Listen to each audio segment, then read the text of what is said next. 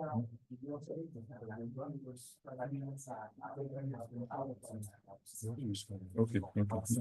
Okay. Good morning, everyone. I hope I'm audible. Good morning. Good morning, sir. Good morning, sir. Yeah, so I want to Good welcome morning, sir. everyone to this session. Please, can we ensure that we fill out the attendance register? It's been circulated online. If you check the chat, you will see it. And also the pre-test, please, it's important that we do that. That's part of the quality control measures and assessment that we need to do to be sure that this has impact. So we're starting off from a presentation from the Ibadan team.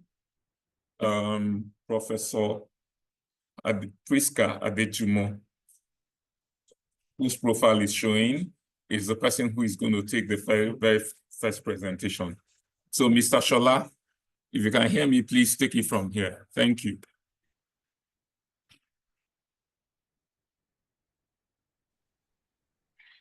Good morning, everyone. We are welcome to today's session. So today we'll be starting off with Professor Priska Olabisi Adejumo, who will be taking the first presentation today. This is a follow-up on the presentation I was taking yesterday. And today we'll be focusing more on case studies. And she would soon start off now. I just want to read her profile as an introduction. So Professor Priska Olabisi Adejumo is a professor of nursing and the dean of the Faculty of Nursing at the University of Ibadan. Professor Adejumo obtained a Bachelor of Science in Nursing and a Master of Science in Medical Surgical Nursing in 1996 and 1999, respectively, from the University of Ibadan. She then obtained a Master's in Medical Sociology in 2000 and went on to complete a doctoral in Medical Sociology and Genetics in 2011, also at the University of Ibadan. She had periods of training in the College of Nursing, University of Iowa, and University of Chicago, and went on to obtain another doctoral in nursing in 2016 from the University of Ibadan. Professor Adejumo is both a nurse practitioner and a medical sociologist with expertise in ethnographic and survey research, psychological determinants of human behavior in health communication, and behavior codification. Our research interests focus on health and professional education, cancer genetics, cancer counseling, and risk factors for non-communicable disease, either as NCDs, and she has led several research and training projects with local and international partnerships and published over 100 peer-reviewed articles. She's also a member of the Competencies Committee of the Consortium of Universities for Global Health. Please join me to welcome Professor Priska Olabisi Adejumo as she takes over from her. Thank you. Thank you very much for your kind words. It's amazing to hear all those beautiful introductions. But let me say a very big thank you to the contact peer for this project, Professor Nodu. And at the same time, I'd like to appreciate my super mentor, I call her super mentor, Professor Oluwafemilayo Olokade. And the story began a long time ago. And I don't know whether she's online already. If she's not, I will delay this until later on when I want to come some to really give kudos to her for all that she has impacted into me. So let me go straight into the presentation for this morning.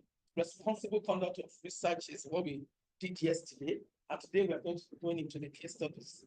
But before I pick the case scenarios, let me just bring us on point to what we did yesterday. That responsible conduct of research has to do with ethical principles, practices, and behaviors that guide the conduct of research activities.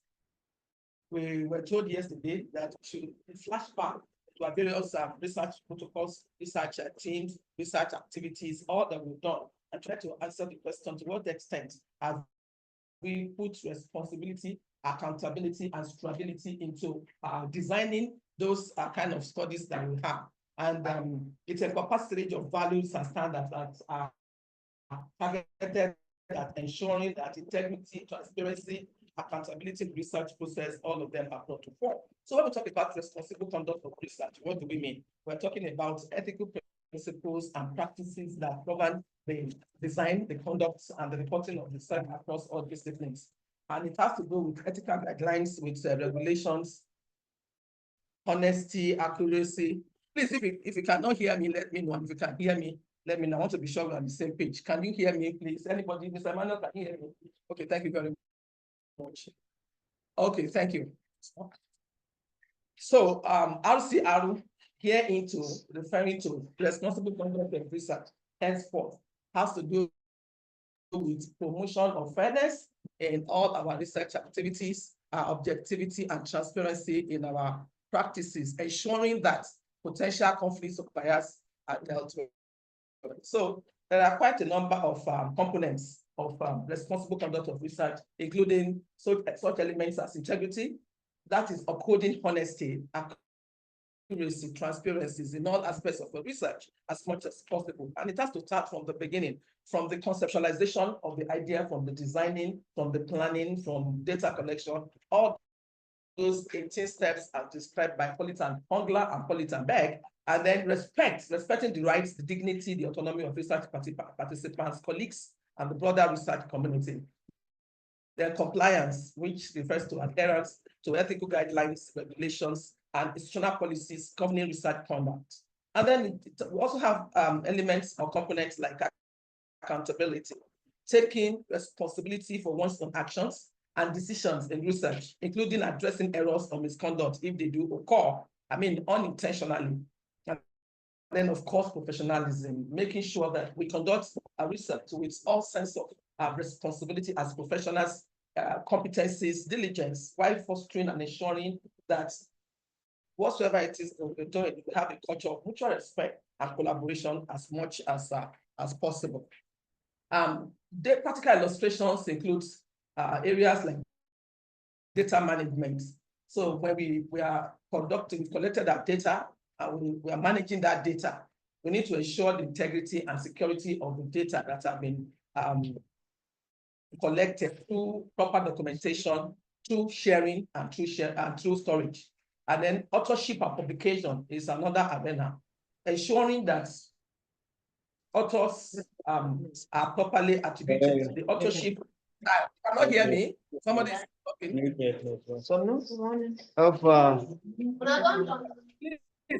If you are not talking, can you put your devices? The authorship and publication is important to ensure that we appropriately attribute authorship based on substantial contributions to the research and disclosing any conflicts of interest on funding sources and publications. Then informed consent, obtaining voluntary and informed consent from research participants. We talked about all of that yesterday, so I will not repeat all that has been said. Of course, peer review, participating in fair and impartial peer review processes to ensure the quality and validity of research proposals and manuscripts. This is very, very important. So what we are going to be doing basically this morning is applying all of this that responsible conduct of research means to our ethical research. So it is essential for us to ensure the validity, reliability, ethical integrity of our research findings. As researchers, we apply RCR principles throughout the entire lifespan and the life cycle of that research, from, like I said, initial planning to design stages, to the actual data collection on the field, to data analysis and dissemination of results. Then institutions and funding agencies also play a crucial role in promoting RCR in terms of providing training, resources, and oversight. Please, can you see the slides? Okay, thank you. In institutions and funding agencies, like I said, that was the last point I was trying to make. They play a very crucial role when it comes to application of RCR into what we are doing in terms of training, resources, and oversight. And emphasizing RCR research education and training programs helps to cultivate a culture of all those principles, integrity, accountability, and other ethical responsibility among researchers and scholars. It gives you the owners to be able to own. So all what we talked about yesterday in all the sessions up to the last time that we had the panel discussion concerning ethics issue, they are all very important in upholding the ethical principles and standards to ensure the integrity, the transparency, and the ethicality of research activity. So when we adhere to RCR principles as researchers, we contribute to the advancement of knowledge while safeguarding the welfare and rights of research participants and the broader research community. Is a trust that has been embedded or not. So we're going to be looking at a few cases. There's the first case here, which I would like for Millicent.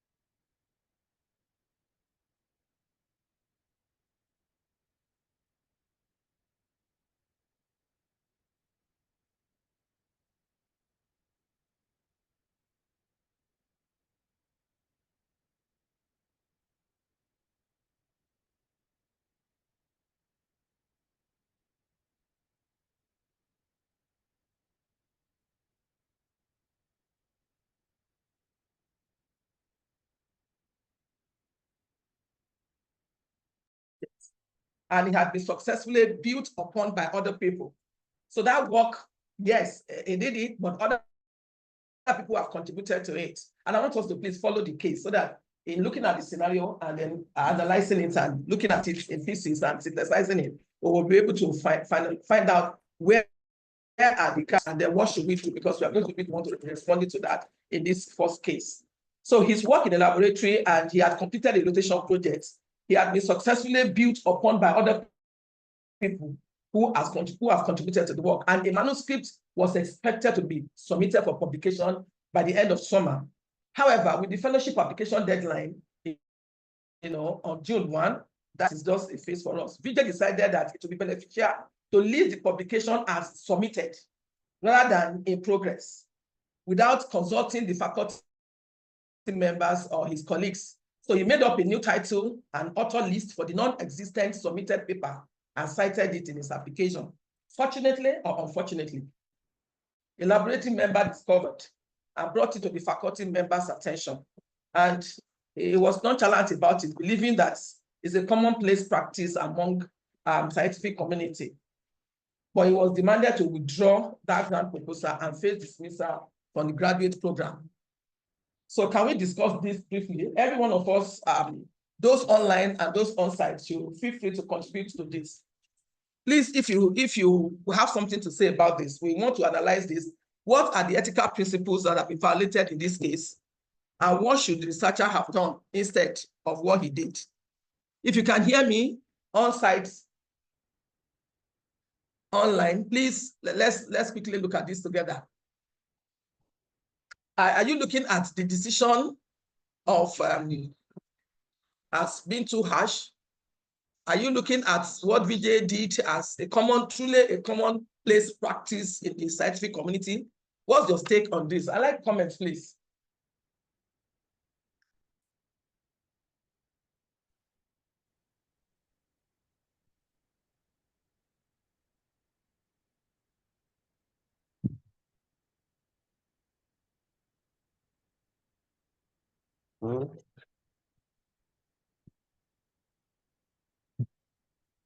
Okay.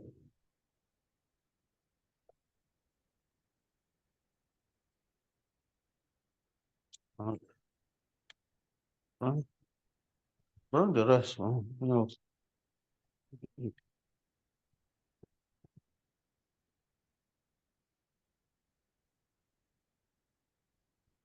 Oh, speaking.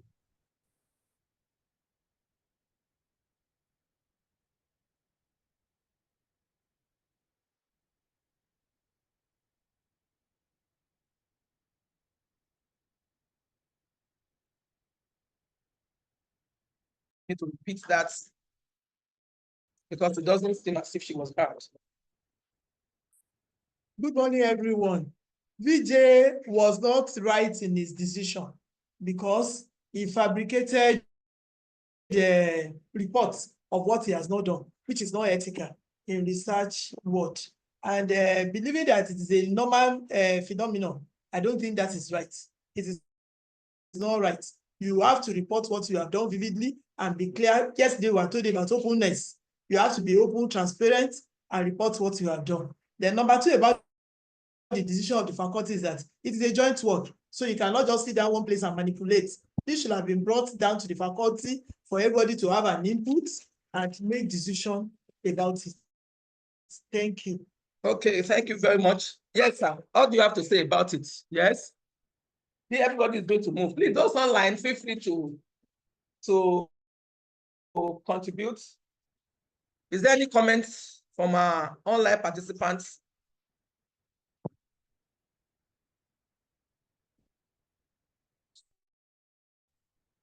Please kindly indicate with a show of your hand up.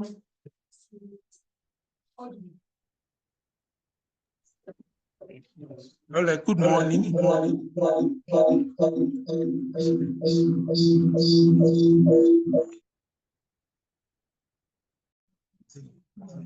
Hello.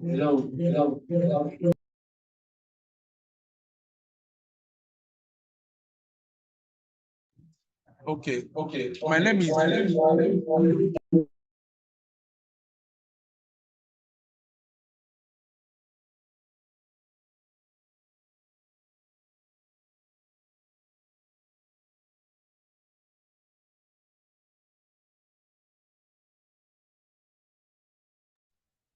Good morning, everybody, all the participants. My name is Dr. Nwata from Department of Hematology. I think the conduct of this researcher or the postdoc candidate is very, very unbecoming of a researcher, because he fundamentally committed a fraud, and on many levels. One, he came to a lab where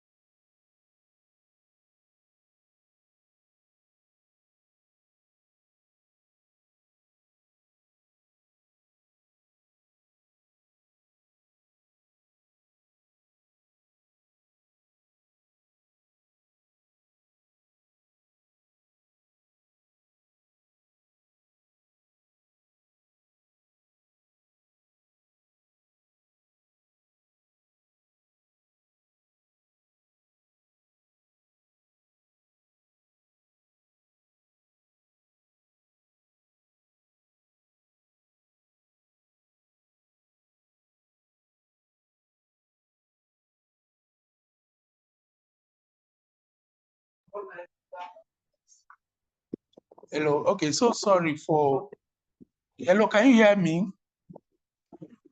Can I be heard? Yes, we can hear you.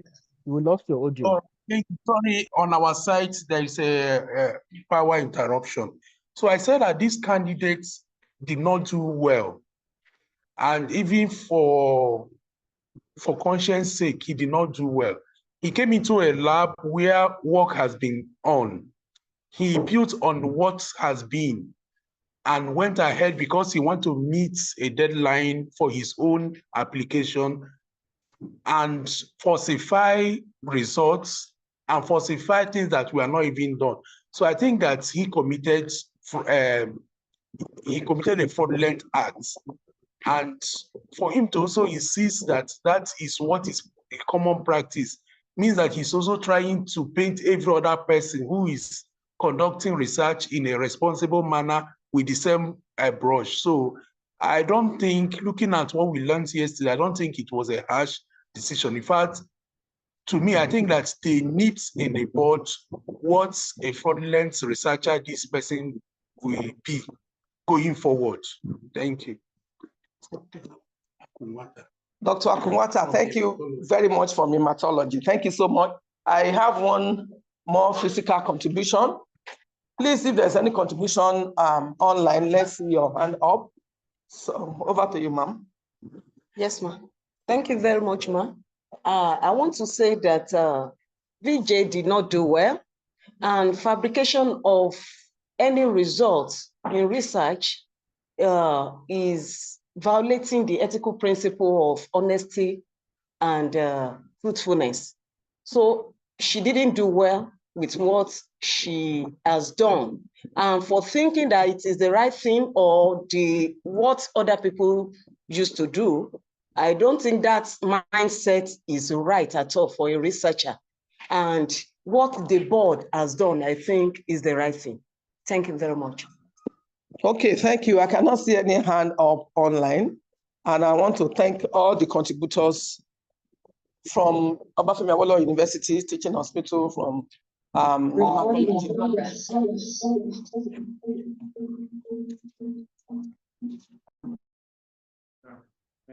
okay, yes. So I want to be sure you can hear me. Sorry, we are having some issues, but we are okay and on top of it. So I believe very strongly that all the contributions are excellent. That what VJ did is actually wrong in itself. You know, somebody said, even for the sake of conscience, even if you're not looking at it ethically, it is wrong. But specifically bringing ethics into it makes it more wrong. The ethical principles that he violated are many, and some of them will very shortly. For example, he lacked or he did not demonstrate respect for public trust as much as possible. He didn't respect the trust that has been, you know, instituted. As an investigator, it is expected that you find the word yesterday. Whatsoever you have come up with, other researchers are going to build on it. It can lead to a lot of things in terms of the people that whatever you have found are going to be applicable on. So to just decide to disregard what they have done and then kept it and fabricated, like somebody said, that is lack of respect for public trust. The responsibility to the research community is a gross misconduct because it compromises the foundation for future research and collaboration. Other people in the lab have contributed, other people in the lab have worked. He did something that was not in existence. Then he breached the real author's autonomy.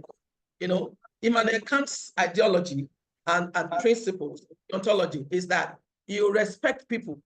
There are categorical imperatives, duty to humanity, nationality, ensuring that whatever you are doing, you are answerable to it. He undermined all of that. So he breached the autonomy of the people who have contributed to work together, that they did the work together.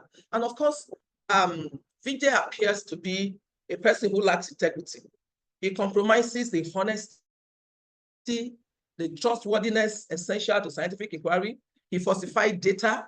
And he even went ahead to say that that is a common occurrence in scientific community, like we have all alluded to. So he fails to uphold responsibility to peers, to the society, by misrepresenting the findings and being accountable for what he has done. So the second question says, what should the researcher have done instead of what he did? So I'd like to have comments. What should the researcher have done instead of what he did? Can I have indicators, somebody online or on site who wants to contribute to that? Instead of what Vijay did, what should he have done?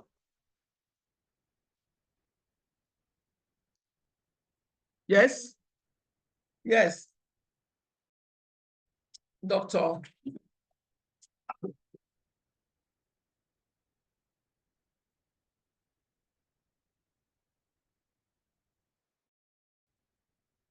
Good morning, everyone. My name is Kemi Ashu, consultant pediatrician.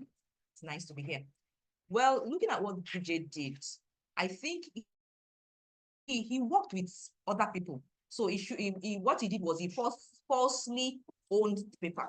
So you should have informed the other people you worked with. He had no business changing the topic because that was like, to me, that was like fraud. You should have informed them. He didn't need to change the topic. He didn't need to change other details that he put there, and have a meeting with them first of all. Oh, this is what is happening. This is what I want to do. Do you agree with it? If not, then he needed to let it go and then look for other positive and honest ways of doing the publication. Thank you.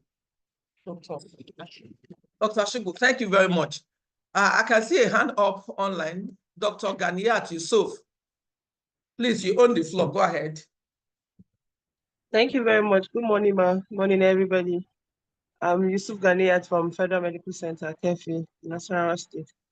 I just want to say that what the researcher Vijay should have done, one was first meet with his team and ask for permission to probably use their work as entry for the grant. Then it shouldn't have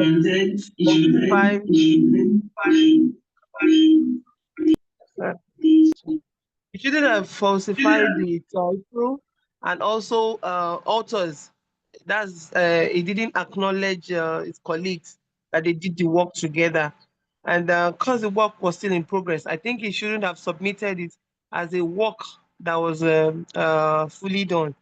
If there is a space for submitting maybe a work in progress, that's what he should have done. He should have been truthful about the stage of the work instead of submitting it as a finished work.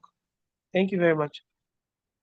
Thank you very much. Veracity, truthfulness is very important, and I appreciate that contribution. And I like us to pay attention to the case and the reason behind his action.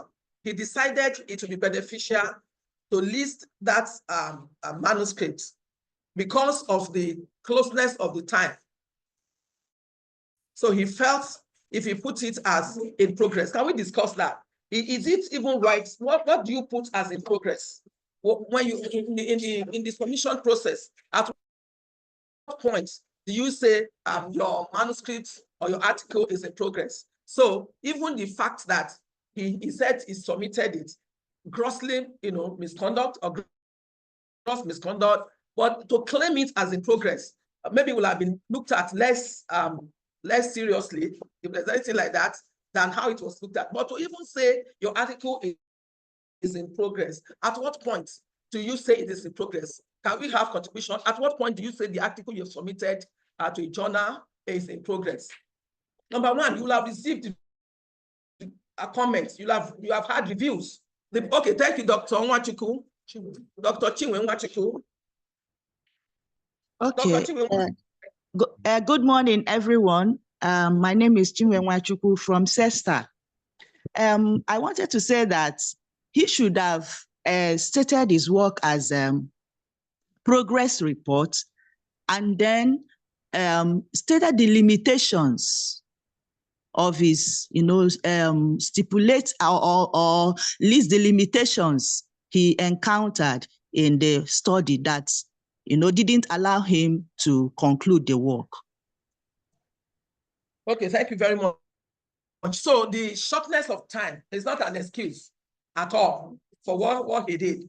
You'll have submitted before you can claim it is in progress. So that document was yet to be submitted. So even so, he's saying in progress means that he must have had some conversation before he can put it like that. And the theory that we all learn in medical school and in nursing school and in all the schools of health professions. So to learn the theory is one thing, but applicability, when we get to that point, what inform our decisions? What is on top that makes us to decide what we are going to do? So for Vijay, he would, and I want to call our attention to something here. He didn't submit the work that was done. He actually left that. He made up a new title. All the respondents, I don't think, for all the people who have contributed, that we have called attention to this. He made up a new title. He made up a new author list for a non-existing paper. So the seriousness of the misconduct is much more than we are saying. because he didn't submit the one part of submitting it as a concluded work when it's not concluded is one. Second part of saying it's submitted when he will have said it's in progress and other things. But the fact that he created something new entirely, maybe because he was looking at it that if he submitted it, if he put the names of the people who actually did the work, one or two people will frown at it. And this talks to the beauty of multi-site, multi-country collaborations as against solo publication, against solo manuscript writing, as against solo research. If you have 2, 3, 4, 5 authors, before all of a misconduct will take place, at least everybody will come to agreement to say, okay, this is what we want to do, and we agree. But for that will create a problem for VJ. And remember, he's a graduate student, he's a pre-doctoral fellow. So he didn't want to go that way. I'm presuming he didn't want to go that way, so that at least he cannot say we have done, we've completed, when he knew it has not been completed. So the safer and the shorter cut is what he thought he could do by creating something. But unfortunately for him, somebody who knew about all of that happened to be there and got him. So the question that we're answering is, what should he have done? When we are looking at all those elements that the ethical principles evaluated, respect for public trust, responsibility to the research community, breach of the real author's autonomy, integrity, accountability, and so on and so forth. He should have reported accurately. He could have communicated his challenges. All of us saw. He should have sought guidance. There's nothing bad in consulting your mentors, in talking to colleagues or senior colleagues who could give you advice on how to handle such matters ethically. And then there is need to uphold ethical standards. There are institutional guidelines, there are ethical guidelines, there are national guidelines, there are national guidelines. For example, the University of Ibadan, we have the research policy in UI, we have the research management office, we have CRIM, we have places you can just walk into and say, oh, this is what I'm going to, how do I handle this? And they will navigate, they will give you counsel that are going to be ethically sound, and they will give you reasons and justifications why those decisions will be the best in that situation that you find yourself. Even there are funding agency guidelines to ensure integrity and credibility in whatsoever research that we are conducting. Okay, I think that is enough for case 1. Let's quickly take a look at case 2. Case 2, in 2001, a research team at Bell's Laboratory published a paper in the Journal of Science titled Quantum Dot Refrigeration. And the paper presented groundbreaking research on the use of quantum dots for refrigeration. The paper had 6 authors, including Dr. Jennifer Hernandez, a postdoctoral researcher, and Dr. John Lee, a senior researcher. So there's a dispute here, and I want us to please listen to this dispute so that we can analyze it together. After the paper was published, the disputes arose between Dr. Hernandez and Dr. Lee over authorship. Dr. Hernandez claimed that she made significant contributions to the research, including the designing and conducting experiments, analyzing the data. And Dr. Lee claimed that Dr. Hernandez's contributions were minimal and that he was the primary author of the paper. So the discussion goes thus. What criteria determine authorship? For those of us who are online and those of us who are on site, the online seems to have gone. Can I see any hand up? I have 172 participants here. Please, can I see your hand up if you want to contribute to the criteria that we use to determine authorship? Okay, if anybody wants to contribute, what are the criteria that we use for determining authorship? Yes, thank you. Thank you very much. Can we hear him? Please introduce yourself. So I'm Dr. Adiba. Okay, just a minute. He's working from the extreme end of the hall, so close to where the laptop that is being used is. So, thank you very much, Prof. My name is Dr. Ladimida Adiba, Principal of Cardiovascular Disease, University of Ibadan. Oh, can you hear me? Hello? Yes, we can. Yes, we can. Oh, okay. So one of the criteria is that the person was that there's actually a committee of biomedical research ethics guideline that is used. So that's what I know.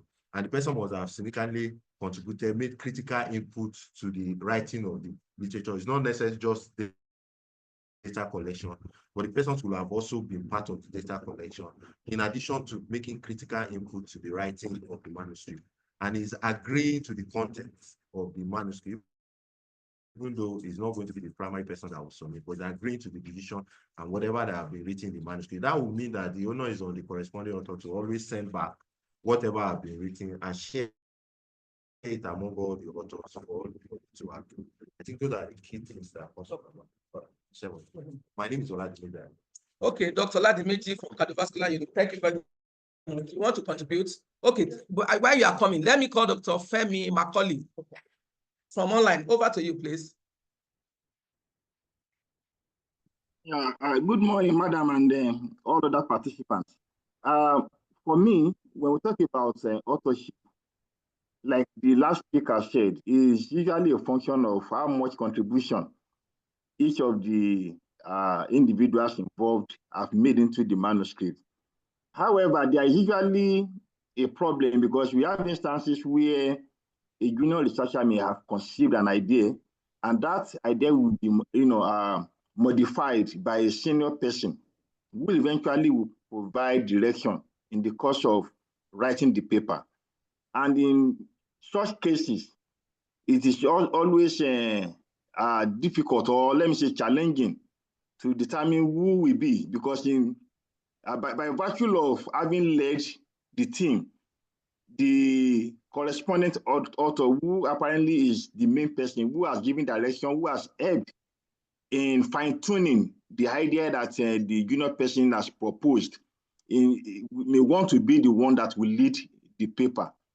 This, of course, has usually been the case, and in some instances, the junior person may feel that the original idea has come from me. You have just done the fine-tuning, and I have also been involved in the write-up and have contributed significantly into the manuscript. Why can't I be the primary author? Thank you. Thank you very much. It sounds very good that, we all know that when you're working with your PhD students, for example, or you are working with your junior colleagues, and the idea is from you. I want to take a little bit of digression from what Dr. Macaulay said. Okay, there's another hand up. Okay, thank you. Dr. Erumse, go ahead. So, Dr. Eduke Erumse, please, can you go ahead? I see your hand up. Okay, if it's not there, Dr. Augustine, good morning. Can you please go ahead? Good morning, everyone. Good morning. Good morning, everyone. Please, can I be heard? Yes, I can hear you. Okay. Okay, my name is Dr. Eduke Erumse from Federal Medical Center, Saba. Okay, my own opinion on who should be an author dates back to our community medicine project, what I was being taught. An author should be one who has actually made substantial contribution to the conception of that project. 9, someone who had contributed to even the acquisition of the data, as well as the interpretation of the data in question, as well as the person should also be involved in approval of the manuscript before they submit it. And finally, should be accountable to every aspect of the work that qualifies somebody to be an author. Thank you. Thank you very much. Thank you. Okay, let me take one physical contribution. All right, thank you, ma'am. Good morning, everybody. So, my name is Liloton Oluwole Emmanuel. So, for the criteria to determine the authorship, so such individual must have contributed significantly to that kind of a study. What do I mean? The person must be either be involved in the proposal development towards the ethical approval, or towards the data collection, or even analysis of the data, and also must contribute towards the dissemination of the data, and also even in their manuscript writing. So it is very important that anybody that will be an authorship in any or a co-author in a paper must have contributed significantly at any of this stage. Thank you, ma'am. Okay, thank you very much. Please let me call our attention that we have 2 questions we are looking at. And the second one is that how should this dispute be resolved? All the contributions so far have been focused on determinants of criteria for authorship, which is excellent. But can we look at how should this dispute be resolved? I saw one hand up before I come on, like Dr. Mamak Mamfe. Okay. Good morning, everybody. So let me just add, I've listened to all the criteria for authorship. Just one that let me just add briefly that the drafting of the work, anybody that is involved in drafting of the work or revising it critically for important intellectual content can also be considered an author. And then to resolve this thing, you should have started maybe from the beginning of the writing of the manuscript or proposal or whatever. You know, you would have decided amongst themselves that it's always advised that whenever you start something, you decide amongst yourselves who should be the author, and if possible, maybe the order of the authorship should be decided before embarking on this thing. So now that it has happened, well, to resolve the issue now is, you know, we just have to resolve it amicably, because you cannot go back and tell the publishers to change the criteria for, the order of authorship. So I think it should have been decided right from the beginning. So everybody just take notes. It has to be decided right from the beginning who will be the first author, who will be second, or who will be corresponding. Thank you very much. Thank you very much. Absolute, you cannot hear me. Okay, I should go ahead. Thank you. Absolute contribution. Criteria for determining authorship. I want us to please take notes. There are laid down criteria that we should use. Many of us have mentioned substantial contribution. Authorship requires significant intellectual input into the conceptualization, into the design, data collection, or analysis of the research. So it's not enough for you to just peck and go on either of all of this and then begin to claim authorship. So it's very important that we have this insight and we have this understanding and we actually put it, you know, when it comes to reality of whatever we want to do.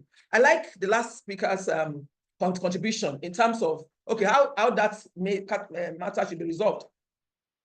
Beginning, many of us, we don't jump. Professor Obiageli told us yesterday how we should not jump into clinical trials because there are so many opportunities in quote, but we should examine it critically, take it, make sure that we are protecting, we are acting as a patient's advocate. We don't just jump at things because, oh, this is juicy, I want to do it. She gave us so many explanations in her presentation yesterday. So it's very important to have a substantial contribution, to be an active participant in all of those things, beginning from the first phase of conceptualization of the idea to whatever it is that you are designing, to the planning stage, to the data collection phase, to data analysis, even to the dissemination, it's important, to the submission of the manuscript, to the review of the manuscript, it's very important.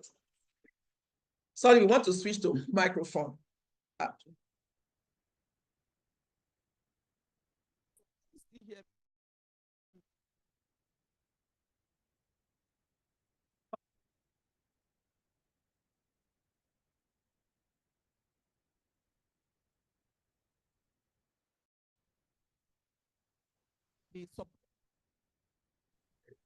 We can't hear you. No.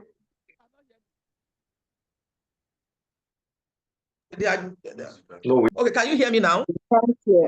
Okay, yes. You can hear now. Okay, Yes. thank you. Thank you. Okay. Authorship requires significant intellectual input. That I was trying to talk about that substantial. That it's very important to look at it not from subjective perspective, because when you say substantial contribution, what is substantial to A may not be substantial to be like in the first case that we look at that says, okay, I've made it substantial contribution to this work. So why will I? And the person says, no, I'm the primary author responsible.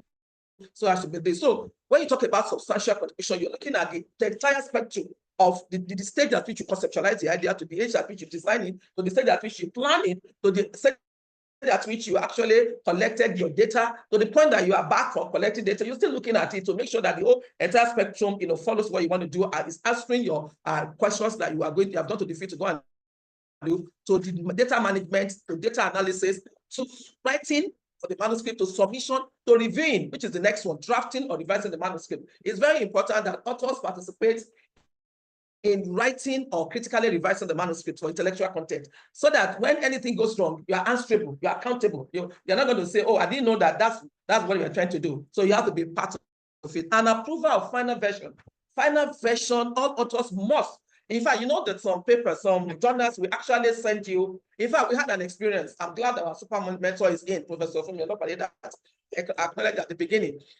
We had a manuscript, and one of our authors died in the process.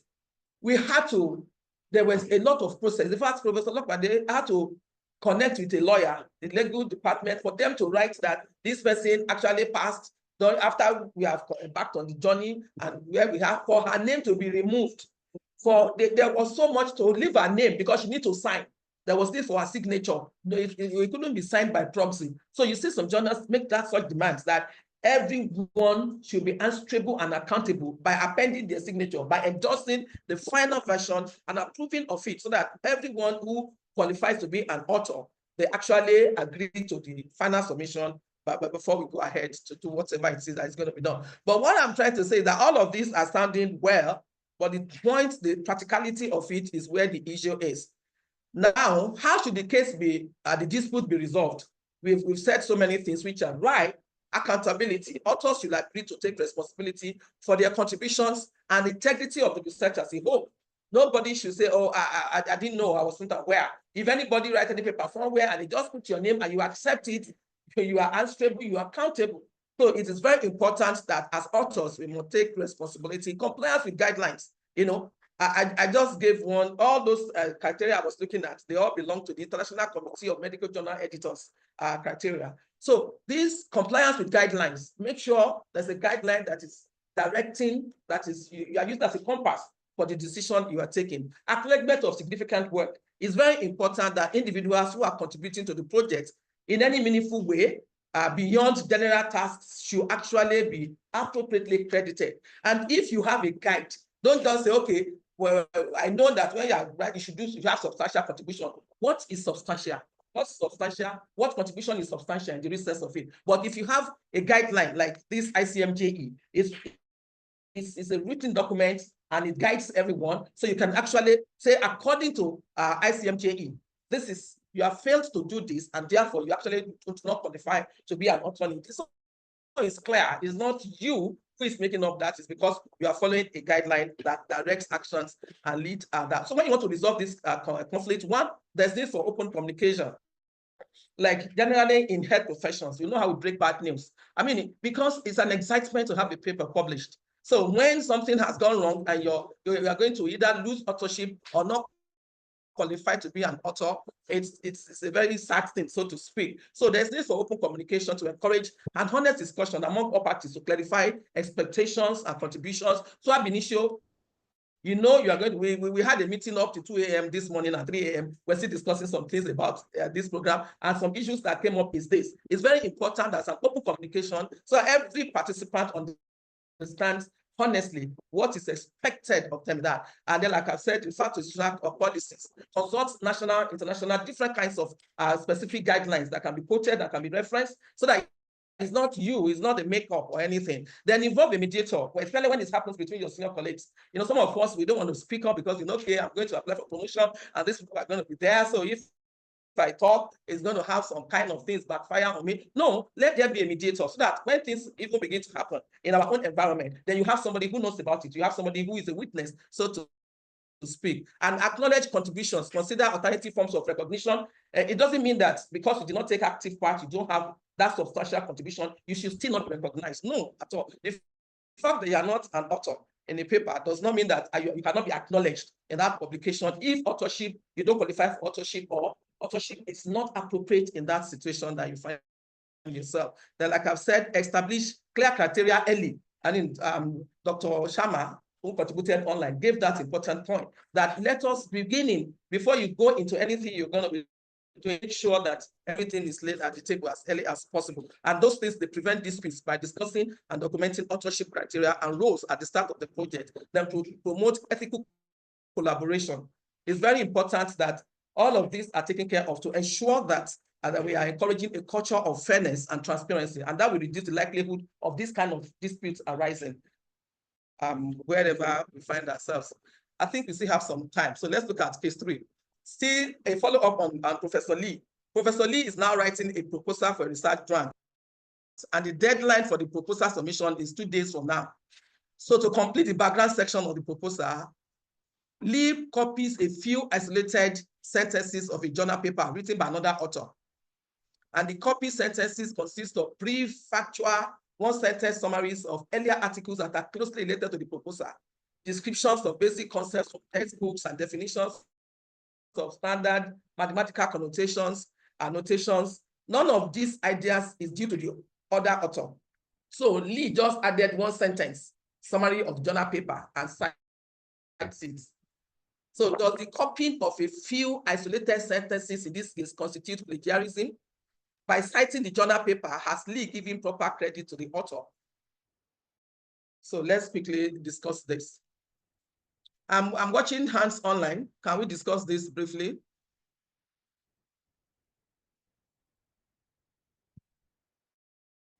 Okay, on site. Yes, Dr. Faremi. I think for this case, please, can we hear her? Come.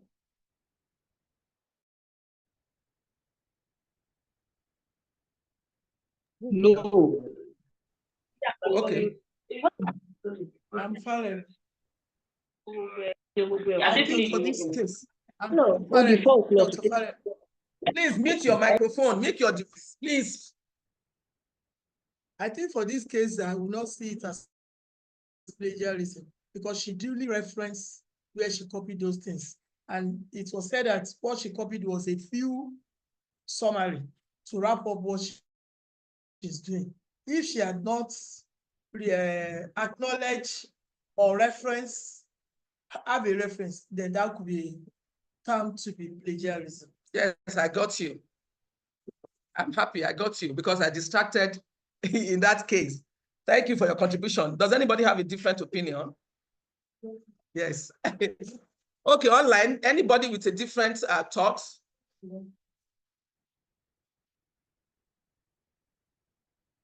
I'm yet to see a hand up. Okay, Dr. Nora Akinola. Oh, Professor Nora, sorry. Good morning, Thank you. everyone.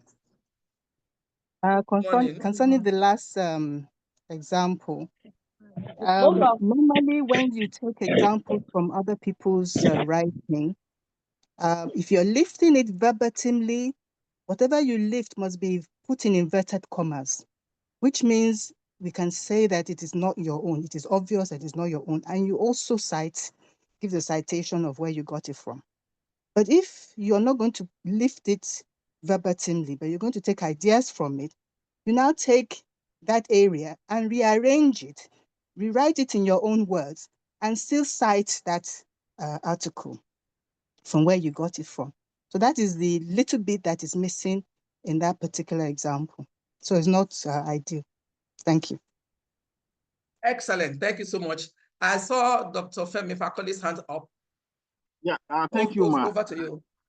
Yeah, just in addition to what the last speaker said, what we know in science is if you want to use somebody else's idea, you read, digest, and rewrite, and of course you still cite. That will make plagiarism to be out of it. Thank you. Thank you very much. Thank you. So why I said I got the second but the last speaker was that if I had said that, okay, that this person put it in parentheses, or if I had qualified it in some way, then it would be clear that there's no atom of plagiarism. But the way it was said, copying, you copied. And in copying that sentences, whatever it is plagiarism, in the sense that you did not make appropriate reference to that source where you got it from. And by citing the paper, you have not given credit to the actual author. So we must take note of these nuances. It looks very tricky, but it's very important because plagiarism is plagiarism. Okay, so no other hand up and our time is going gradually. So let me just quickly deal with that and then we'll be closing. I have about 5 minutes more. So this discussion, how does plagiarism impact research integrity? And what tools can prevent plagiarism? We just take that in the last remaining 5 minutes. Any comments from the floor? How does plagiarism impact research integrity? And what tools can prevent plagiarism? Anyone? Okay. If there's no one, let me quickly just rush through that so that our 4 minutes can be wisely spent. How does plagiarism impact research integrity? One, it erodes trust because plagiarism undermines the credibility of the researcher. It damages trust within the academic community and scientific community. We will trust that whatever it is that you're saying late credence to, that you are properly referenced, or believe that you're acknowledging the fact that this is not. Hello, yes. Hello, somebody say hello, ma. Do you want to say something? Okay, that's fine. So it erodes trust. Two, it hinders originality. It devalues genuine contributions and discourages innovation by prioritizing copied work over original ideas. There's no point claiming that it's your idea. I mean, nobody is interested in saying, if I ask you, tell me about deontology, and nobody cares about what you want to say because you are going to say whatever you want to say with brevity.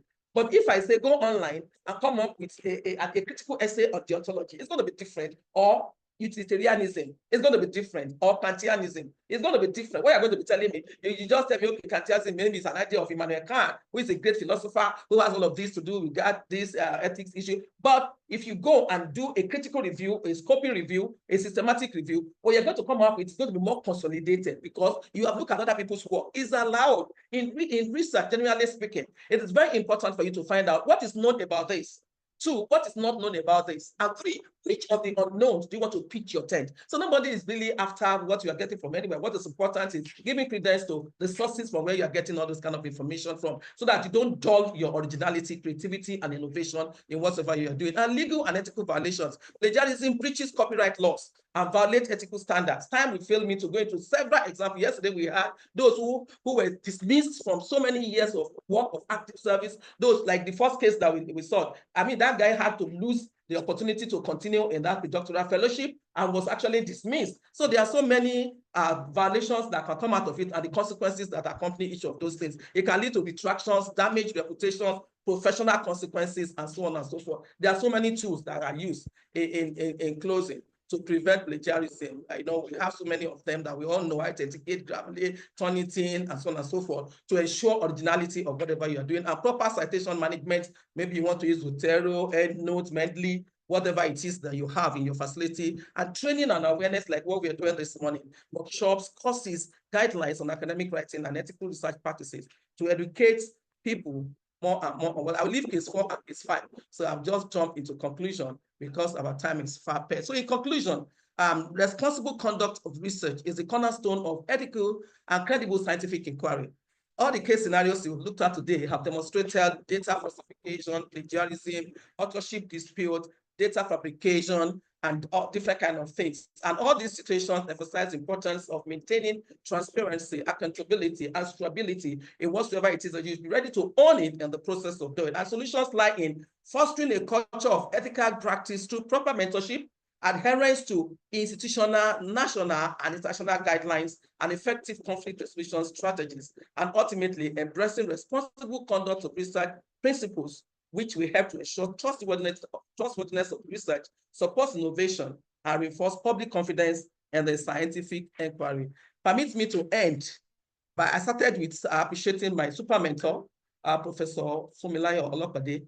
She has given me several and uncountable opportunities that has enabled me to be able to do this, several uncountable. And of course, Professor Shola Olopade, because he's the ethics guru who actually gave me the opportunity to share in one of the countries that we were some times ago. So I want to say a very big thank you to Professor Funmi Olopade and Professor Shola Olopade. Thank you very much for the mentorship, and thank you for all the incredible things that you're doing and the life of those of us who are coming behind, that we have begun actually to transfer to those who are coming behind us, because we also have mentees in this group online and on-site, and it's wonderful to meet, or whether to e-meet our grandmother, grandfather mentors. Thank you very much for giving me the opportunity.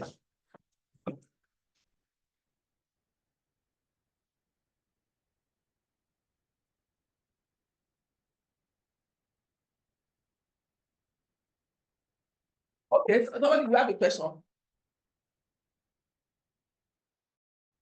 Okay, I think I don't know whether the next. That is a wonderful one. Thank you very much, ma. Thank you very much, Professor Adejumo. Thank you very much. That was a very practical presentation. Please, you just give us a few minutes to load up the slide for the next presenter, Professor Jamda. And then we'll go ahead. Okay.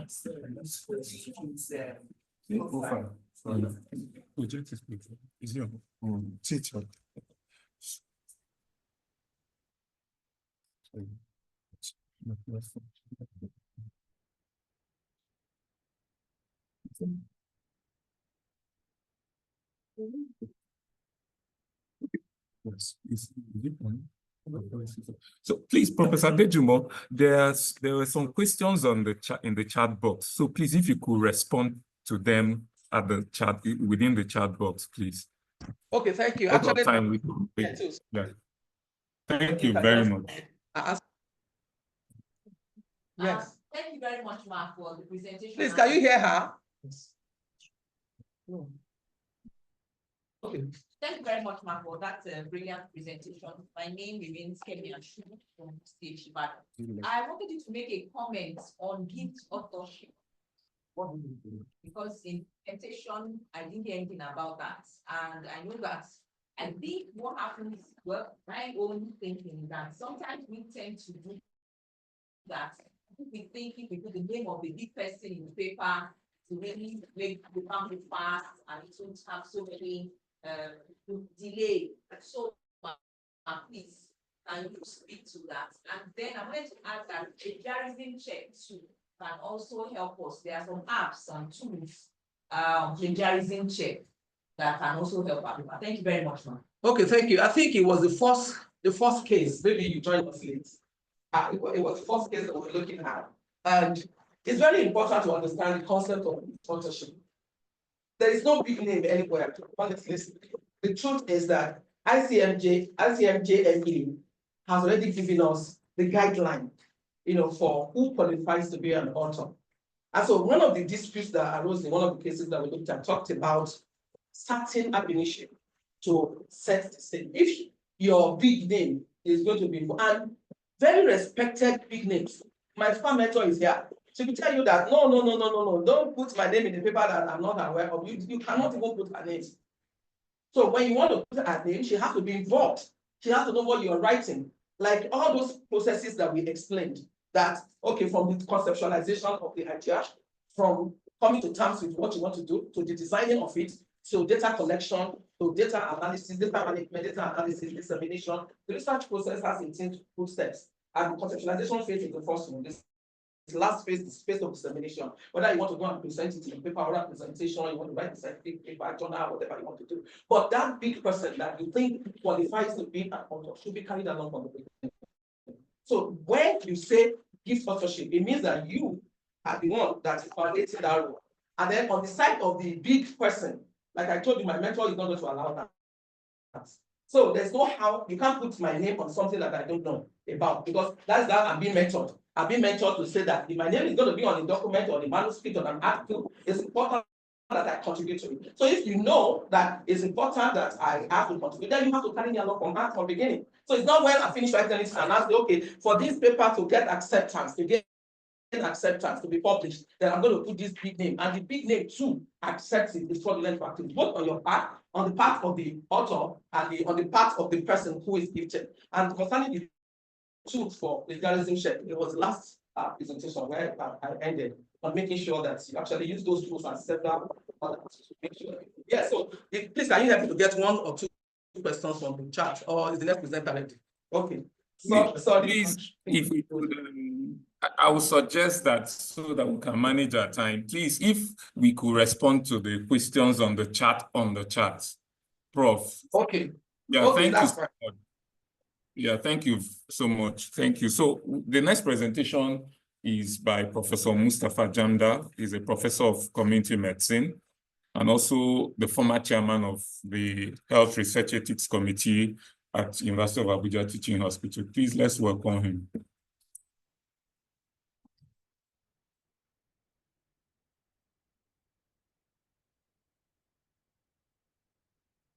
Good morning, colleagues. I can see many, faces that are part of us. Apologies for coming late. As adults, things happen. So, things have happened.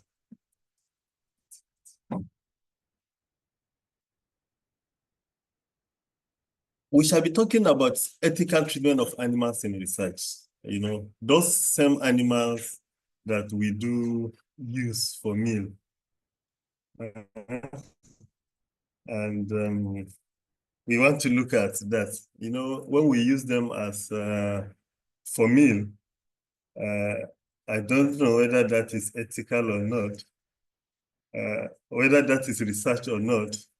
But specifically, we'll be talking about the use of these animals in research. We'll try to look at the concept of ethical treatment of animals in research, the principles, which is the major thing. But I will just talk briefly about the principles because of an assumption. I want to assume that you know the principles.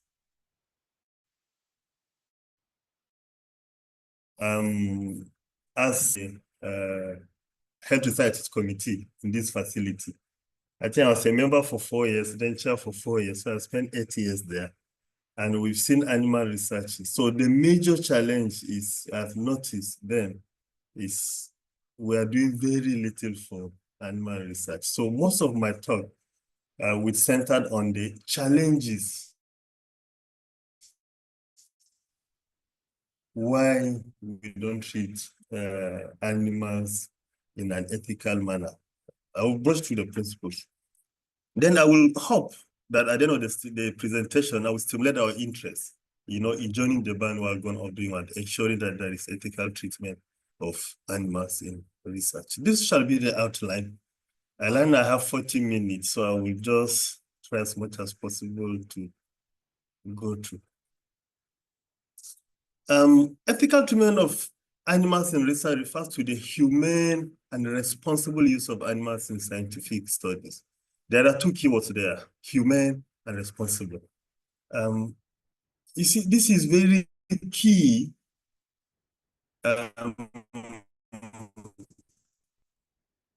as we know as Nigerians, there are a lot of challenges, do we? And the answer to that will, give us an idea of the chances or possibility of us, treating animals if there is no person overseeing what we are doing, So I think this is the keyword, and this is the guide, that will tell us what is happening. Research using animals plays a significant role in advancing scientific knowledge and medical breakthroughs. Of course, we all know that for most significant research, we need to pass through the animals for obvious reasons. The restrictions, before you are allowed to use these agents or drugs or medicine on humans, there has to be some degree of evidence of safety, and the animals provide it. So they are key, they are sacrificing themselves, or we are sacrificing them for our own benefit. So, however, it raises ethical concerns regarding the treatment and welfare. Yes, it's justifiable if you compare human and animal, that is easier to sacrifice the animal or to expose the animal to higher risk than human, But again, that does not do what? Justify the poor treatment we expose them to, and the fact that we don't take care of their welfare. Now, it's not something new. Use of animals in research dates back to ancient civilizations,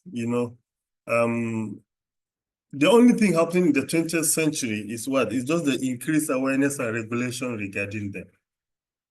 Even what is happening in the 20th century for us in this clan as I said, based on my experience, we are still far behind. Now, specifically to emphasize the importance of ethical treatment of animals, that is the only gateway to scientific and medical advancements. Animal research has contributed to significant discoveries in medicine. You know, the research and the use of animals is what guides the human research. Veterinary science, we know what is happening in the country. Veterinary is also very important to us because they contribute to our health through nutrition, through industry. A lot of the animal products are what we use in the pharmaceutical industry. Again, pharmacology, moral responsibility. Ethical treatment is essential to balance scientific benefits with the humane treatment of living creatures. I guess we are not all conversant with the saying that we are all animals, except that some animals are higher than others, right? So they are creatures of the Almighty.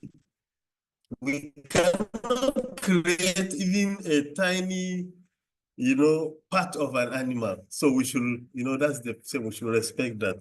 Ensuring animal welfare also does what? Promotes confidence in the scientific practices.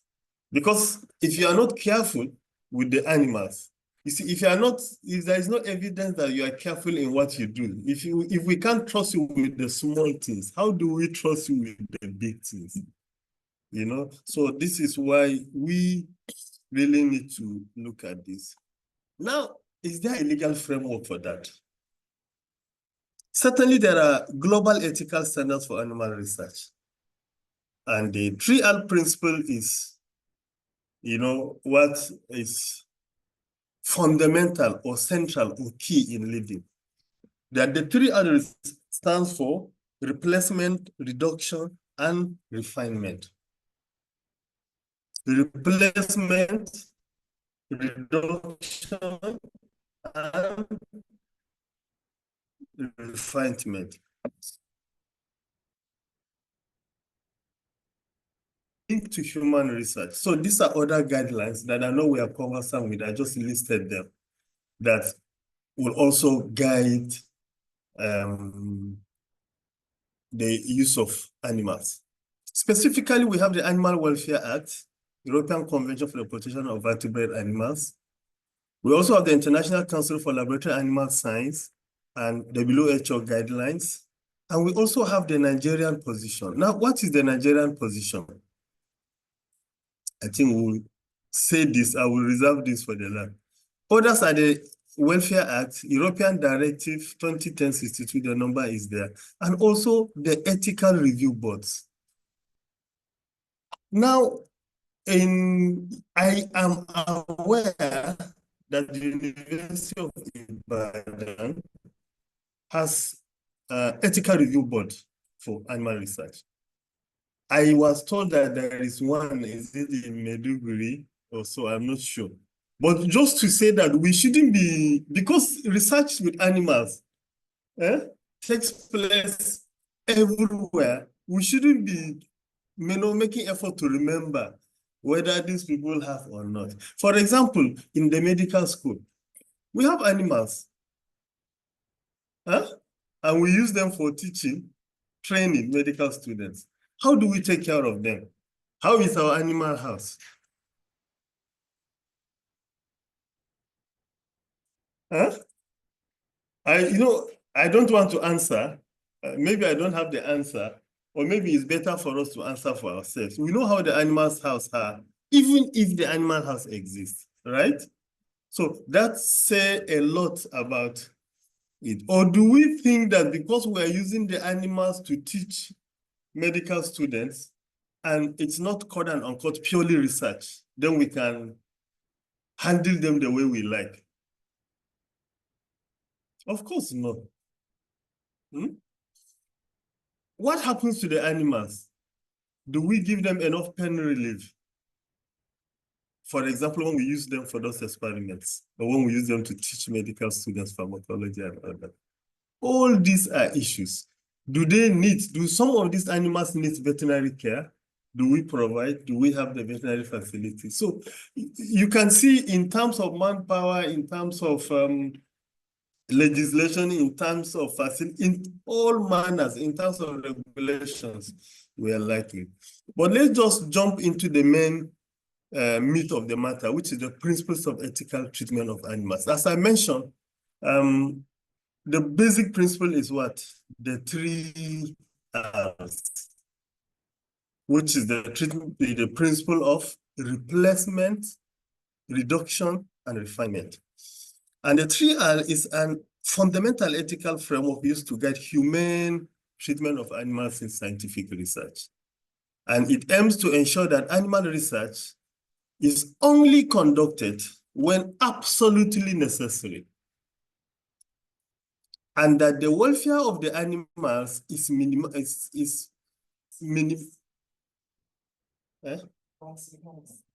maximized at every stage of the research process. Thank you. So you can now see this.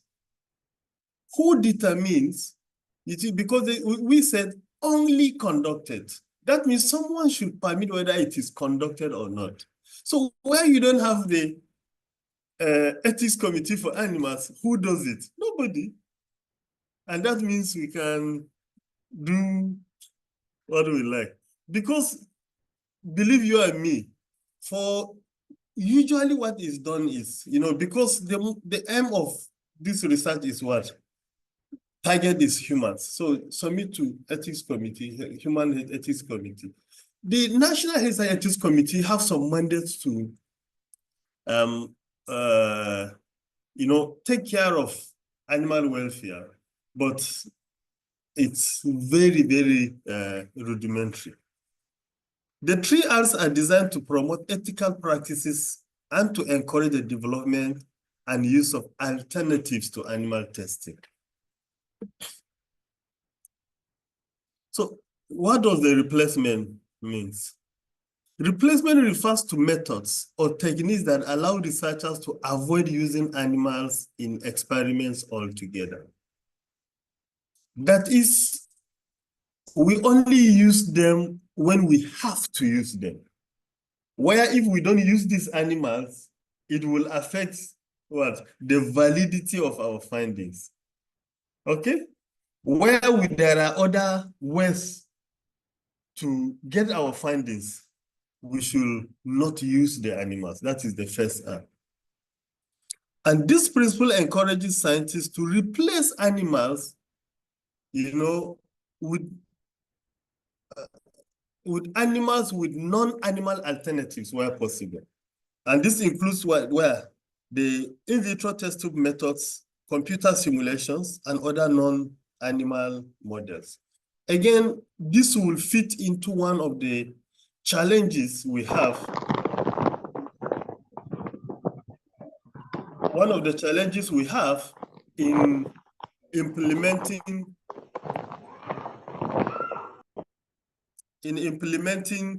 ethical treatment of animals in research. The knowledge for in vitro methods, the knowledge and capacity for computer simulation and other models, weak or poor. So because it's poor, we are not likely to use them, even when we know that we can substitute animals for those methods. But because we don't know this method, what do?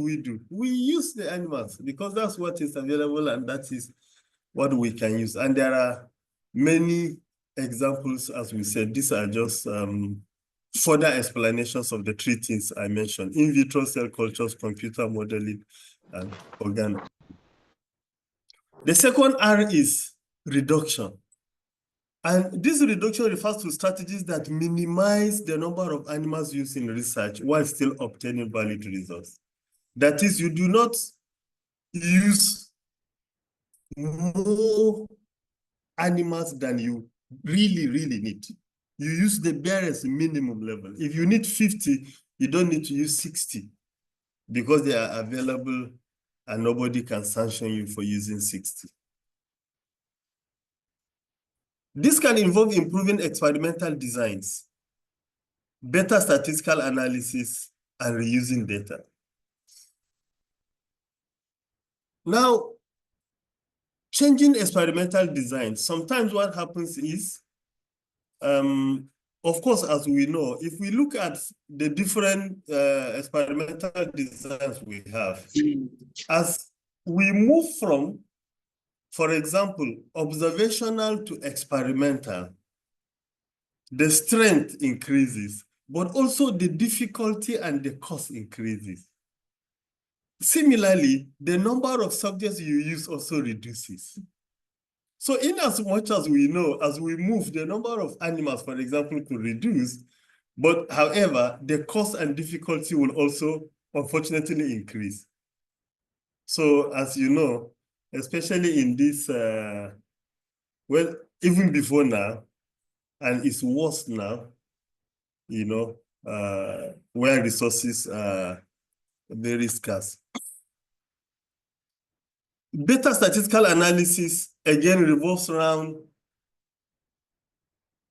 how many experts do we have that could conduct high-level statistical analysis for us. Again, if we don't have them, so we still fall back to. So you see, our problems are intertwined and reusing data. Now, again, how is our data collection? Huh? Can we go back? Can we have data, even for researches conducted for the past 5 years, 10 years, 15, 20 years that we can reuse? Because that's another issue. So generally speaking, you know, our condition is worsened by the fact that we have a lot of other deficiencies already, you know, that is limiting us, you know, to using these animals. So the goal is to reduce the number of animals involved in each experiment and to use the smallest number of animals necessary to achieve scientifically reliable outcome. Use of more powerful statistical methods, as I mentioned, sharing data and collaboration, minimizing replication. For example, instead of conducting multiple experiments with large group of animals, researchers can conduct a single well-controlled experiment with fewer animals and ensure that the results are reliable enough to draw conclusions. You know, again, I don't need to say this, that we're very weak collaboration, right? So, for example, in drug development, researchers must use fewer animals by ensuring that dose-ranging studies are conducted with the fewest animals required to understand the effect of various doses of a drug.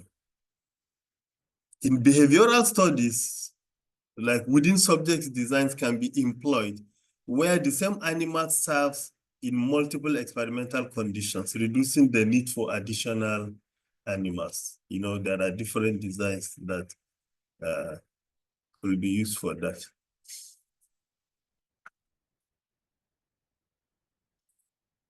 So we said 3 R's. The last R is refinement.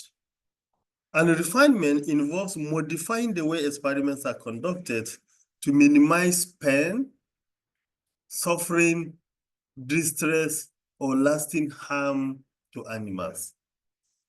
This principle focuses on improving the living conditions of the animals and refining techniques to make procedures less invasive where possible and also less harmful. Refining techniques is not just about reducing harm, but also improving the overall care and welfare of the animals. Now, we've been talking about human treatment and welfare. So when we say welfare of the animals, we are not talking about, for example, economy, I guess we know. But we are talking about those other, for humans, like socio-economic conditions. Where do we keep them? How is the temperature? Is there overcrowding? You know, are they exposed to sunlight? So these are all the things that when we say welfare, we refer to. just to be sure that we're on the same page. In detail, we talk about improve housing and husbandry, providing better living conditions for animals, such as enriched environment is a key part of refinement. Enriched environments, including complex social opportunities and naturalistic settings, help reduce stress and promote well-being in laboratory animals. Now, you see, still giving the example of the university, how am I doing with time? I spent only 10 minutes. No. Oh, Yeah, 5 more minutes. oh, really? Okay. Okay. So let me move. Okay.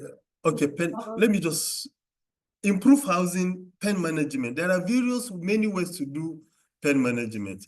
And some of our people in this hall that I can see, I want us to just reflect. The experiments that we're doing with animals in the laboratories, do we give them anesthesia? No, I didn't say you should answer or to answer in your mind. Do we give them anesthesia? So if we don't give them anesthesia, then, do we give them analgesics?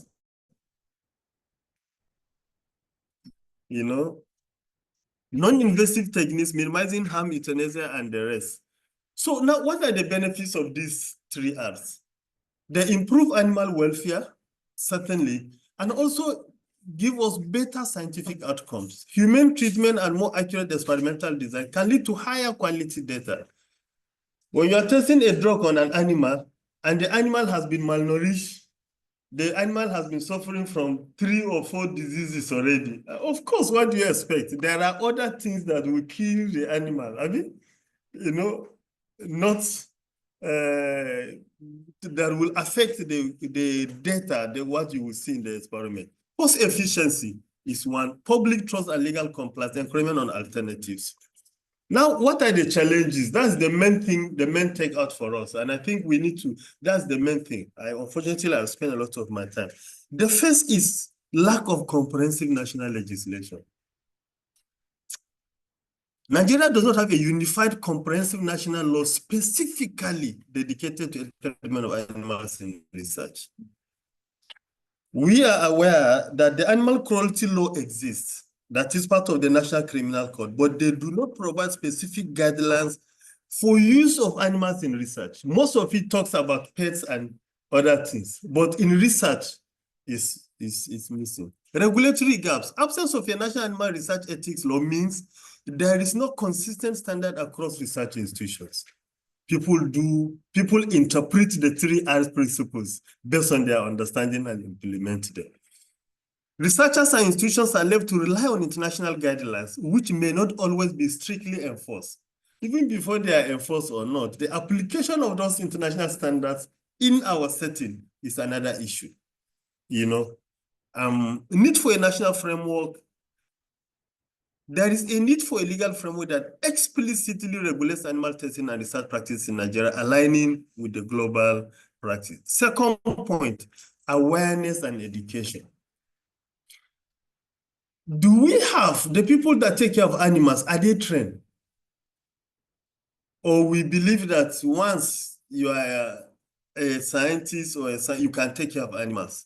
Of course, certainly no. Even the ethics education is deficient.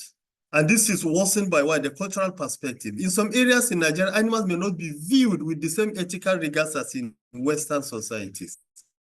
In fact, most parts of Nigeria, but of course, some parts are worse than others, leading to lack of sensitivity to animal welfare concerns in research.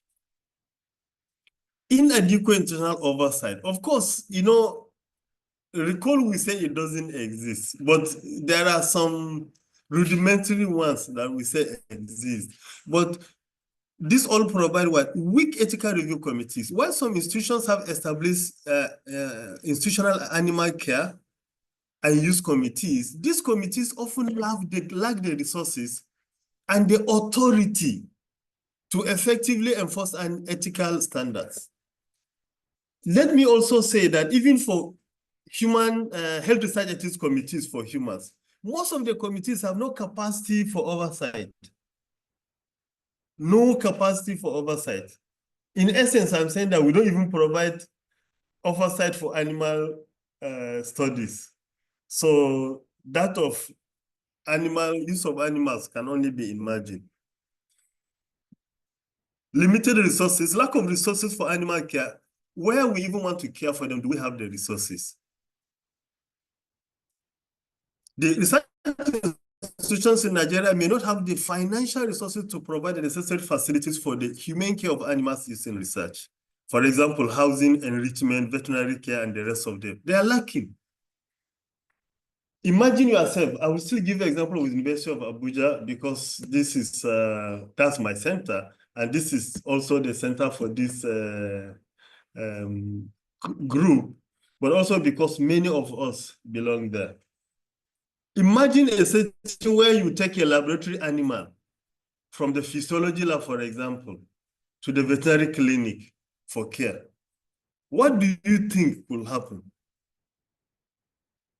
Let's assume they accept to take care. The least they could do is to do what? To charge you. If they charge you, who will pay? Huh? Who will pay? So you find out that even us, as we budget, we don't budget to provide humane care for animals because we don't consider these things. All right? Training materials are lacking. They said this thing is not moving now.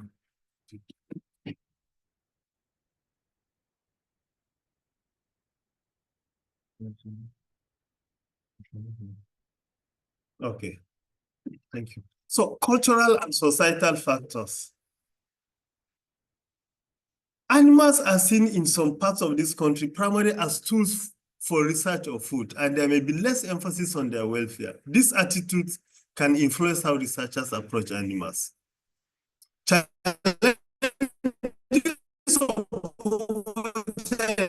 Economic development in Nigeria means that in some cases, animal welfare may be deprioritized in favor of human needs. Obvious, we don't need to argue about that. Pressure to produce results. Now, researchers may feel pressure to produce results quickly, sometimes leading to what? Unethical practices such as overuse of animals or failure to adhere to ethical review processes. This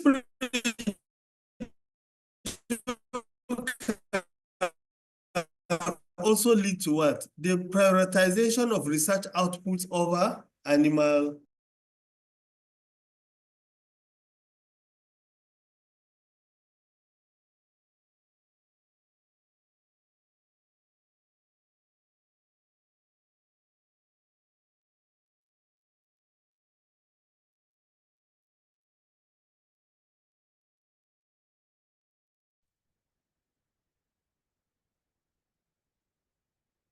Nobody will count that as part of the positive things you've done for the research, or you won't count for the quality of your work.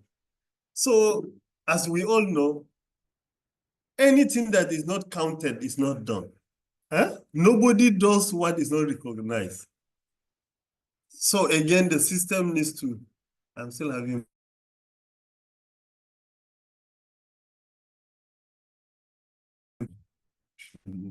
Okay.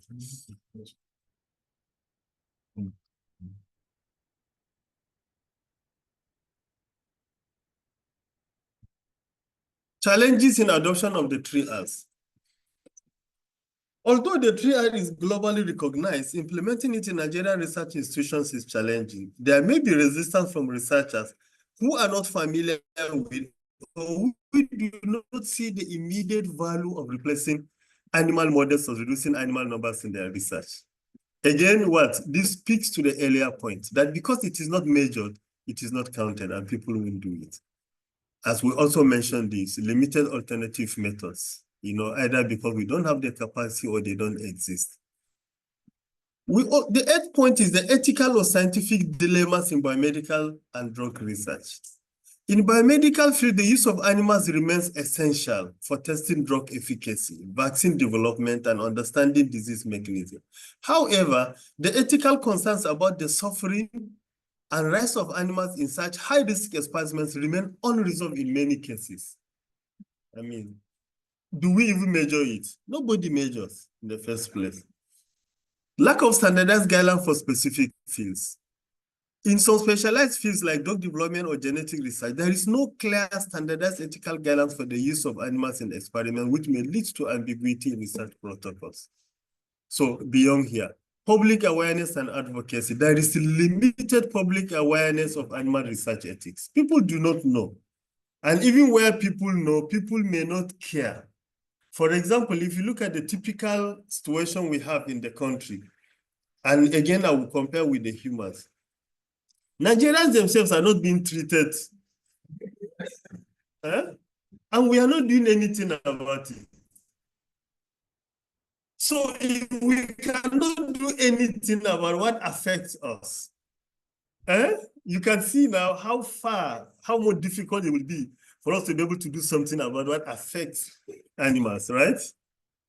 Few animal welfare advocacy groups exist. They exist. I think I find about 3 or 4. One is very strong. They're doing a lot of activities. I also didn't know until I'm preparing for this. So, and that is why I added that one of the objective of this presentation is that at the end, I will have stimulated few of us to join the advocacy groups or to support the advocacy groups in advocating for animal rights. International collaboration and influence. Nigeria is part of the Global Scientific Committee and often collaborate with international research organizations. However, there is no alignment. We don't usually align. Ethical dilemma, we've talked about this. Now, what do I think we could do? No matter what I've mentioned, I think the key point that I want to mention is what? Everything rests with the researcher. No matter what exists, if the researcher is not committed,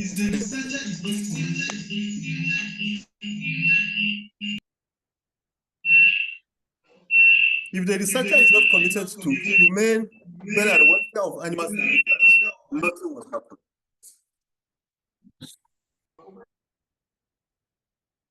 So the first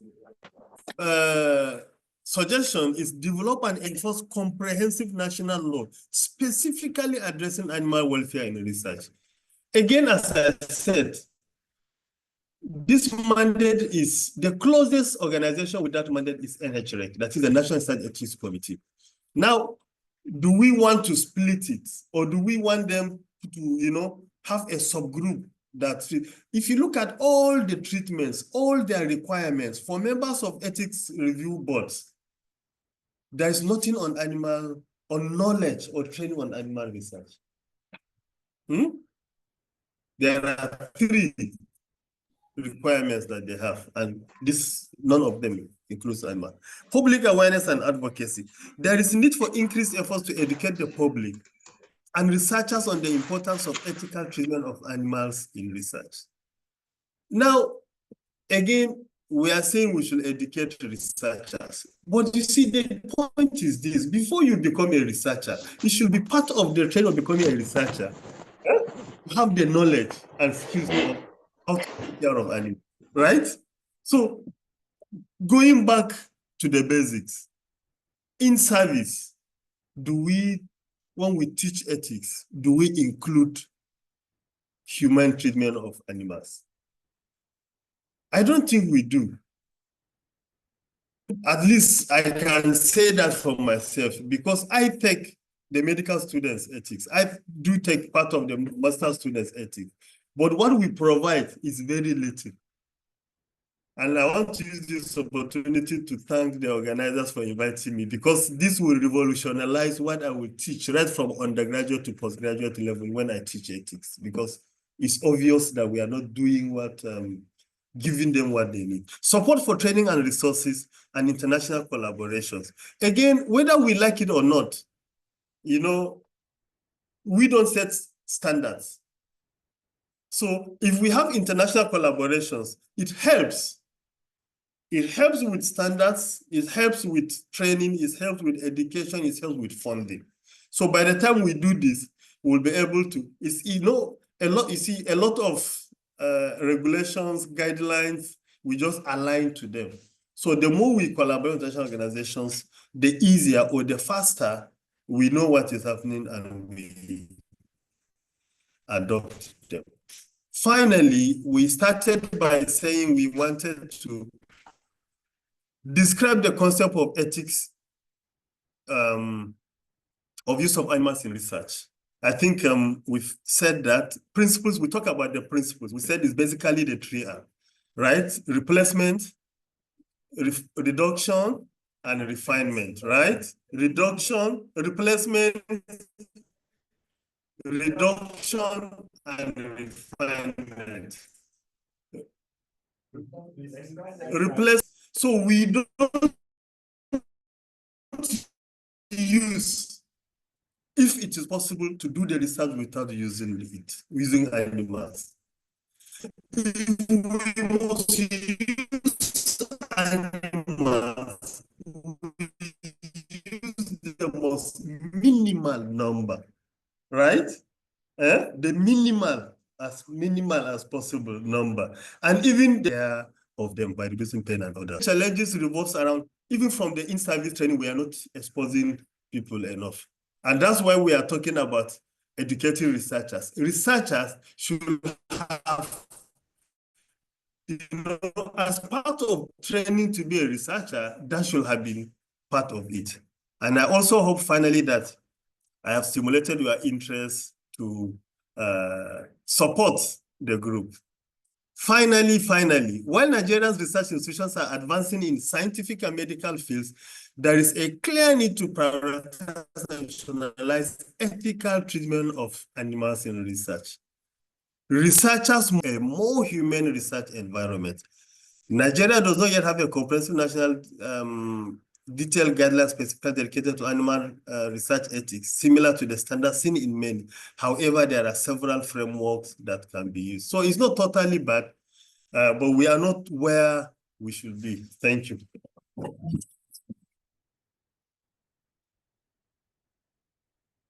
Thank you very much, Professor Janda. He has pricked our consciences this morning. So just before we go for the tea break, we will take a few questions. So please, if you have any questions, you type them in the chat box or you raise your hand, you'll be recognized to ask your questions.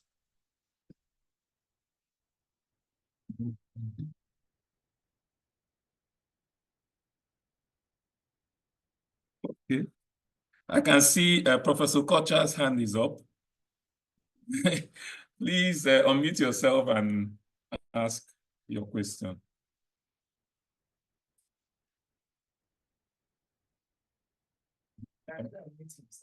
Yes, you can.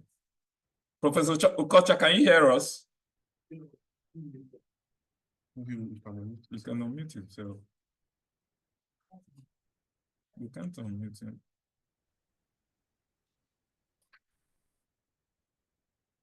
Okay, while Professor Kocha is trying to sort this, we can see Kelechi Okereke. Please, can you unmute yourself and ask?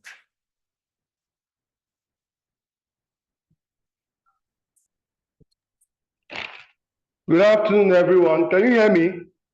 Good morning. Good morning. Can I hear you?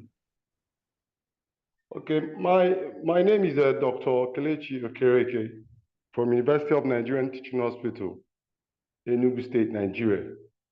Thank you, sir, for your presentation.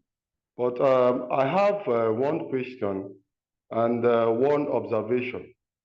The question is there any data on the amount of preclinical drug trials using animal models that are done in Nigeria and in Africa at large? Is there any data on the amount of these preclinical drug trials using animal models in Africa in Nigeria and in Africa at large. Then my observation is that when I was looking through a journal, in the blood journal on how I treat sickle cell disease using gene therapies. There are 2 gene therapies that have been approved by the USA Food and Drug Administration. Those gene therapies were approved 2023, 2 years ago, the lovo-cel and the exa-cel. And some of the outcomes of using those gene therapies on humans, some of the complaints and the setbacks, especially on lovo-cel, was the insertional mutagenesis that was observed on few of the cases. So I was looking through to know whether they did preclinical drug trials with animal models to know the outcome of using those genes on animal models, using those gene therapies, but I couldn't actually see any outcome of using preclinical, as in using animal models to test those genes before using them on humans. So that is my observation, and I know there are my chiefs here who are hematologists. They can also weigh in on that. Thank you.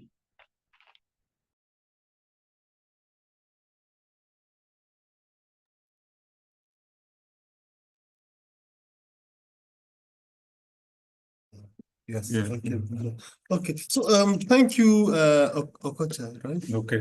Okereke, for your questions. Now I want to imagine, as we all know, all clinical trials are registered. In fact, the first step is you have to register. So the data there should be data on all the clinical trials that are having, including the preclinical trials. Then the second question is It was a comment. what was just a Just comment. yeah. Okay, so thank you.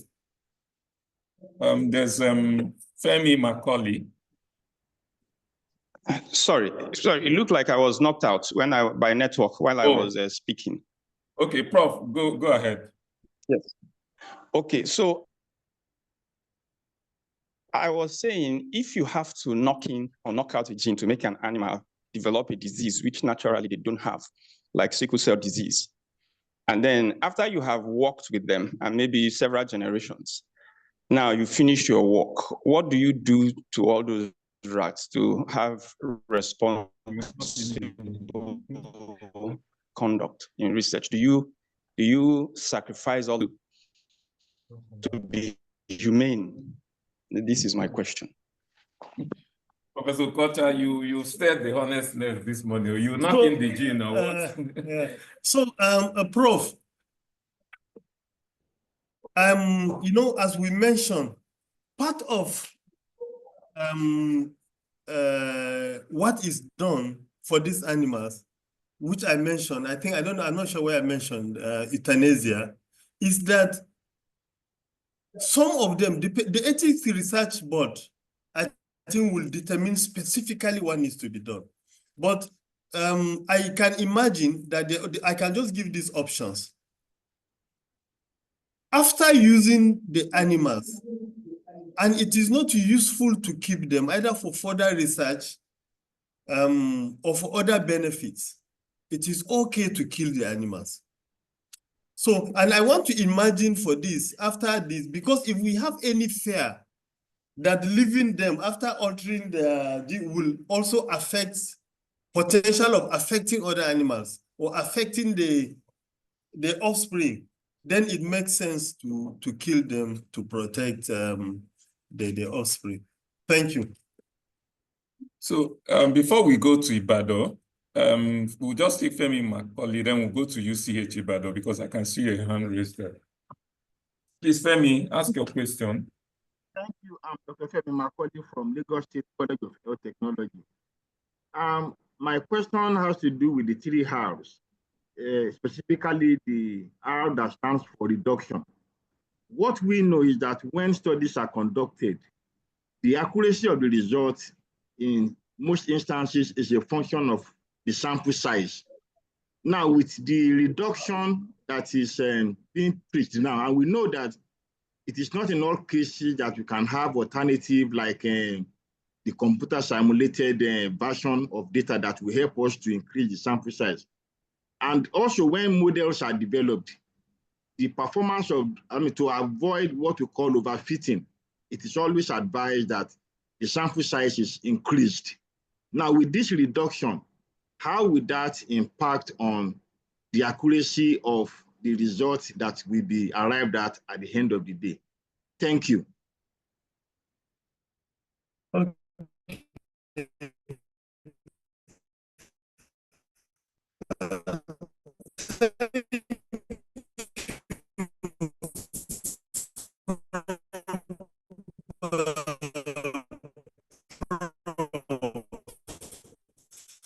So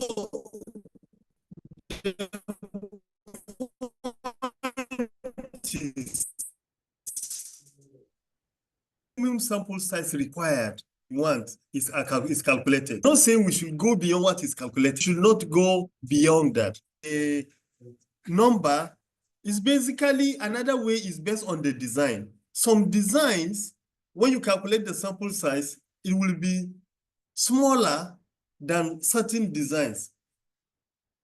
Simple example, observational design and experimental. The sample size are certainly not the same. You know, it's higher with the observational compared to the experimental. Then lastly, about models. So the message is this: where models exist, and that is why when we are talking, I was talking about the challenges. I said we lack experts that can do these modelings for us, that can use these models. You know, so it is where it's possible. Where it is not possible, we have to use the animals. Again, as we all know, ethics is generally a gray area, and ethics is a function of what? We define what is ethical based on the context, right? It's based on the context. For example, what is unethical in a teaching hospital where there are specialists and doctors may not be unethical in a primary health care where there is only one doctor.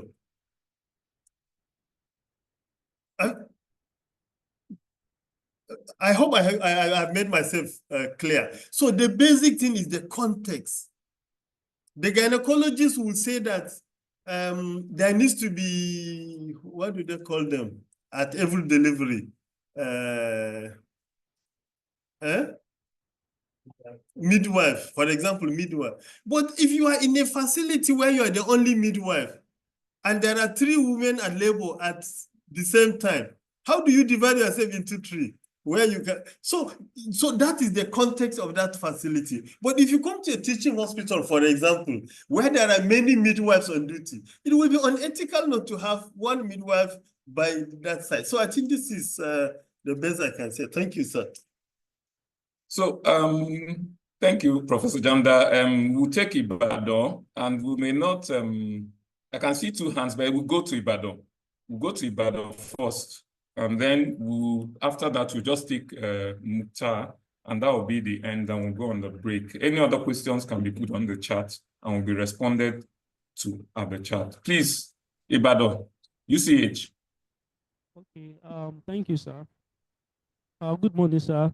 I just have a few questions based on the presentation we have this morning. So number one is the availability of the animals in our animal house, in our institution. Most times they do encourage us that if animals will be used for our study, it is ethically right for us to access the animal house to get our animals to ensure they are healthy and in good condition. But sometimes in some cases we get to the animal house, we do not get. Please, can you take that again? Can you hear me, sir? I can hear you, but I didn't get the question. Okay, sir. I said the first question is getting availability of the animals for use for our study at the animal house in our institution. sometimes some of the institutions, they have animals that we can use for our study, but sometimes maybe considering the weight and number of animals we use, may not be able to get them at that place in time. We may need to go outside the institution to get the animals. Then also, the reason why we do get additional number of animals for our study is that maybe in the process of we acclimatizing them in their new environment, we may lose some of them. Probably for your study, maybe we need like about 70 rats, for instance. And process of acclimatizing them, maybe during the process, we lost maybe 10 during the process. And the study requires that you need 70 animals.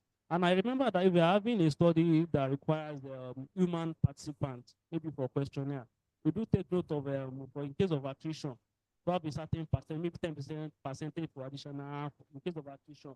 So I just want to know, how can we take care of this for the use of animals? Then lastly, sir, I want to ask in the administration of drugs for animals. For instance, in my own study, I remember that I make use of loperamide and castor oil for my study. And I think at the end of the study, we have to kill the animals through a cervical dislocation. So I don't know if at the end of the study, can we still leave the animals probably to survive and enjoy their life? So I don't know. Thank you very much, sir. Okay, so I think the first one is basically a comment. That's my understanding. There's no question there, and I agree with that. Now, the issue of the last point about allowing the animals to enjoy themselves. Well, you see, the challenge with that is this, that where will you get the funds to allow them to continue to enjoy yourself? Yeah, because would that be part of, is that part of what you've budgeted? I want to, you see, it is likely to be very difficult, and the reason is simple. No person will fund a budget for taking care of animals to enjoy themselves.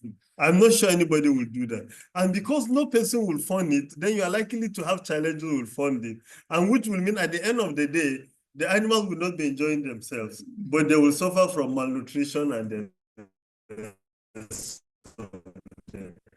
thank you. Thank you very much. I really appreciate this time. He would look up the charts and then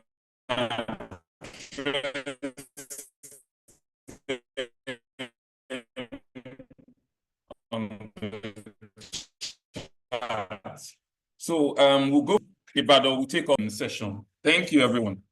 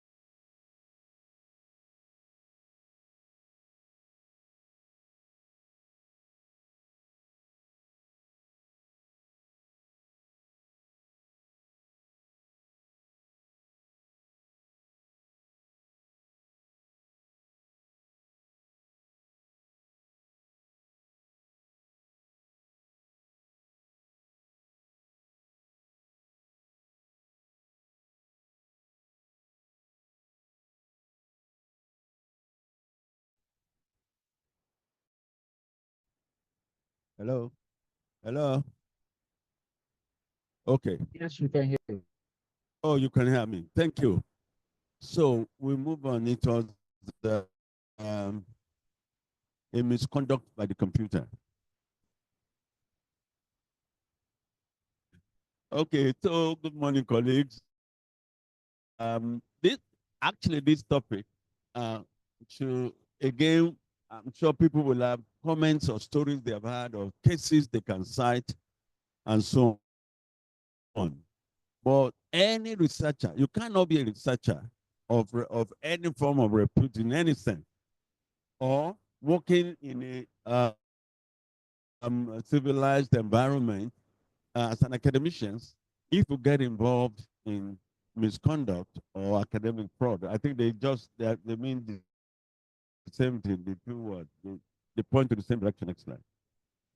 In my university, that's University of Ibadan. University of Ibadan takes academic fraud very seriously. Very, very seriously. I think it's the only time I know since I've been in US since 1967 as a student. Yes, I came in as a young student. And the stories about UI and those who commit fraud, academic fraud, it's been the same. Outright dismissal. I mean, they don't waste time on it. Okay, so this session, therefore, it's a wake-up call for all of us. Because usually, when you are a young academician, you want to progress naturally. And in progressing in academia, you want publication. So you do so many things to increase the numbers. And that is why the universities are de-emphasizing the issue of numbers. So through this discussion, when we look at the ethical issues in the manuscript preparation, some of these topics were discussed yesterday. So there may be a lot of overlap. But where I think we've discussed fully,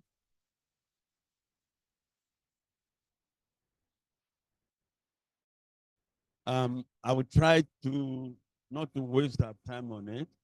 Then what are the reasons for breaching manuscript preparation ethics? That is of committing academic or research fraud. And what are the consequences? And we then go into tips for avoiding getting involved and entangled with academic misconduct. And then under the conclusion, I intend to share some of the cases, that are good. Okay. So by the end of it, we know we would have been conversant with different ethical issues, mentioned some of the reasons why authors breach manuscript. I understand some are not hearing me. So maybe we just take some 2 seconds to correct that. Okay. Then we mentioned some tips for avoiding research misconduct when preparing a manuscript. So, distinguished colleagues, academicians, I think this is a subject that should interest all of us. Okay, next slide. Yesterday, we've had this definition, and it's the same. Instead of moral principle, that's ethics. What is ethics? Because if you don't breach, when you breach ethics, it leads you into some form of academic misconduct, or a moral philosophy, the discipline concerned with what is morally good or bad, right and wrong. Of course, who's right, who's wrong. And that is why the international community has taken it upon itself. And we see that there are some screening committees. Next slide, please. Why do we even need to prepare a scientific manuscript? If you know why, and please, even though under our vocation, we want to publish, but really, the reason is not just because we want to publish. It's because we want to document our research findings because it can benefit the larger scientific community and the lay community, that is the community that we serve. And also to add to the existing body of knowledge. And finally, to provide the evidence that can inform, modify, change the direction of our policy. Next one. So what is the misconduct in science? Yesterday also we saw this, fabrications, falsifications, plagiarism of different types, or other practices that seriously deviate from those that are commonly accepted within the scientific community for proposing, conducting, or reporting research. So in other words, really there are guiding principles. And anybody, and I'm sorry, I think the universities, institutions, perhaps I'm not done so well enough that when people come into academia, when they are appointed as assistant lecturer, two lecturer, or whatever it is, that really is the time to get people to be conversant with what we are talking about. However, it does not include honest error or honest differences in interpretation of the same findings. Next one. Researcher must have fulfilled the following ethical principles if you want to run away from misconduct: respect for persons, beneficence, justice. This next slide. And you have to have a research question. What you want to research? What's the philosophy of your research? Research methodology. All this must be well stated, must be complete in any publication. Analysis and findings, and then the discussion of the findings. Discussion of the findings can vary, you know, but your finding should be your finding. Now, what are the ethical issues in manuscript preparation? The Committee of Public Ethics and also the Committee of International Journal Editors all have a, you know, they've tried to provide guidelines that can help scientific researchers. So this committee promotes integrity in scholarly research publication and provides guidance to support authors and editors, publishers, to promote ethical practices in publishing. And that is why the editors now are very much more stringent. You know, they ask all authors, all contributors to say, to confirm, and be held responsible and accountable for whatever you are publishing. It's not just the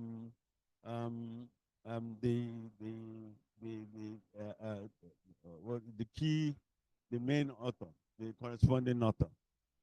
And these things happen quite often. I'm part of a team interview panel in a university, big university, first line generation university. They do interview. And the man we were interviewing happened to have been an editor of a journal. And the papers were totally far away from his own field. Obviously, his field must have been my field before I was. It was so far away, and we asked questions. And he couldn't say a word because it was ENT work. You understand what I'm saying? So please, and many times you find that people, anyway, when we get there, I think I'll give those examples. Then fraudulent publications, which include plagiarism, and you can plagiarize yourself. Okay? Fabrications, falsification of results. Yesterday, this was, I think, explained, but we'll go through them again. Others include simultaneous submissions, salami slicing. And when I first read about salami, yeah, salami slicing, I'm sure you know, the same paper, you tear it into about 4, into little things, you know. Duplicate publication. Some submit the same publication to different journals, even sometimes on the same date, you know, not knowing that all these things will come out to be. Next slide. And what about authorship? The writer and author, of course, is the writer of a literary work, such as a book. Author of a scientific paper is must meet certain criteria by those committees. And these criteria include the following: to be designated an author in a scientific paper, the individual must fulfill all these 4 criteria. If you don't, it's academic fraud. It is academic fraud if you don't. And one is that the author must have made substantial contributions to the conception or design of the work, or even the acquisition, analysis, or interpretation of the data for the work. That's number 1. The second one is must have been involved in drafting the work. In other words, contribution intellectually to what is being published. And 3, given final approval of the version to be published that is being submitted.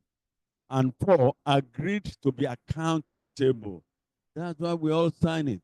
You know, even no matter the number of, if you look at some publications in big journals, Nature and so on, in fact, some of our articles on breast cancer with University of Chicago, there are sometimes 50, 120 people, and all must affirm that they have contributed and they are accountable. Next slide. So, what are the criteria for authorship? Anyone who does not meet all the 4 can be acknowledged, but should not be listed as an author. But can be acknowledged, you know, if they don't meet those 4 criteria. But let me ask, do you think always in especially less stringent public journals that people actually meet, every author meets each of those 4 criteria? The editors are trying their best, but I think it's a personalized thing. It is your responsibility, it's my responsibility, the academician's responsibility to make sure that it doesn't fall into academic fraud. All authors, and not just the corresponding author, I think I just said that, are responsible for ensuring that those named as authors meet the 4 criteria. So actually, if you know that another author, if you know that another author does not merit, you should say it. You point it to the group. If you don't, it's academic fraud. Yes, it is. And if actually your institution can charge you for that, the corresponding author is primarily responsible for communicating with the journal through publication process. Next slide. So these are forms of authorship abuse: coercive authorship, honorary guest gift authorship, mutual support, husband and wife, for instance, you know, ghost, even ghost, it's not ghost workers alone. Ghost authors, yes, you know, and then denial of authorship. Now, so what's coercive? The coercive authorship, I just gave an example about the interview I went. What happened was, you know, before we investigated that, the author said, I can publish it for you. You want it quickly for promotion. I can publish it for you, but you must put my name. And the guy agreed. So both of them were punished. I told them if it was you, authorship conferred to individuals in response to their exertion of seniority or supervisory status over subordinates and junior investigators. You know, we think that because you are supervising someone, that gives you absolute rights to know. If you don't meet those 4 criteria, you really are not qualified. Inclusion of an individual who does not meet authorship criteria, authorship awarded out of respect or friendship in an attempt to curry favor and or to give a paper a greater sense of legitimacy. Okay? And then what about mutual support? Agreement by 2 or more investigators to place their names on each other's papers to give the appearance of higher productivity. Again, that is common. But let me tell you that where you are in a team, in the same discipline, the same unit, in the same subspecialty, and you work together, and you publish together, that is not That's not what it's referring to. Yeah, because in such scenario, you meet those four criteria. You are part of the work, you contribute to the design, you part of discussion or methodology or something like that. Then, and God about ghost sort of, the ghost there. An individual who has made significant contribution, but his name is not there. And then paper written by individuals who are not included as authors or acknowledged at all. And you sometimes you deny authorship. An author, somebody who's qualified to be an author is denied. If you do that, it's also fraudulent. Okay? In other words, if you participated and because someone has leverage upon you and denies you the authorship on that part of it, it's also academic fraud. It's misconduct. Okay, next one. Next slide.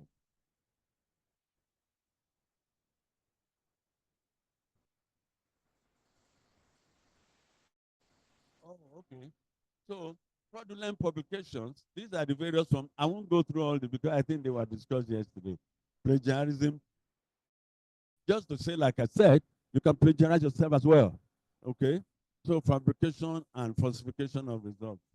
Plagiarism is to steal or pass off the idea or words of someone else and use it without reference, making reference to that, citing the fellow. Or theft or misappropriation of intellectual property and the substantial unattributed textual copying of another work, somebody else's work. Plagiarism, sometimes referred to as kidnapping, you know. Yes, you plagiarize, you know, the word actually comes from the Latin word plagiarios, which means kidnapper. So in other words, someone's work, someone's property, you take it, you kidnap it. Next slide. Okay, these are, well, I think these were already mentioned yesterday, so let's go to the next one. Then fabrication is defined as making up of data or results and reporting them, and that is very common. And that's very common.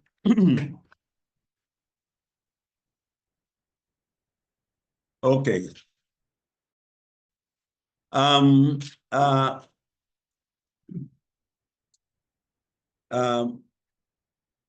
Falsification. What about falsification? Falsification is manipulating research materials and or equipment or processes or changing or omitting of results such that the research is not accurately represented in research records. That's falsification. Next slide.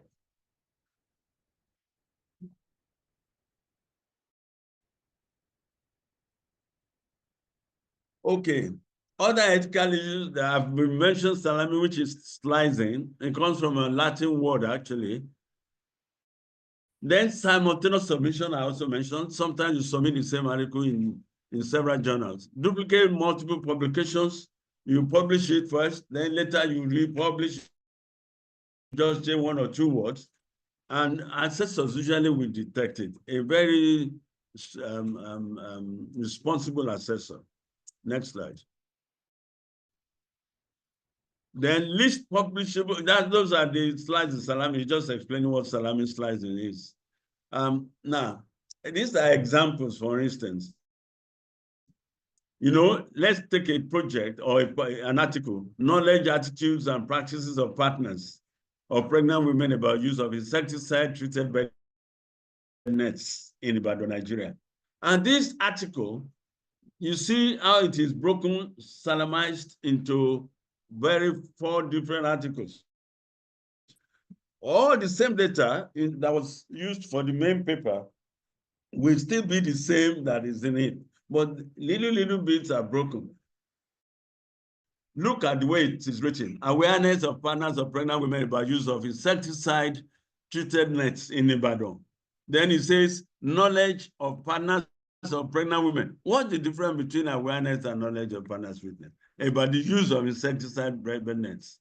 Then attitude of partners of pregnant women about use of of insecticides, and then utilization of insecticide to tell bednet. So these are things we should not get to, because why is it considered as a misconduct, academic misconduct? Because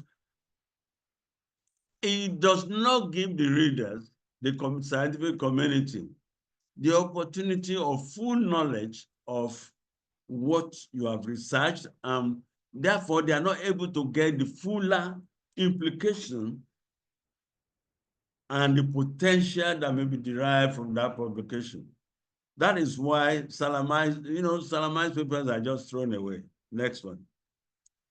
Simultaneous submission, I've mentioned this. You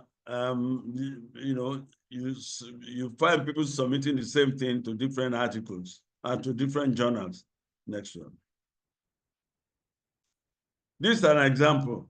The same article submitted to Journal of Women's Health, 12th October 2022. These are examples of Reproductive Health Journal on the same date, Men's Health Journal. Some are not even smart enough, and then on another, they just using different titles. And yet, they will say they published 4 articles, different articles, whereas they're talking about the same thing. Okay. What about duplication? Essentially the same content being published in successive papers.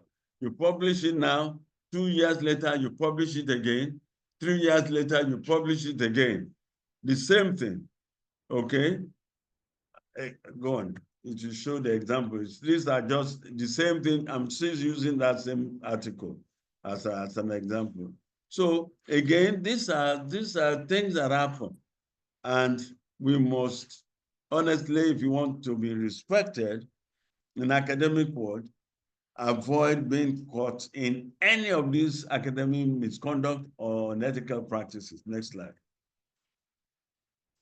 Other ethical issues in manuscript preparation, acknowledgement, failure to acknowledge those who should be acknowledged is also an ethical problem, including individuals who have not contributed significantly to justify being acknowledged, is also academic, is fraudulent. Next one.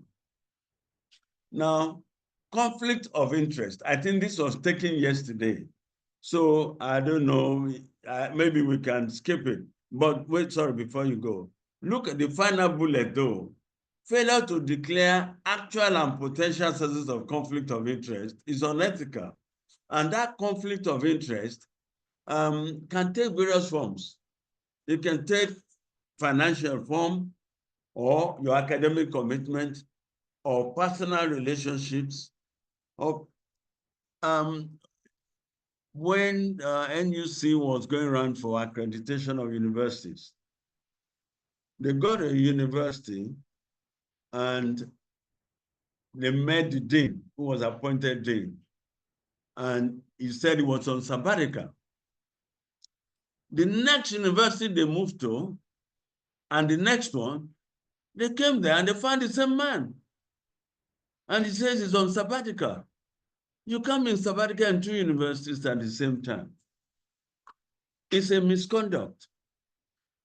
Personal relationships, political or religious beliefs, institutional affiliation. These are things that can bring unethical practices into academic work that we do. Okay, next one. Next slide. So these are some of the examples that I talked about. Fraud in psychology. In 2011, is Dutch psychologists, all of that, committed academic fraud. And when he was caught, 10 years later, by the way, all he was able to say is, oh, I failed. These are things that destroy one's reputation, academic career, and everything that one has worked for, And that, of course, that was his end. Next one. This plagiarism, this group from University of Kansas, I think they are very special because they have so many examples, confessed to accusations of plagiarism. They copied large chunks of their research from other people's work. They just lifted it And you know that before you actually send articles for consideration of publication, you should do your own plagiarism check. I hope we do that. You should do it. If we do it, then we should not be caught up in things like this. Of course, they too were dismissed from the university. Next one. This is also from University of Columbia.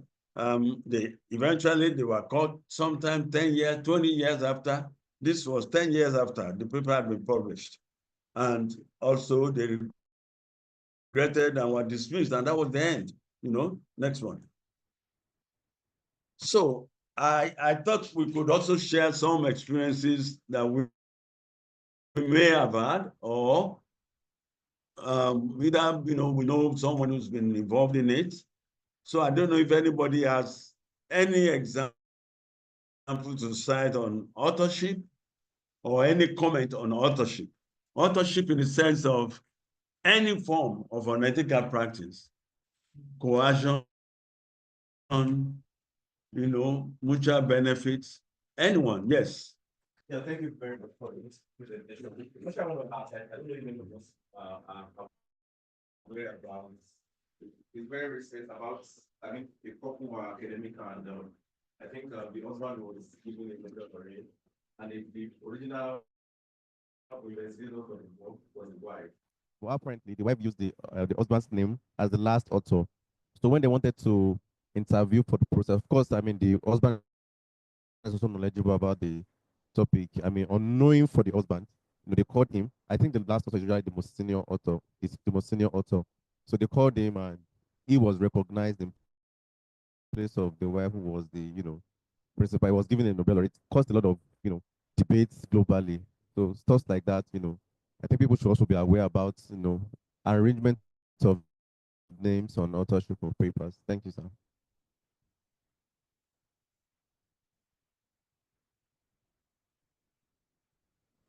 That's what he cited. The person was the correspondent author. The husband, yes, he was and the people felt that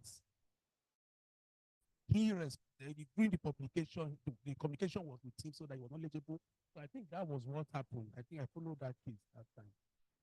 But I have my own question or experience, a comment, and again I will okay, I will also know what to say about that. I recently encountered somebody, and she told me that I was asking her about her PhD work, whether she has published it. She said it has been published, but her name was not on it. So I now asked, did you do the work? She said she did the work, and she even spent her money on it.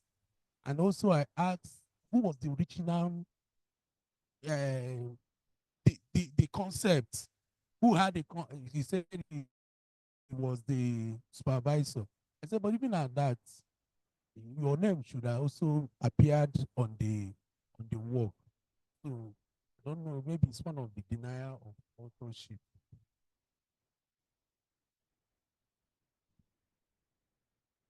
That so what our colleagues is talked about is someone who runs a PhD program and haven't completed it. The name of the PhD graduate was omitted or left out of the authorship list. So it's academic fraud. If she did it, if she did the work, wrote the PhD work, and contributed to the drafting, writing, conclusion, correcting of the manuscript before it was forwarded, then she's entitled to, because she meets, if you look, just use the 4 criteria to guide yourself, and then you will know that you are qualified or not qualified. Unfortunately,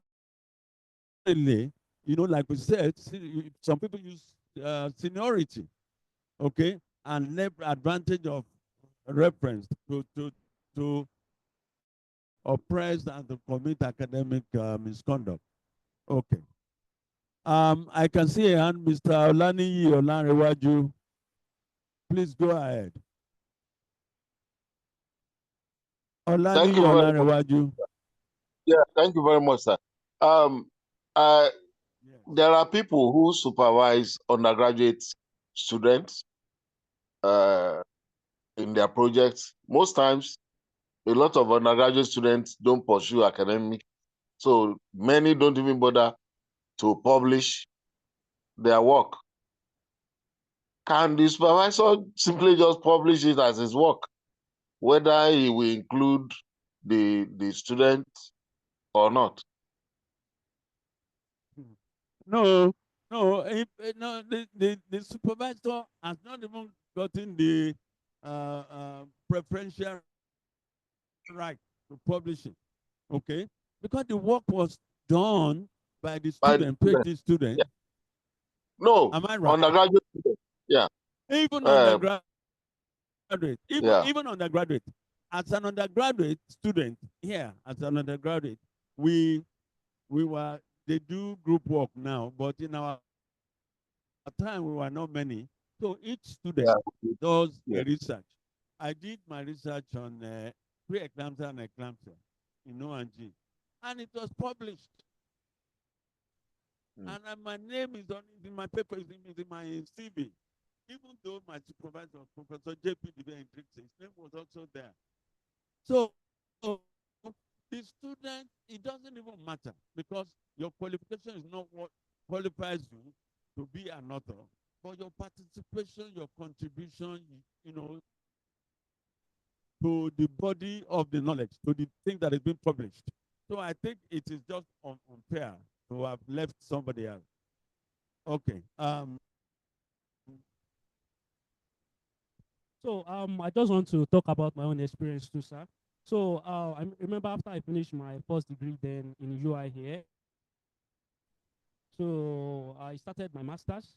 So we were about to publish my work. So my supervisor called me that I should come, that he needs to see me, that we need to publish my study. So and thereafter I said there is need for him to go and also present this paper outside the country.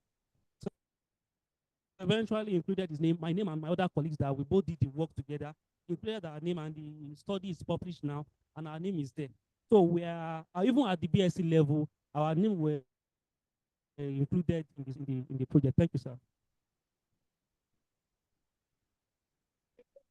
It is the right time. I have some question on what you have talked already. Okay. All right. I have a question. If I are employed a research assistant and he or she participated in the work very well, would have met the authorship, what is the fate of this research assistant? That's the number one question. I don't know whether I should ask them one. The second question is that this thing about salami or slicing public, yes. What if the project is a big one and each concept can stand on their own? I'm not talking about this knowledge, awareness, not KAP study, but in some sense, they can actually stand on their own. So the other way to ask this question is, are there standard rules or guidelines on how to break a study, almost a study before published as a whole?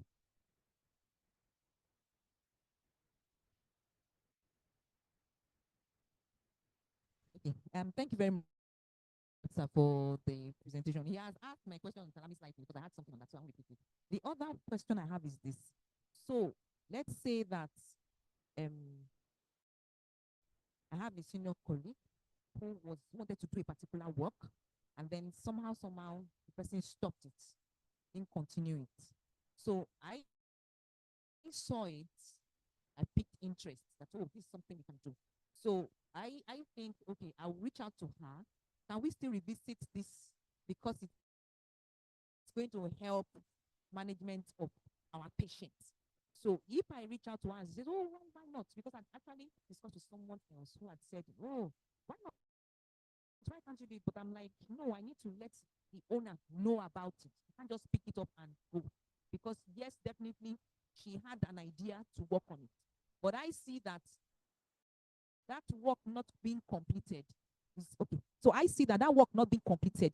If I actually complete this work, it's going to help my clinical practice. And I think I need to do it so that I can help patients. So my question now is, if I inform her, she says, fine, can I go ahead to do the work? And if I do the work, would I now give her the authorship if she agrees to read it? Because it's like a kind of dilemma for me. It looks interesting and it will help my work. Really, that's why I took interest in it. But now that I've listened to all this, I'm telling myself I really need to be careful and really need to watch my steps. Thank you, sir. Yes, sir. So let me start from this last one. You see, the last one is you consulted her because she had the idea first. That's good enough. Even if you did not consult her, if you see a gap in an idea that is existing, okay, and you develop an hypothesis around it, you can do the work with or without involving the original worker. Now, the only thing is, in what to write, you can cite that work and list it under reference without necessarily putting the fellow on the author's list. Next, if he or she contributed substantially to the design of what you want to do, or maybe when you are writing it up, he or she also contributed to it, then she will be entitled to. Otherwise, such a fellow, you remember under reference, acknowledgement, that would have just been enough. Okay, so for the first two questions, the one is about research assistant. No, research assistant is given a definite job to do and paid for it, okay? That would not necessarily make him or her qualify if you look at those 4 criteria, really. You understand what I'm saying? But if that fellow is a partner, in other words, you engage the fellow to join you to do the work, then I think authorship may be considered. Okay. The second one is about. Oh yeah. You see, big project. The author will know when you are salamizing a paper. You will know. In fact, they do it deliberately to say, I can do this and do this first, then do that one. But you know that by so doing, you really water down the knowledge you are passing, and that you make it even incomplete, incomprehensible, and perhaps potentially weak. You understand what I'm saying? So jets can start. No, I've had a lady from Uganda who did a PhD, I remember, and she had 6 publications from it, but they were not salamized papers at all. In fact, they were all in major journals of that discipline. So I think it is just for the scientists to be able to conform to the requirements and the standards as set out by those 2 committees. All right?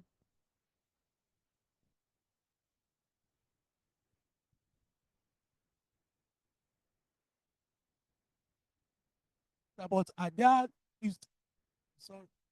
Okay, you said about I wouldn't want to maybe go into details of how a person got 6 publications from that PhD. But are there ways, rules one have to follow to present these publications so that each one makes complete sense?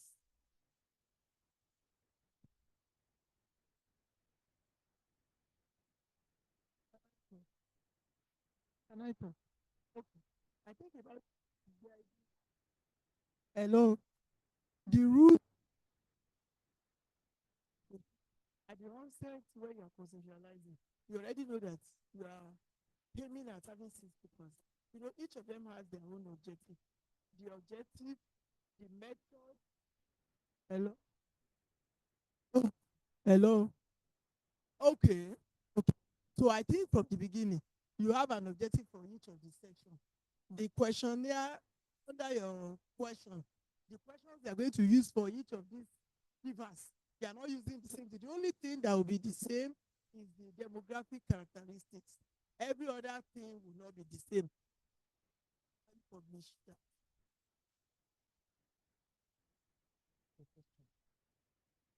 The students that was okay.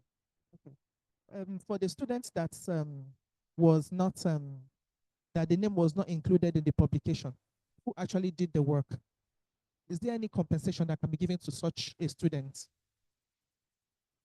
Is there any compensation or anything that can be done for such students? Just a moment, please, to check why many of our online participants are not hearing us.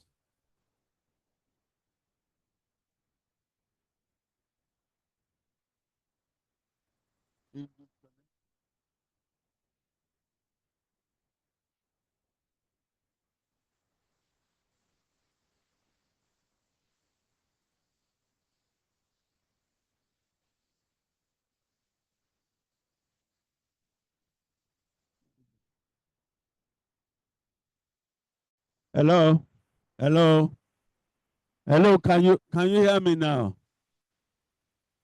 Can you hear me? Okay. Okay, thank you. So the question is, if about the example I cited, and just following up on the last speaker,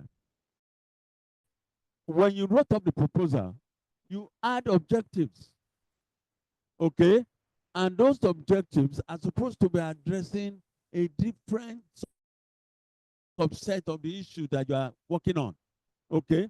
If you now take data reference in referring to one objective and you begin to cut it into pieces, that is salamizing it. That is salamizing it, okay? And that is why most even PhD work, you have maybe 4, maximum 5 objectives, isn't it? I see some put it, so you're repeating yourself and you'll not be able to make sense out of them. So I think that is what should guide you in ensuring that you don't fall into salamizing it. Okay. Oh, sorry, Obi. I'll come back to you, please. Obi, I can see Obi's hand is up. Hello. Yes. Good afternoon, sir. Yes. I want to respond to the last question that seems to suggest that a student, can you hear me? Yes, that a student working in a research team deserves to be given authorship. So we really have to look at the criteria from that International Association of Journal Publishers very carefully, because in Nigeria, we tend to do the Nigerian thing to gift, people in sympathy, almost as it were. That's why we're having this workshop. I hope I heard the last person correctly. There was almost a suggestion that because a student has worked in a research group, that student should be given authorship. So please, sir, you should emphasize that. No, what I said about that was that does not qualify a research assistant, your maybe associate in the office, does not qualify them for authorship at all. But if that person, whether it's a student or a staff or laboratory scientist or whatever, participated reasonably well in the drafting of the article of the research itself, and in the execution, in collecting data, in the laboratory work, in contributing to the draft manuscript or along the line, then that fellow will be, you see, by that time, it will meet the 4 criteria. The degree to which a person meets each of those criteria will vary. You know, some will, I mean, be very top or 90%, you know, if you were to score them. But the fact that you're a student and you just belong to a team does not, or even if you are not a student, if you are a staff member and you belong to a team, you know, like you said, that happens a lot in the universities. And the universities are beginning to be more sensitive to it. You know, somebody, you know, is in your unit and you just mention something to the fellow, and that is it. And you go and give, in fact, sometimes it's out of envy because they say, oh, Obi is publishing very well. Look at that, she's not the only one. No, I'm telling you, this is what has happened. And then when she wants to publish the next one, she goes to put another name. Those who are complaining, maybe they are senior. I'm just an example. Isn't that so? That happens a lot. But I agree with you, that does not absolutely qualify anybody to be an author. That's why I said meeting those 4 criteria is actually, by the time you meet them, you would have contributed enough to deserve being an author. The extent to which you contribute to data collection may be very little. Maybe it is in the discussions that you excel, you know, but you have contributed to drafting of the article itself. And you'll be part of data collection. And you'll be part of when you are discussing the project in your team. That fellow was be qualified to be an author. Obi, does that answer your question? Hello, Obi. What happened again? Anyway, yeah, you raised up your hand.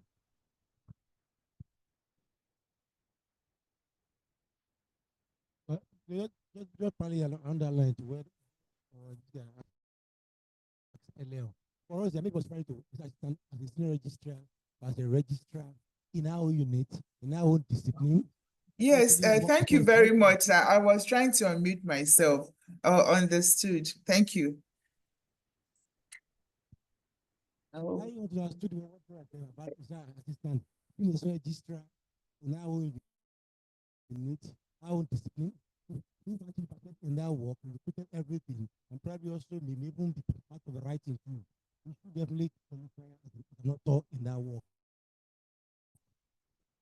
Right down from another field, probably just employed and being paid.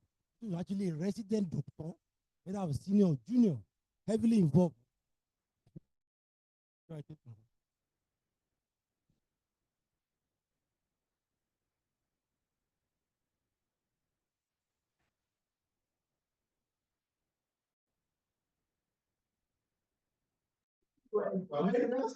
No. Hello.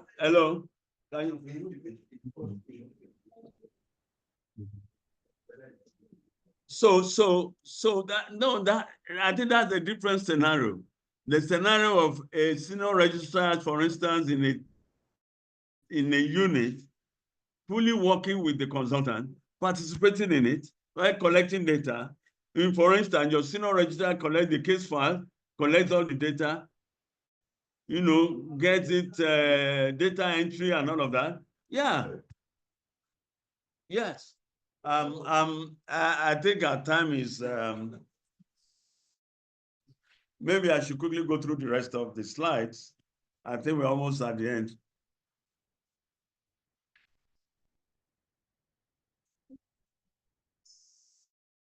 Okay, these are also examples of academic misconduct.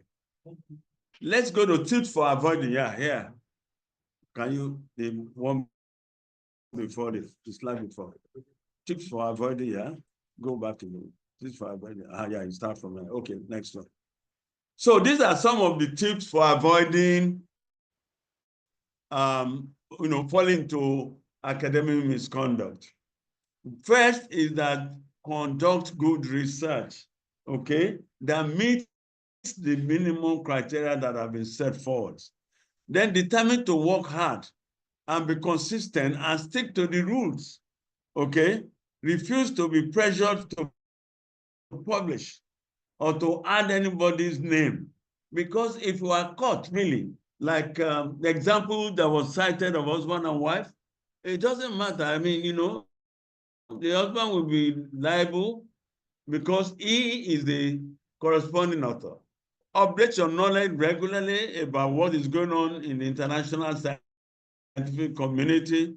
Search for and read current guidelines for ethical preparation of manuscripts. And these are available with these two committees. Next slide. Discuss authorship issues with your co-investigators from the beginning. From the beginning, not when you are collecting the data and then they say, no, I should be there. No, you should have itemized what would qualify anyone to be an author. Okay, there is an article on breast cancer that I was listed, actually. And I'm talking of current, this is this very week, international big journal. And they said those who, the lead author, now said those who, we should comment, final comment before we submit. But those who do not pass the comment by it's Saturday, in fact, by 6th of January, will no longer be on it. And because I couldn't, I actually forgot, and that is it. Okay, so my name is out. Just for that. Because it was part of it that you have to contribute to the final correction of the article. Communication is also very key. And if in doubt, ask questions. Honesty is always the best policy. In conclusion, misconduct in science refers to fabrication, falsification, and so on. Ethical issues in manuscript preparations can occur at any point of assigning authors, even in the preparation of the manuscript or in publishing it. Breaches in guidelines covering manuscript preparation results in untoward consequences, and I've mentioned it before. These problems can, however, be avoided by keeping abreast of the guidelines, complying with those guidelines. Finally, there's a list of, I think, reference articles that I've included, which I believe that the Secretariat will share with everybody, whether on-site or online. I think it's where I will stop, and I thank you all for listening and contributing. Thank you.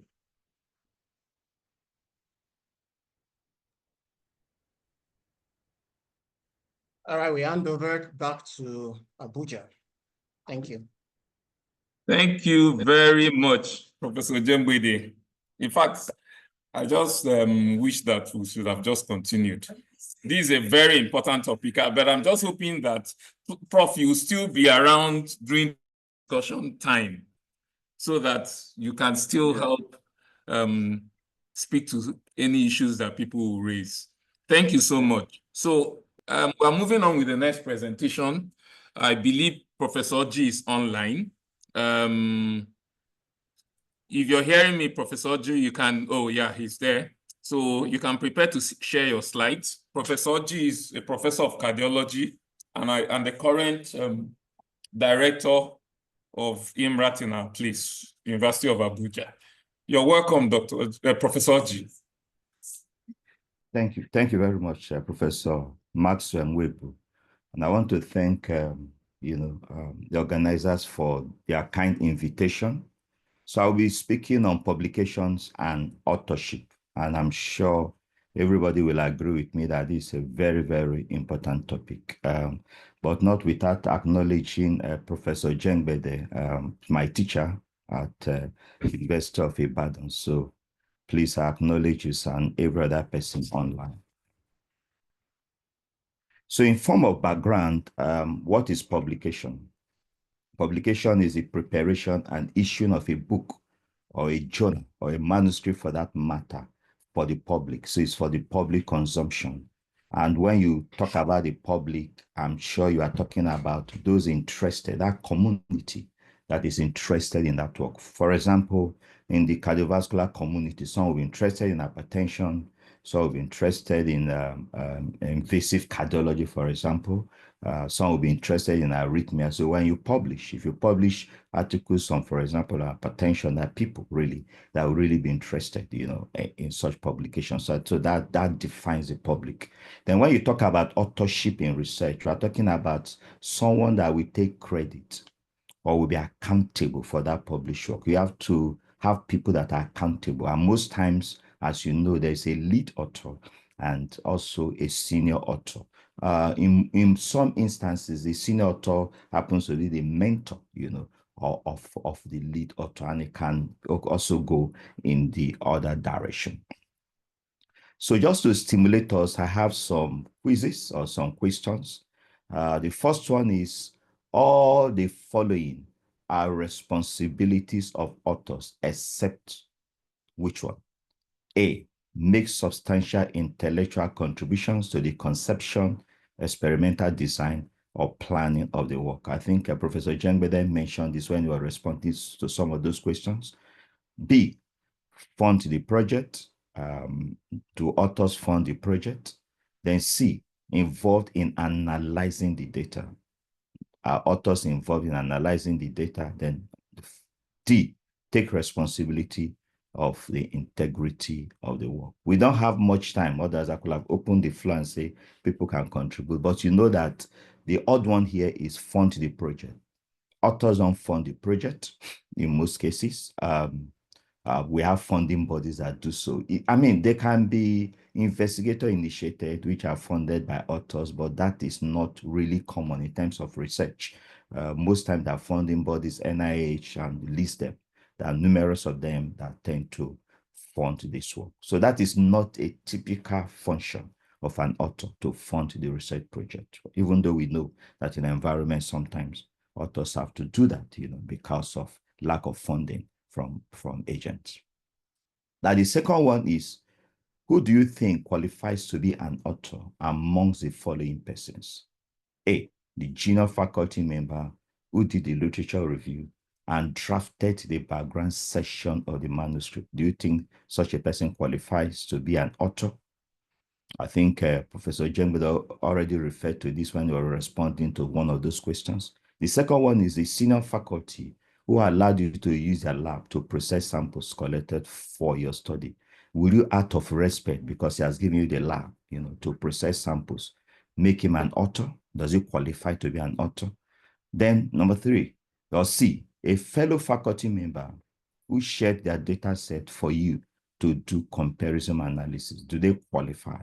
And D, a faculty member who helped to rewrite the methods and analysis section of your manuscript. For me, the junior faculty member who did the literature review, that is quite significant, and drafted the background section of the manuscript, and most especially if it takes a critical review of the manuscript when it's complete, should qualify to be an author or a co-author. Now, the senior faculty who allowed you to use your lab does not really qualify, except we have to have some other additions. For example, taking critical review of the manuscript or drafting some sections of that manuscript. Then you see a fellow faculty member who shared a data set for you to do comparison. Yes, can qualify, especially when it also takes a critical review. Remember, you are using the data set. For example, there's sometimes you do some research, you do some cohort study, and people want to use your data set, and they can ask you if you're interested in being a co-author. And for you to qualify to be a co-author, you should be part of the drafting process and part of the critical review of that manuscript. Then the D, a faculty member who helped you rewrite the methods and analysis section of your manuscript.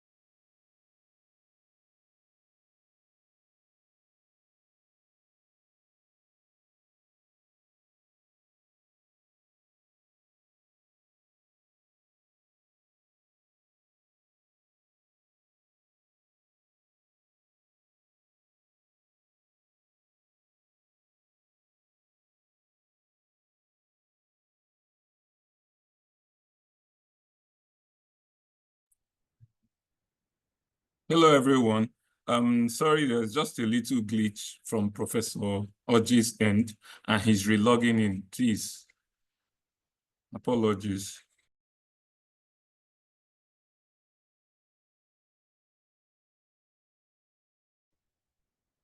My sincere apologies, please. Can you hear me now? Hello? Hello, Professor Mwebu, can you hear me? Yes, we can. Yes, we can hear you. Okay. My sincere apology. I don't know what we just went off. I will just, I will share my video so that maybe to maximize bandwidth. So we are on quiz 2.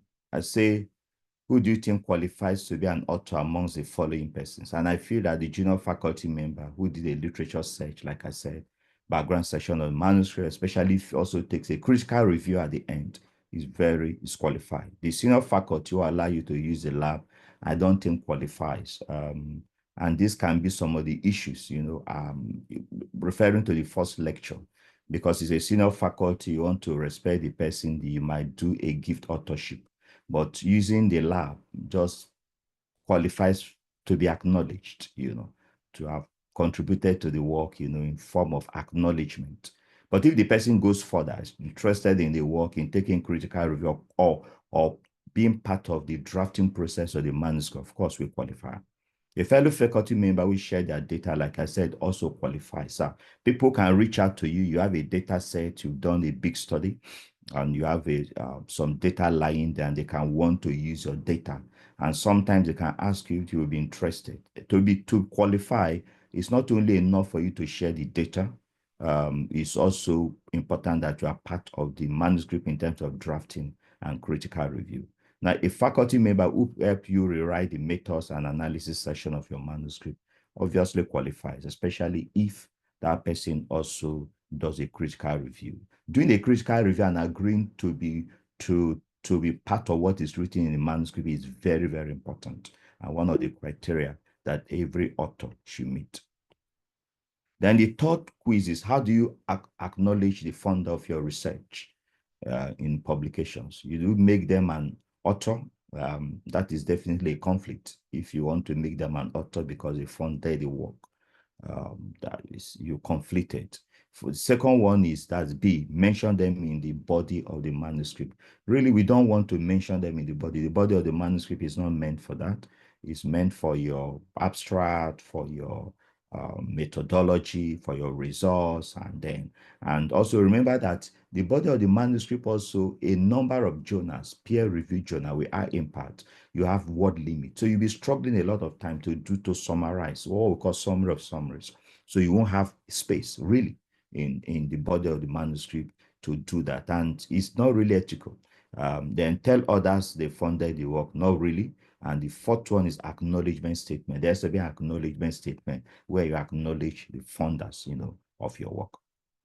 So why is authorship necessary?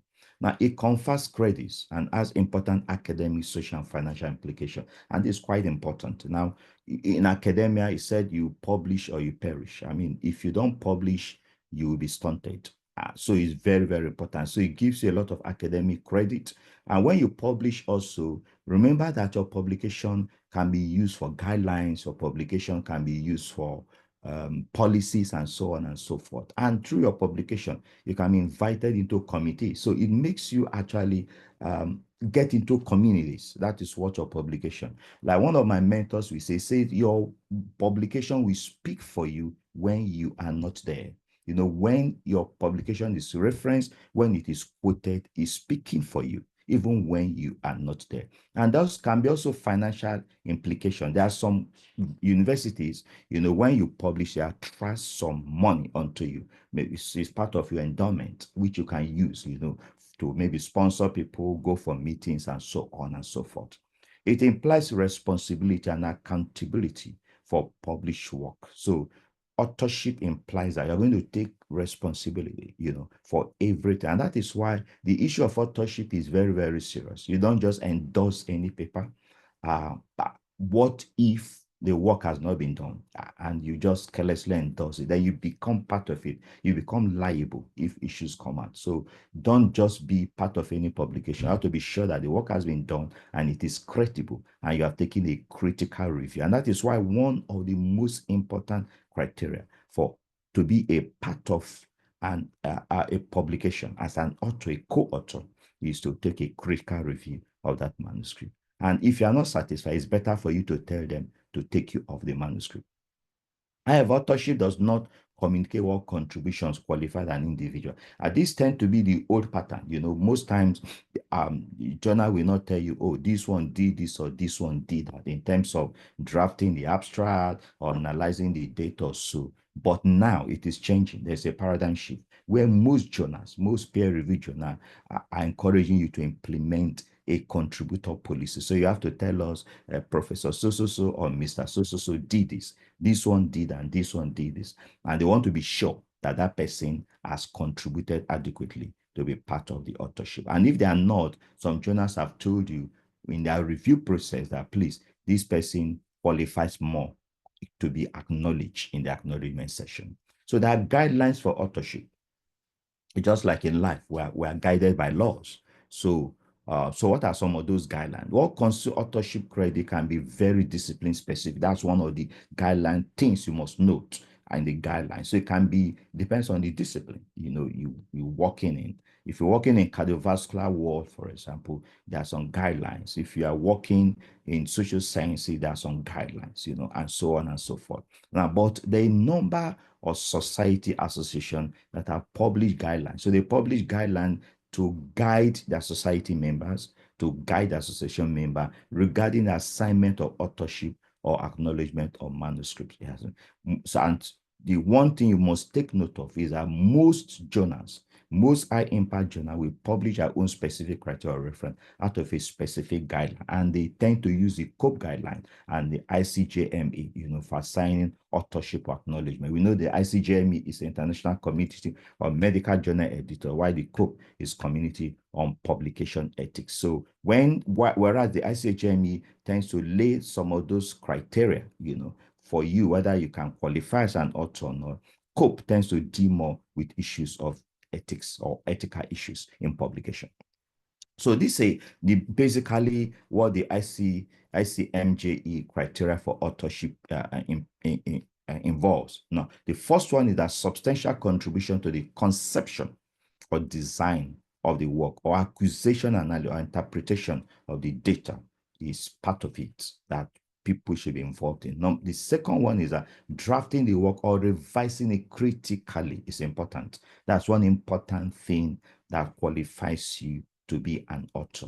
Final approval of the version. You have to approve. Most journals will give you a form to say that you approve, of this publication. Now, agreement to be accountable for all aspects of the work. Question on accuracy or integrity also important. For the New England Journal of Medicine, there's a statement, after the abstract, section that you have to say that you are responsible for the quality, or the integrity of this work.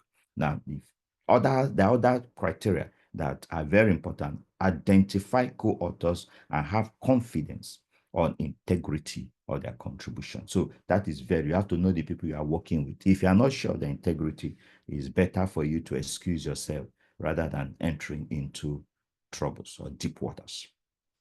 Now, who to acknowledge? So there are some people that will not meet the criteria for authorship. And by the way, you really don't need to, it depends on the journals. You really don't need to meet all the 5, criteria or 4 to qualify, but there must be significant contribution.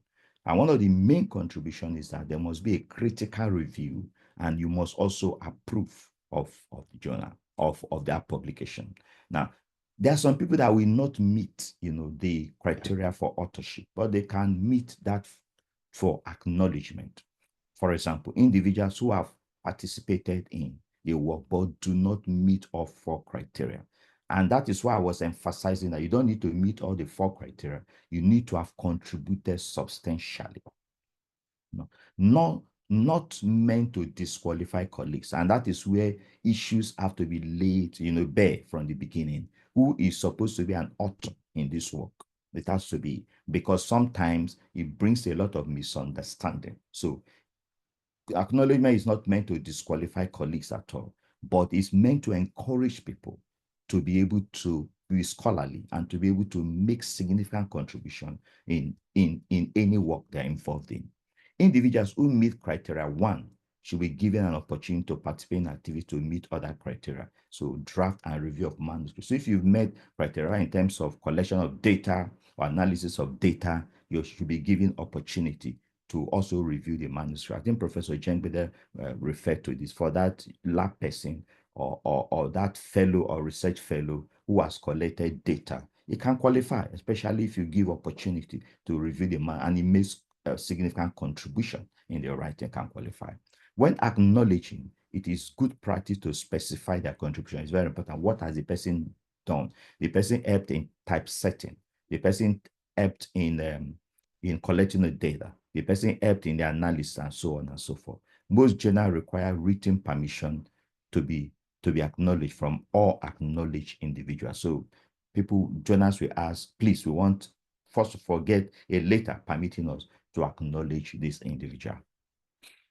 Now, what are examples of activities not considered for acquisition of funding? The fact that you helped, in the acquisition of funding does not qualify you at all to be part of that. So you are a grant administrator, you have helped, one way or the other in getting funding does not qualify you. Supervision of research group or general administrative support does not.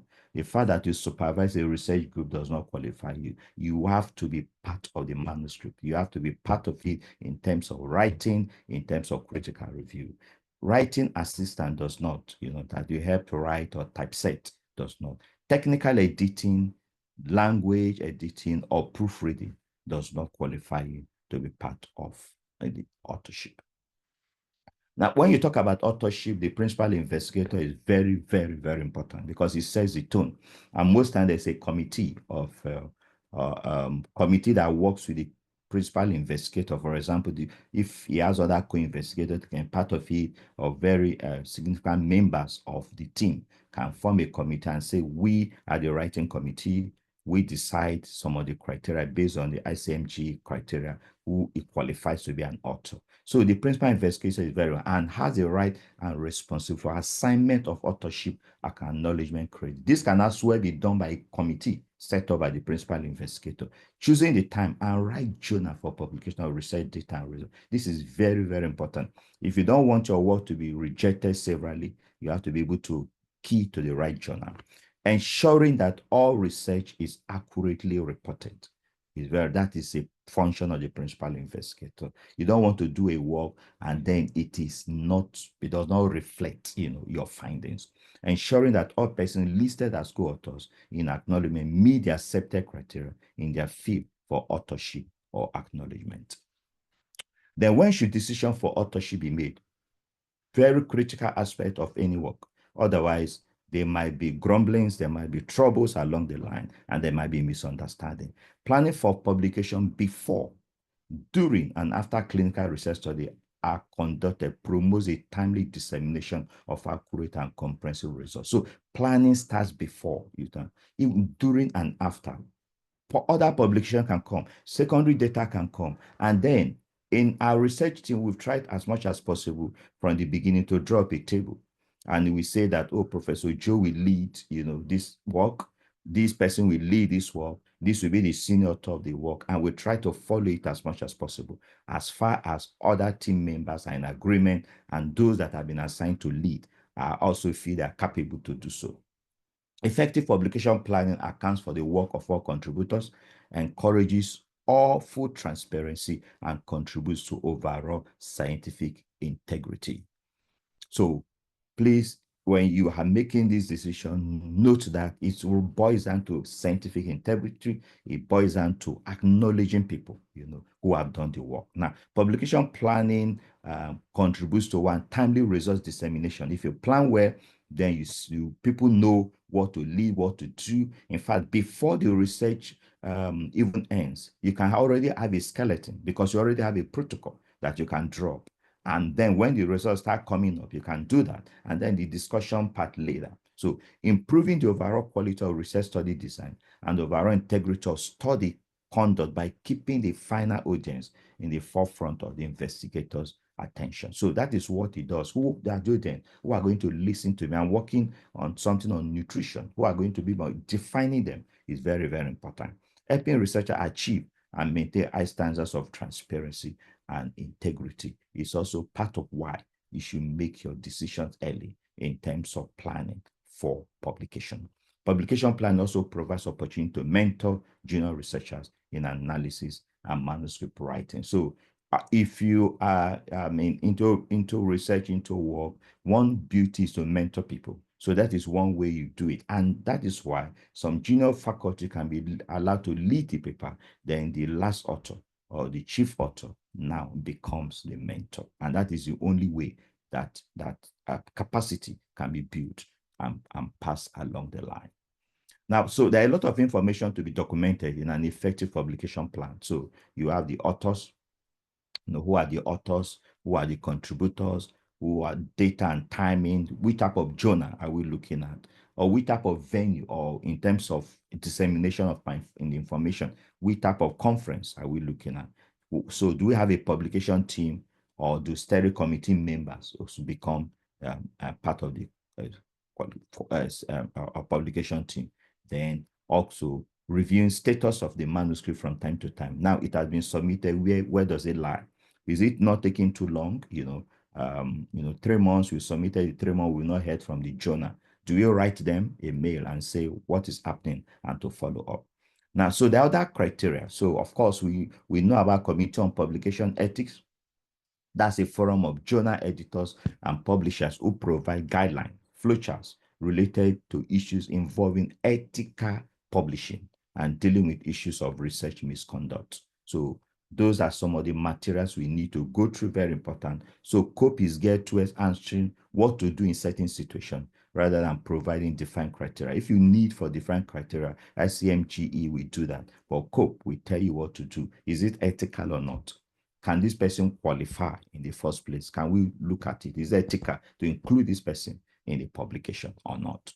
So there are other readings, that are listed here that can also help us deal with who qualifies and, and not breaching ethical issues. Then in terms of publication, it's also good to know that in publishing, there are good versus bad journals, that are predatory journals now, and you have to be very, very careful. So base your decision making on answers to the following questions. And the issue of good journals and bad journals is important, because when you get to the APNC or whatever committee that reviews on promotion for those in academia, sometimes some of your publications can be thrown aside because the journals don't really qualify. So to ask yourself this question, when you want to publish in a journal, will it improve your work? Do people even know about the journal? Will it get to people at all? Will it help your research find an audience? Look closely at journal scope. What journals did you cite? Will it add to your reputation as a scholar? So think about the journal. If you publish in that type of journal, will they not say, why are you publishing in this type of journal? So those are some of the questions you have to ask them. If uncertain, it's better to ask for advice from people who know. Yeah. And some things you can do to search is to do a thorough search, apart from asking people if that journal, there's little or no published scholarship from that journal, then you know that it might not be the right journal to publish. Lack of a named editor. Do you have an editorial board? Most predatory journals, there's no editorial board at all. Promises full review within a very fast turnaround. So it's telling you that submit today, tomorrow, you get your review and it's published. Then you know that is not the right journal to look at. Then journal website doesn't make sense. Most journals have a website. Most of journals. If the journal does not make sense, please, it's better to run away from such journals. So there are some resources, Directory of Open Access Journal, Open Access Scholarly Publisher Association, that you can also look, that can help you, in dealing with the issues of publication and authorship. So I will round up. I'm quite conversant of the time because I know by 1 p.m. we are supposed to break. So Now, so I'm going to look at this scenario and then maybe one more slide, then we close, apart from taking one or two questions. A researcher is drafting a manuscript based on their PhD thesis that was supported by a grant award, or the following individuals and their contributions, which should be listed as co-author. Their mentor that has given them feedback for tools to use, methods of analysis, and how to draft the manuscript section of the manuscript. You agree with me that the mentor qualifies, and overall, he has to give a critical review of, read through the thesis and give an impression. The MPs who have given editorial input and indicated where the researcher should find more background research, including sending them articles to help support the ideas. Obviously, also taking a critical review at the end. A lab manager allows the researcher to use a lab to do the analysis of data. Obviously, a lab manager doesn't. This lab manager does not qualify. If he's going to qualify, then he has to be involved in the drafting, critical review, and other aspects of the journal. A co-investigator joined the weekly course. That person does not qualify. And this has brought problems sometimes. Suppose I've been part of the weekly call. I've been part of where it's discussed. Now, but when the manuscript is sent out, did you make critical review? Did you do addition? Were you part of the drafting process? Those are very important. A research assistant help manage enrollment tables. Obviously, this is just too minor. Those are type of people that can be acknowledged. Now, I'm going to give us two examples, and this is from our publication in New England Journal of Medicine, and another publication from the same data set from BMC cardiovascular disorder. So for our publication in the New England Journal of Medicine, we set out from the beginning who was going to be the lead author, being the principal investigator. That was agreed from the beginning. Then we also said who was going to be the second author, and then who was going to be the chief author, or the chief mentor. Then how then do we handle people in between? That is when it becomes very difficult. One of the things we did was that we list them alphabetically according to country, or we can list them alphabetically according to names.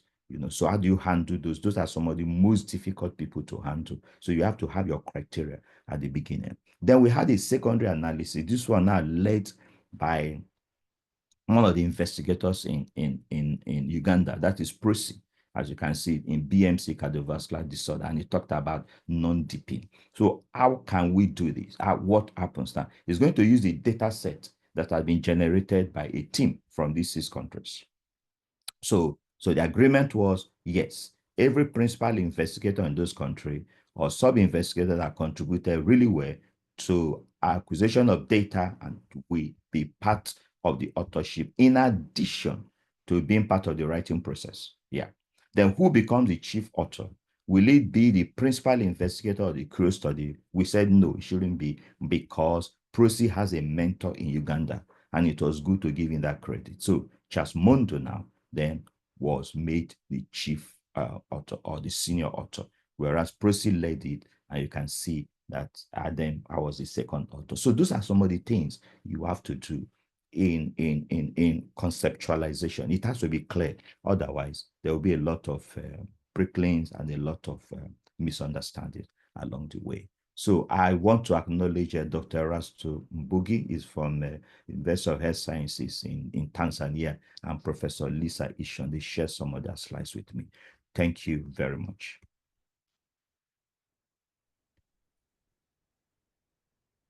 Thank you very much, Professor G.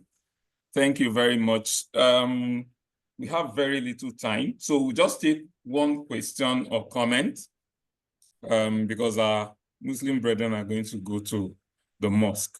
So if you want to ask a question, the first person to raise the hand. Can I say, Professor Nwegu, there's a chat here. A question. Say I'm confused about the order of authorship with regards to the PI and the supervisor. I had an issue with my supervisor because I placed a name at the end of the loop. Kindly help me out. So can I address that? Am I permitted? Yes, please do. Please do. Yeah. So good. Now, this is a good, very, very good question. So you as the PI led the work. So, and you do most of the drafting, you led the work, you contributed, let me say 90%, to the work. So you actually should be the lead author, the first author, the mentor, you know, and that's a credit. You become the last author. And in some institution where they do ranking, the lead author and the last author are the ones that are credited more. So there are different scores. If you're a lead author and you are last author means you are mentoring people. It has a lot of credit, you know, which a lot of people don't understand. In this part of the world, we don't do that, but it's very, very important. Very, very important. So there's no confusion there. You should be the lead author, the PI, you know, and then the chief author or the lead author should be your mentor, and there is credit for that. And then there's some institution that as a lead or as a chief author, because I'm mentoring people, you get some money paid into your endowment. So those are some of the things that to encourage people. Yeah. The problem some lead author, thank you. Let me just say the problem some of the chief author complain of is along the line, because if you are going to be citing in citation work, normally mention 1, 2, 3 or the author or things like that. So they said along the line, their names just get missing, you know, since they are the chief author. But there are a lot of credit that goes to being the last author or the chief author. Thank you very much, Professor G. So, UCH, we can see your hand up. 2-3 minutes. Oh, okay.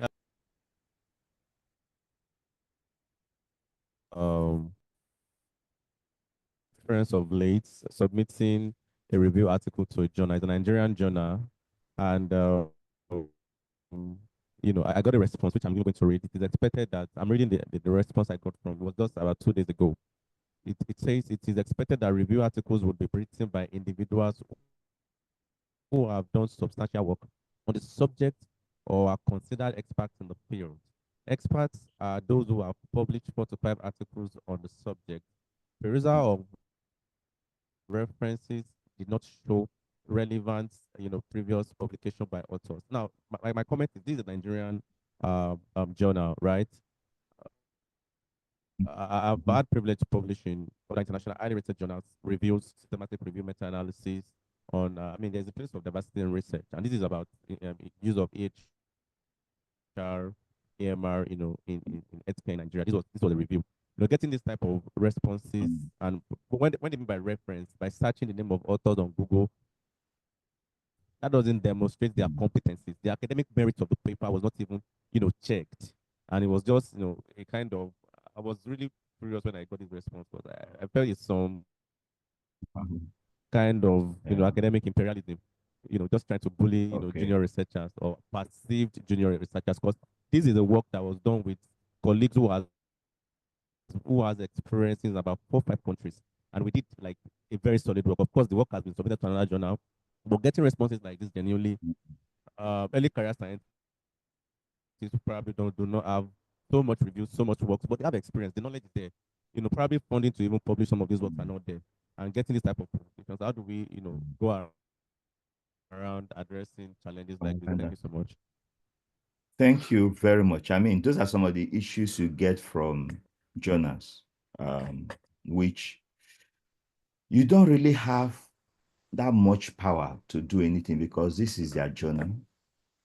And the issue is this: you have the option to say, I appeal. So you can write to the editor, and then say, no, I don't believe this. I give you an example. We're going to publish American Journal of Hypertension, and that work, we revise it up to 5 times. At a point, I had to write a mail and later to the editor that what is actually the issue, you know, with one of the reviewers. And the following day, I got a response that it has been accepted. You know? So you have the power to actually write to the editor to say, I am not satisfied with this response I've got. You know, that is the best you can do. And the editorial team can consider it and say, well, that is our standard. So we can't do anything. Most times when the person is a very senior author, they find it difficult to confront the person, even though they might know that there are some limitations to what the person has done. So what do you do? Next time you write to the editor, and if you don't get a satisfaction, then go to another journal, you know. It is their journal, so there's hardly anything you can do beyond complaining to the editor officially. Yes. So that is it. But we see this type, and don't be discouraged by this. I mean, articles have been being rejected severally, and then published very well, and some of those articles have been cited so several times. Remember that the peer review process is not flawless. This is reviewed by people, you know, people that have bias already, that might have bias. Really, you will say there's no conflict, but we are human beings, you know. So those are some of the issues. And some people can be so tough. And sometimes when the work comes from a certain region of a certain people, then they become tougher. So these are some of the things we have. But the important thing is that you have a number of journals to publish in. So if one of them is not interested, you've complained and they still not, you go ahead. You can't sue them, unfortunately. Thank I you hope I've very answered much. it. Yes, Yeah, sir. thank you very much. We want to appreciate Professor G, and likewise every other person who's presented today, Professor Jimbede, Professor Ayani, Professor Priska Dejumo, Professor Mustafa Janda, sorry, Professor Priska Dejumo. We want to thank you very much. So we're going on break, and we'll be resuming at the time stated on the schedule to allow our Muslim brethren to go to the mosque. Thank you very much. But See you Professor Nweko, in the next. I just want to Yes. point out that there are very two critical questions there that maybe later Yes, can be please. taken. Yes, we noticed that. We noticed that. Yeah. Yes, we noticed that, Professor G. So what you're going to do, I think from Dr. Manven and one other person, please respond to it on the chat. Every other person will Okay. see it and All right. benefit. Yes. Okay. Thank you All very right. much. Okay. Yeah. I'll do that. Thanks. All right. Thanks, everyone. Thanks for having me. Yes, the other person is Professor Safo from Yes. Kumasi. So Yes. I please saw just Professor. Yes. respond. All Yes. of us will benefit. Thank you. I will. I'll do that now. Thank you.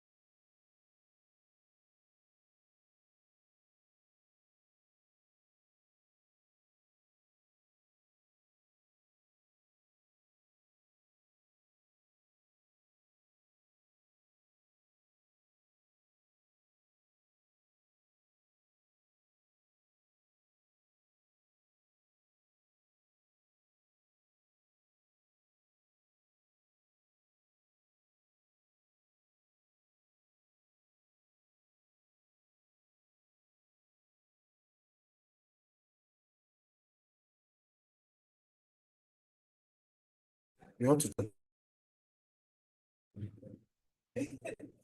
Is it time? Almost. Or is it time? It's 5 minutes to the time. It's 4 minutes to the time. Okay. Yeah, so good afternoon. Good afternoon, everyone. And I know it's after the break, but I'm hoping that we didn't lose anybody that should be here. Everyone that should be here is getting back. In the interest of all that we have heard today, let me just make an upfront disclaimer. I claim no authorship to the agenda, and I'm not Professor Maxwell Nwebu. My name is Mr. Tayo Jayoba. And in the next few minutes, we'll be listening to Professor Olufunmilayo Olopade, who also spoke yesterday and has been recognized as a mentor to many of the speakers yesterday and even today. I think we have a few more minutes, right? So Prof is ready. So I will just hand over to you, Ma, and then you can start in a minute or two. It's okay. So it's really a pleasure to be back, and I want to apologize that I wasn't able to join you this morning because you know, everybody wants me to do one thing or the other while I'm in Nigeria. So I went to visit Marcel Ruth Cancer Center, and really a testament to what people who set up their minds and decide to pursue a particular career can do to help Nigeria. So let me recognize everyone that's on the call and thank Professor Onoju again for gathering us all together, and Professor Ojengbede yesterday, and all my colleagues, Professor right, left, and center, who have taken it upon themselves to mentor junior faculty and to get all of us really focused on trying to do something remarkable with our careers. You know, let me introduce myself again. I went to University of Ibadan. I graduated ages ago, but ages ago it seemed like just yesterday, because you know, my professors, especially my senior reg, Professor Ojengbede, still continues to be a collaborator and somebody to look up to, because in those days we did research in Ibadan. You know, we respected academic scholars, and we were inspired by our professors. So I always feel that I have to remind the next generation of how great Nigeria is, and it was then, and it still is. And it's just really a question of how we engage with the work we want to do and how we think about our position in the country. So that's me in terms of my background. But I also want to use this opportunity to introduce the honor I have of chairing the National Health Research Committee. And National Health Research Act actually exists. National Health Research Act exists. And the National Health Research Committee is a statutory committee that really is supposed to shepherd research in Nigeria. And we were inaugurated exactly a year ago by the Honorable Minister of State, Dr. Alausa. That was last year, January 5th. And I can tell you that in 1 year, I have learned so much about resources to do research in Nigeria. And when I was looking at these slides were prepared looking at the National Institutes of Health. And I left it as National Institutes of Health because it could well be Nigerian National Institute of Health, but it's not. It is US National Institute of Health. I hope we will one day have a Nigerian National Institute of Health or something akin to that, so that we also can get funding from, you know, the Nigerian health system to really create a sustainable solution to research. So I hope most people who are coming to join us are there. And so let me just get on and start talking about the title that Professor Onoju wants me to talk about. You know, this D43 has been funded by the US National Institute of Health. And I'm really proud that when we were first funded with a D43 to train for chronic non-communicable conditions, that we actually used cancer as an example of a chronic non-communicable condition. And we included sickle cell disease because I'm a hematologist oncologist. In the US, you first train to be a medic, as people will call it in the UK and also in the British Commonwealth. You finish medical school, you do your residency, which in Nigeria is house job. But I went to the US, bypassing the British Commonwealth, and I went straight to the US system. And I think for the US system, for you to become an oncologist, you have years of training.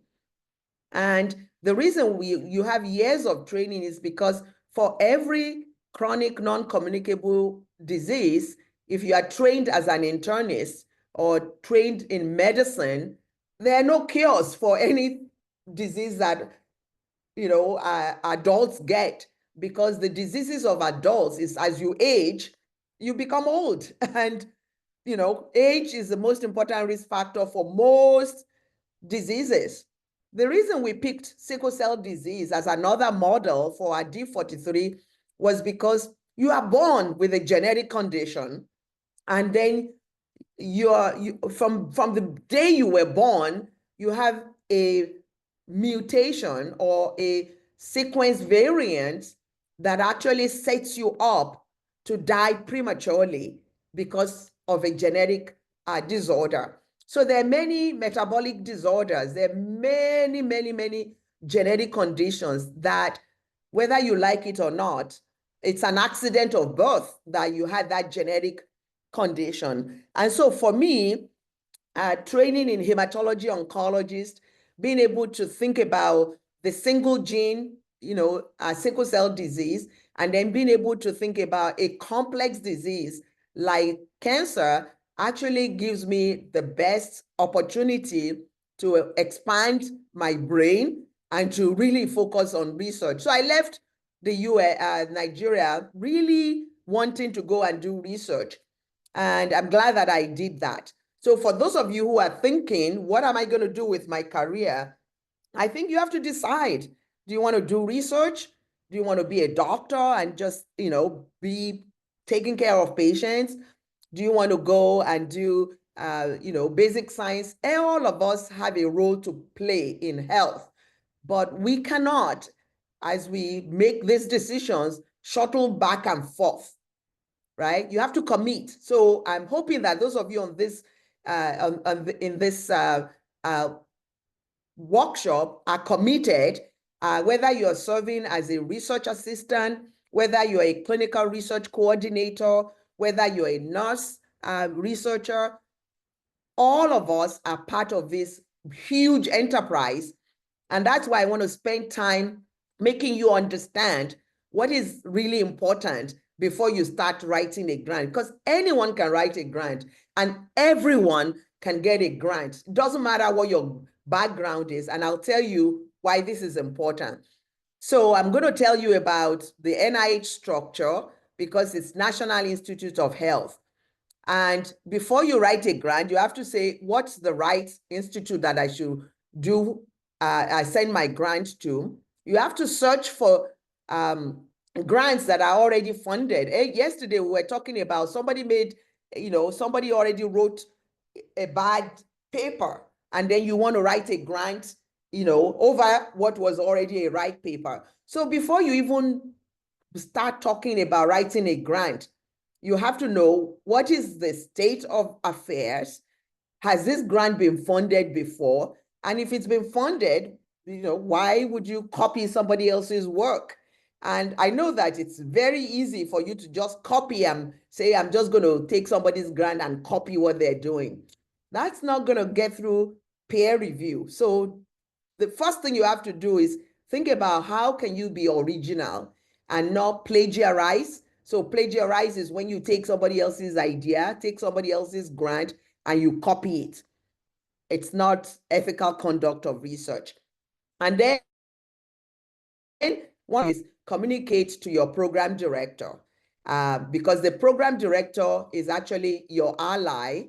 They want you to win a grant. And that's why this is actually part of your preparation is, Damali Martin was my program, administrator for a long time, my program director. She's moved on to greater things. But, when she was at the NCI, I talked to her all the time about what grant I want to write. And then you also have to think about the review process. So you have to get your reviewer to love your grant, because if they don't love your grant, they're not going to advocate for it. And, even though the process is confidential, every time I've had my grant funded, somebody said, I really liked it and I advocated for it. Otherwise, no one would have funded me to do research in Nigeria, but somebody advocated for me. So when you write a grant, you are writing to that reviewer to make them sympathetic to you, not to make them mad at you. And then program considerations in selecting grants for funding. So that's also the thing. If you want to get a grant, you have to make sure that the agency wants to fund the type of research that you're doing, because it's their prerogative to fund what they want. So you want to ask, what kinds of grants are they looking to fund? And if you just send a grant without talking to somebody, you are not likely to get to where you need to get to. So this is sort of, the general thing for you to know. National Institute of Health, there's an institute, there's a center. For example, our D43 is from the center, the Fogarty Center for International Health. So that was created. There's the Center for Global Health. So all of these centers and institutes, they mean something depending on whether they're a big institute or a small center. And then sometimes they will do funding opportunity announcement. So you always have to be on the lookout, because there may be some money and they want to, get people to apply for grant funding. For example, there have been funding opportunity announcement for people who want to look at cancer in patients living with HIV/AIDS. So if that's a funding opportunity that you can respond to, go for it. And then there's also request for applications. So these are all names of different ways that you can get grant funding. And for sure, for the D43, what we're really looking for is to get many of you applying to the Fogarty K43 global leaders in global health. So let me, also talk to you about why it's really important to think about whether you want to get NIH funding. So if you read this mission, it's to seek fundamental knowledge about the nature and behavior of living systems and the application of that knowledge to enhance health, lengthen life, and reduce the burdens of illness and disability. So once you have that as the mission, then any area that you're working on, even people who want to work on disability, they can get NIH grant funding. That's an area that most people have not explored. So the goals of the agency are foster fundamental creative discoveries, innovative research strategies, and their application as a basis for ultimately protecting and improving health. So how do you protect health? You can protect health by doing work that is important in prevention, or you can improve health outcomes. The agency develop, maintain, and renew scientific, human, and physical resources that will ensure the nation's capability to prevent disease, expand the knowledge base in medical and associated sciences in order to enhance the nation's economic well-being. And I want you to think about this economic well-being. So when we say health is wealth, Nigeria is not going to stop being a low to middle income country when you have people dying prematurely, captains of industry, you have people having heart attack and dropping dead. And then all of a sudden, when you have mothers dying or mothers dying of breast cancer and creating orphans, all these things work to prevent economic development. So when we say economic well-being and ensure a continued high return on the public investment in research. So this high return on the public investment in research is why NIH and NCI and the US continues to be the leader in research and innovation. And so all of you that are thinking about this, the only way you're going to get NIH funding is if you are thinking about how to innovate and how your research is innovative. If you're doing Me Too research, you're not going to get NIH funding. If you are copying and pasting, you are not going to get NIH funding. And so the question is, how do you really think about high return on the public investment in research? Now, the question I ask is, why should NIH invest in research in Nigeria? Why do they care about Nigeria? And I think now that we have a new administration, everybody is saying, why should anybody in America care about research that's going on in global health when America first? So this is why I'm really asking every one of us to think about how we will support Nigeria doing research for Nigeria by Nigerians, and that all of you can be part of that ecosystem. Okay? All right. Now, let's go to the last one, exemplify and promote the highest level of scientific integrity. So this whole 18 hours, and for those of you who have been there from the beginning, we're giving you 18 hours because if you as a researcher do not really have scientific integrity, you are a nobody, right? If you don't have accountability, and then you don't have social responsibility in the conduct of science, then what's the point? So if you don't get anything out of my talk, that last bullet is all I want to say. You must exemplify and promote the highest level of scientific integrity, public accountability, and social responsibility in the conduct of science. And I think you saw and you heard from Professor Aribisala, and then everybody's been talking about why it's important to do research with the highest level of integrity. So why do you want to go to NIH? You can go to many different places. You can get money from your father. You can get money from you can get money from anywhere. The only reason why we all go to the NIH is that it's the largest source of funding for medical research in the world. Nobody spends $30 billion on medical research.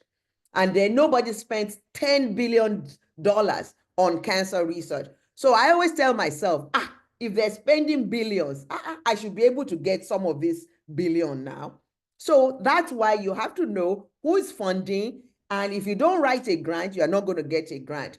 So the NIH system is complex. Increasing familiarity with the process is key to success.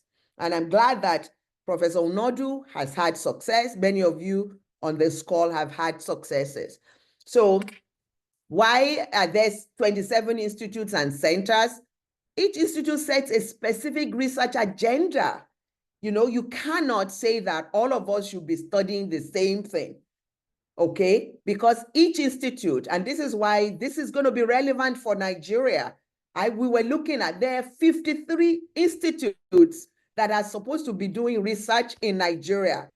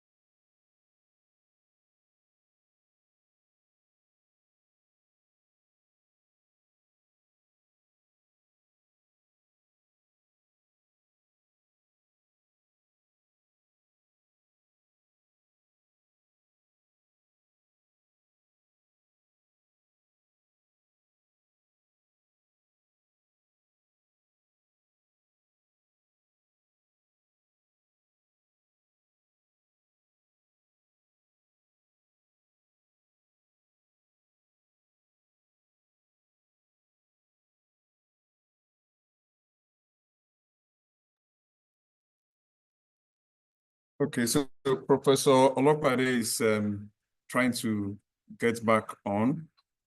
So please exercise a little bit of patience. It's network issues, so research under strong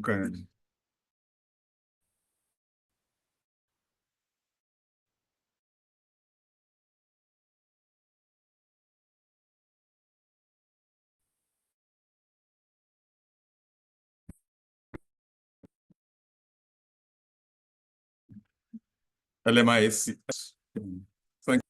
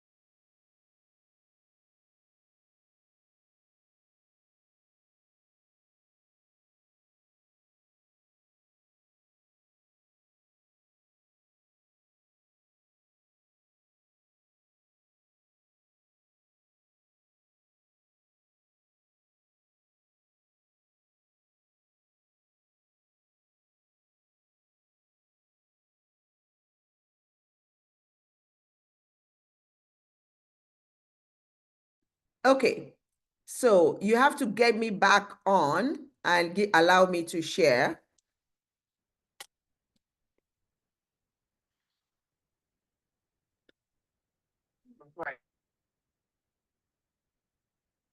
Okay.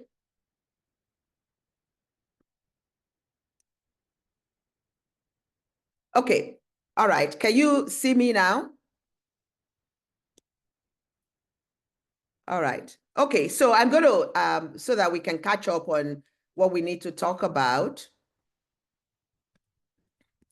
Let me put it on.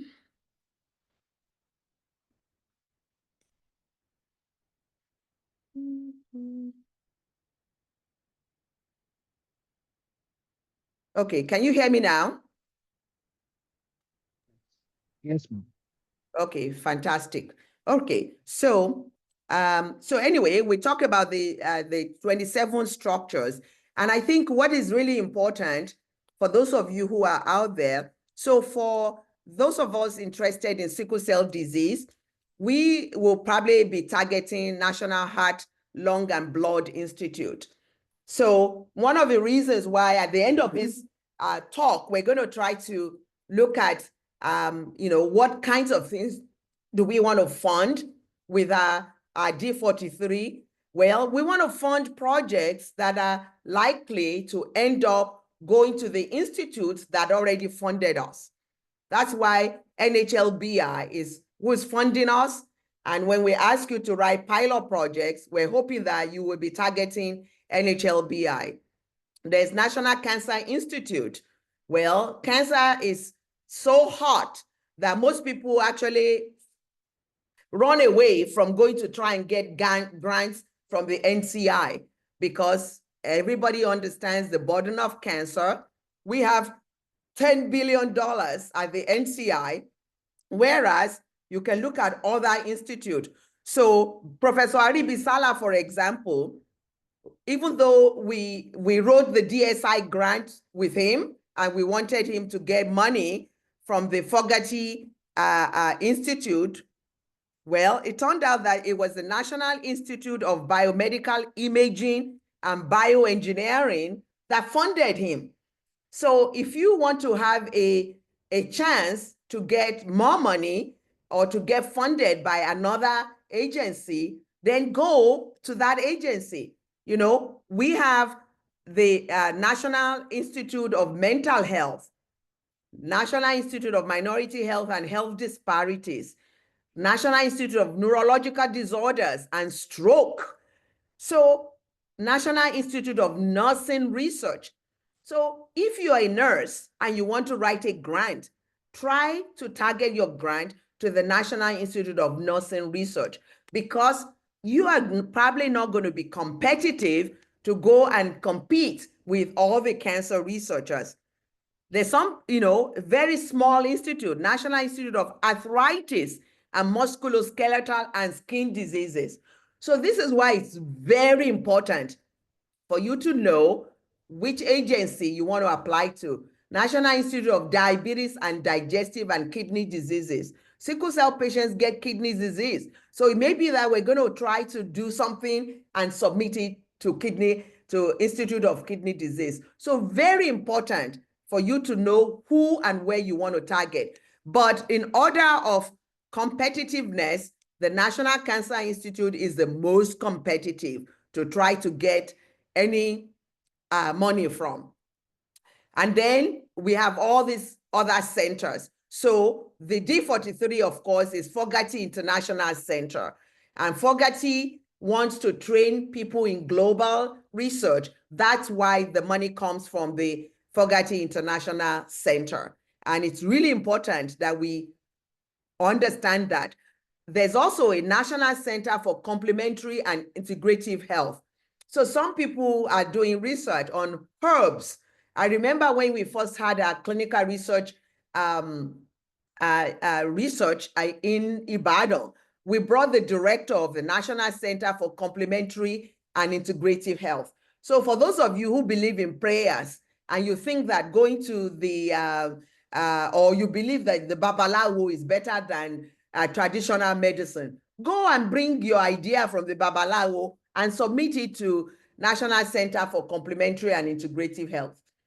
You know, if you think acupuncture, if you think there's a herb in your village that can help patients, go and bring it and then study it and see how it can become a real advance. So I don't want us to not think about scientific method. So it's not just that, my grandmother swears by this. It's like, think about what scientific method would allow you to take this thing that you think is really important and then make it become practice changing.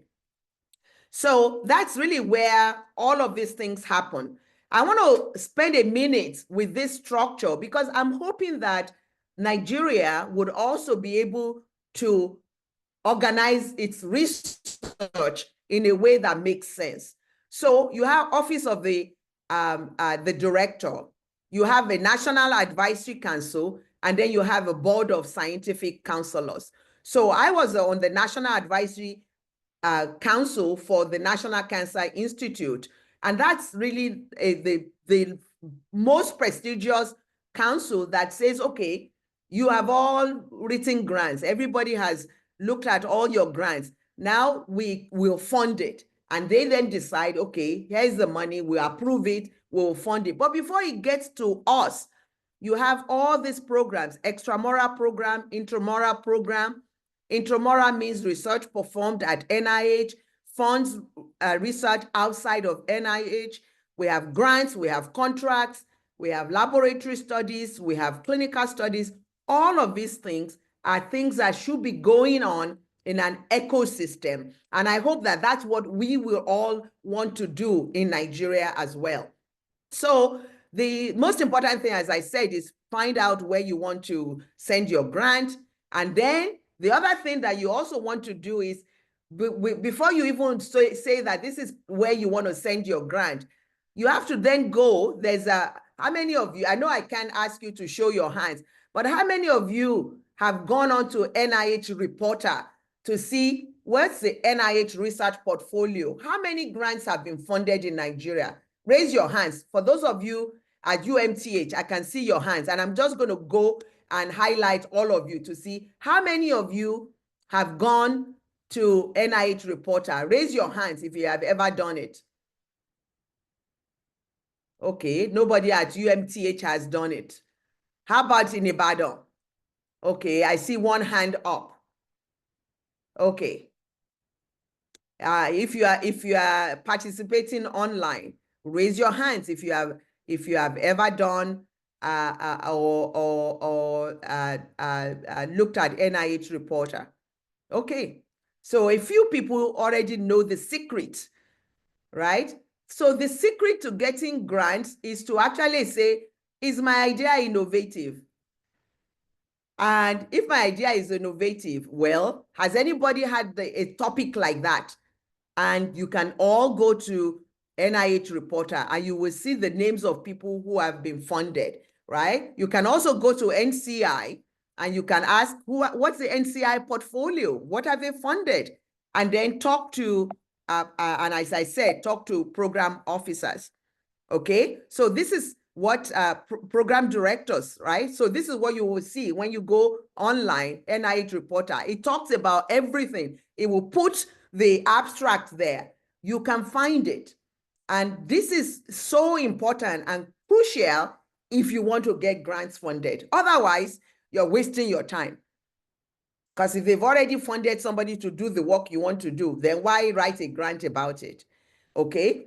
And then Professor Onodu wanted me to know, okay, talk about the different grants. If you've never written a grant before, forget writing an R01, an R03, or R13 or R21, because these research grants are for people who actually have what I call gravitas. Okay, if you just submit a grant without having gravitas, it will not get funded because they want you, they give you a lot of money to do this type of work, and they may give you up to 5 years to do it. They're not going to bank on you unless you actually know your stuff. and you have published in that area. Then there's the Career Development Awards. And this is where I know when I say that I'm so proud of all the people that I have mentored. If you come to Chicago and you want me to mentor you, before you leave Chicago, we will give you some money to do pilot funding, just a little bit of money. Every institution should give you a little bit of money if they really want you to do research. That's why yesterday, when I said, if you cannot pay the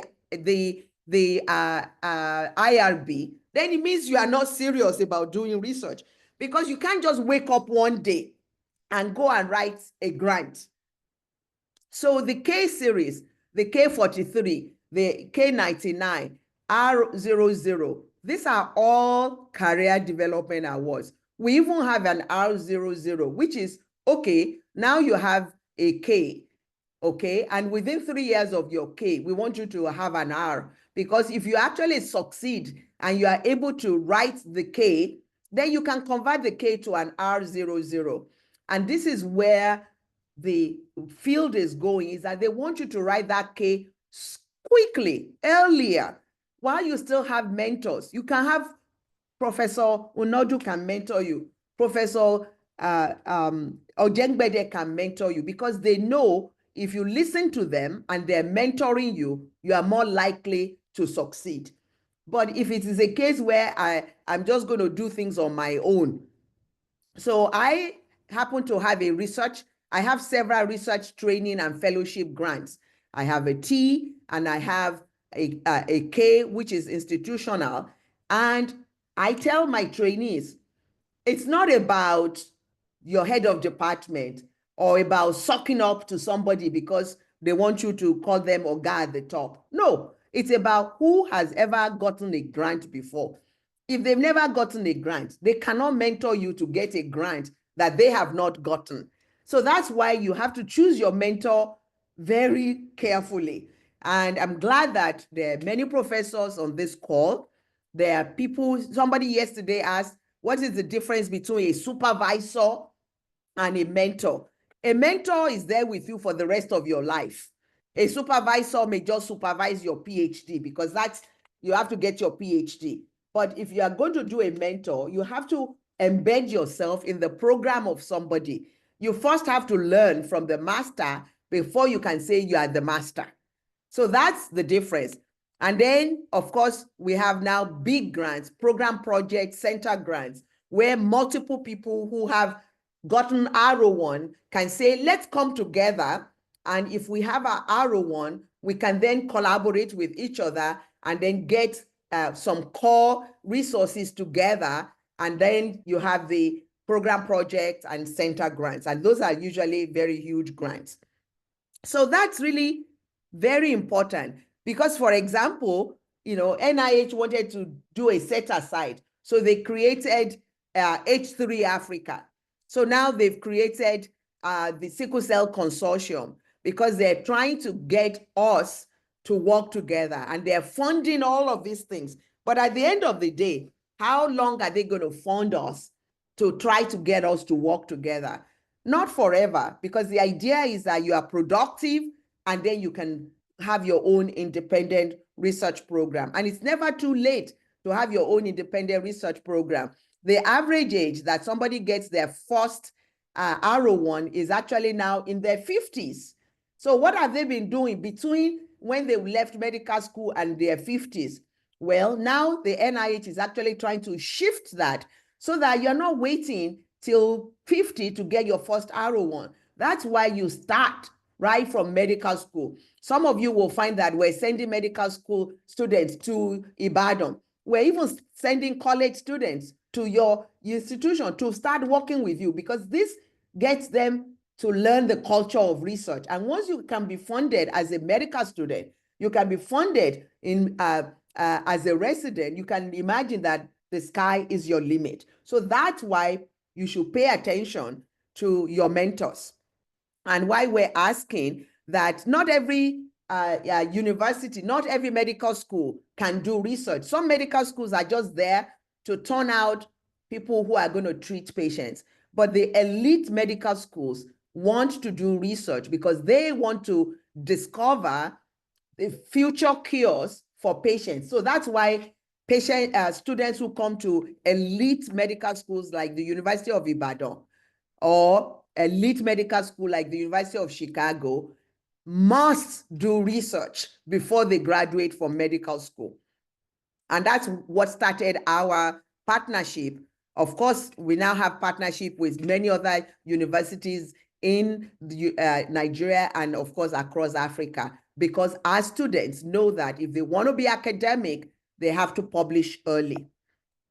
And we're hoping that this partnership will allow people to be able to really partner. So this is really what you're thinking about, right? You can imagine you are in graduate school, you are in medical school, if you are even in a PhD program, you can get a pre-doctoral grant. And this is one of the ways that we used at D43. We had many PhD students who were getting PhD in University of Ibadan. And we just said, look, instead of paying and doing your PhD in 10 years, why don't you come, you get a stipend, you get money to fund your PhD thesis, and you should be able to finish your PhD 3, maximum 4 years, and then start going to where you need to go to. Many people are already medical doctors. They don't need to spend another 10 years getting a PhD. They can embed themselves and get a PhD.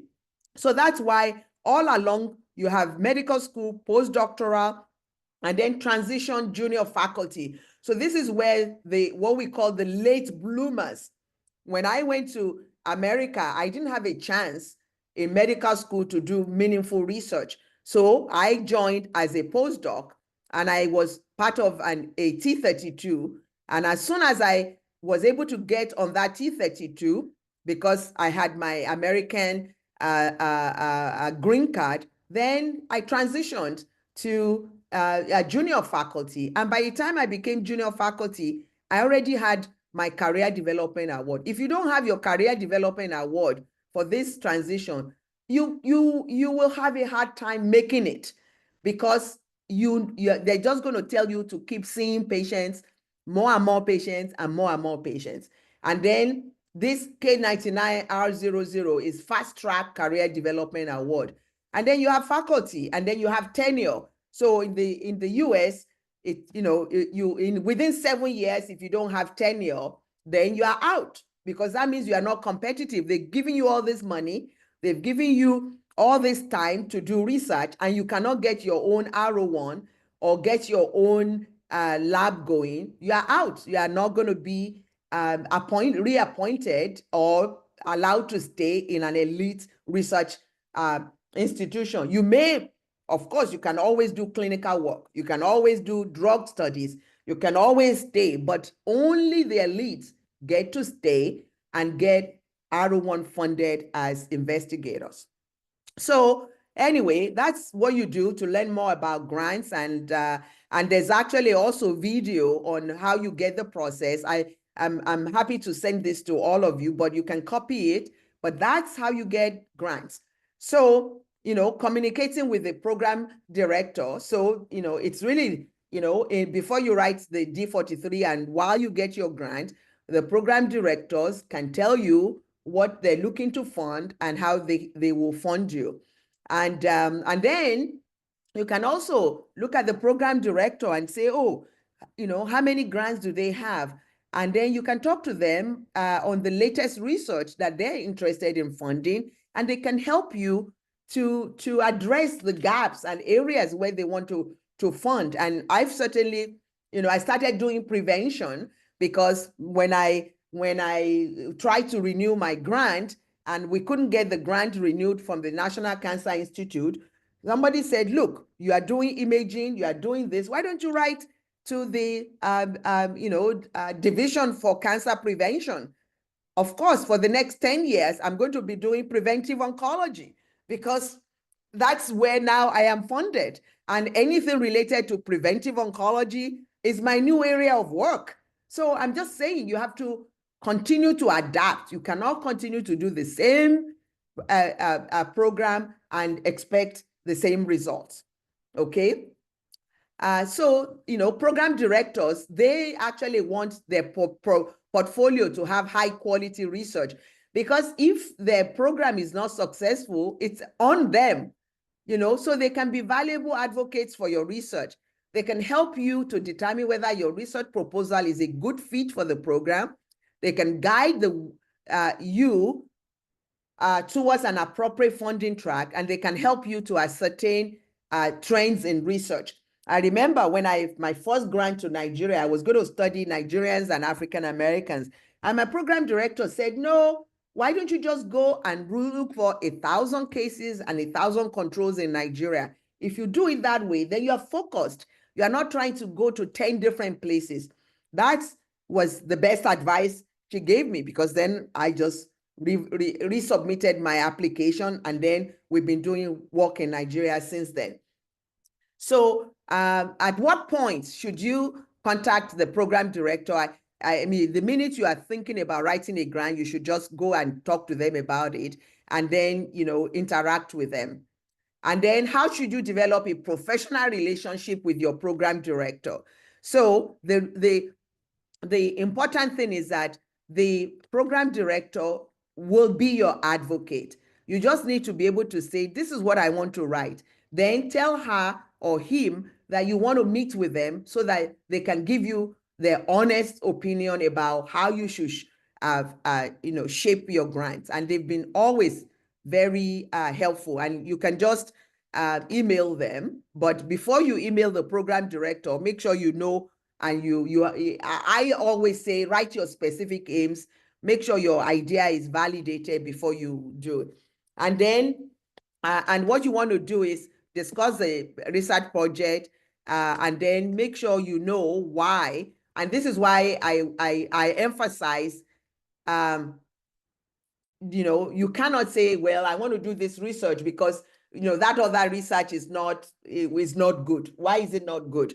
So now we talk about rigor and reproducibility. So you have to, your background of the grant is so important. What is the current knowledge base?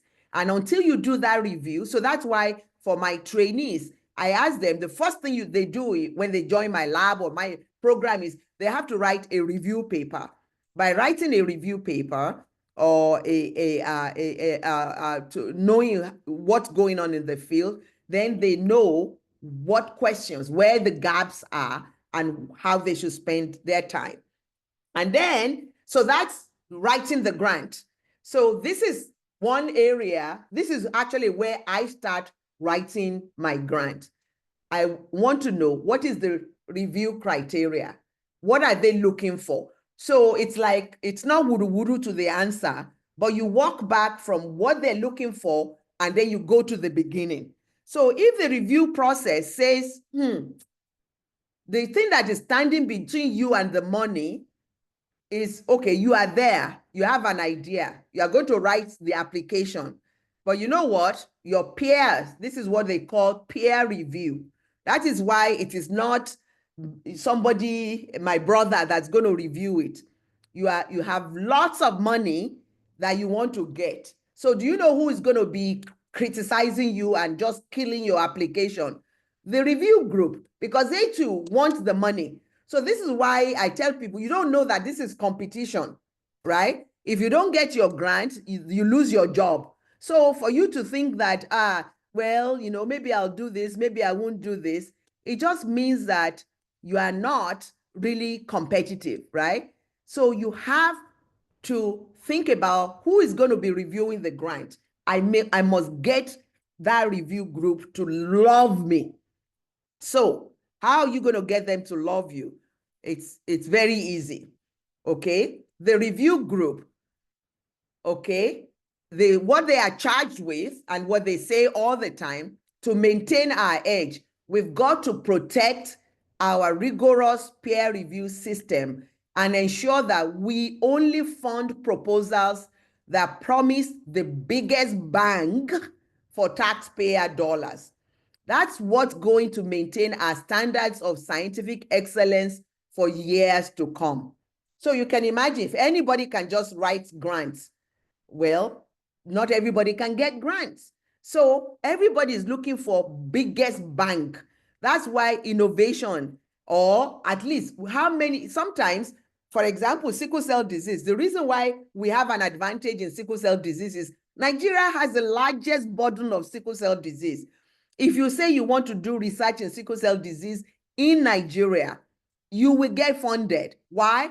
Because you can say, I have 60,000 access to 60,000 patients. They are just swimming everywhere in Nigeria.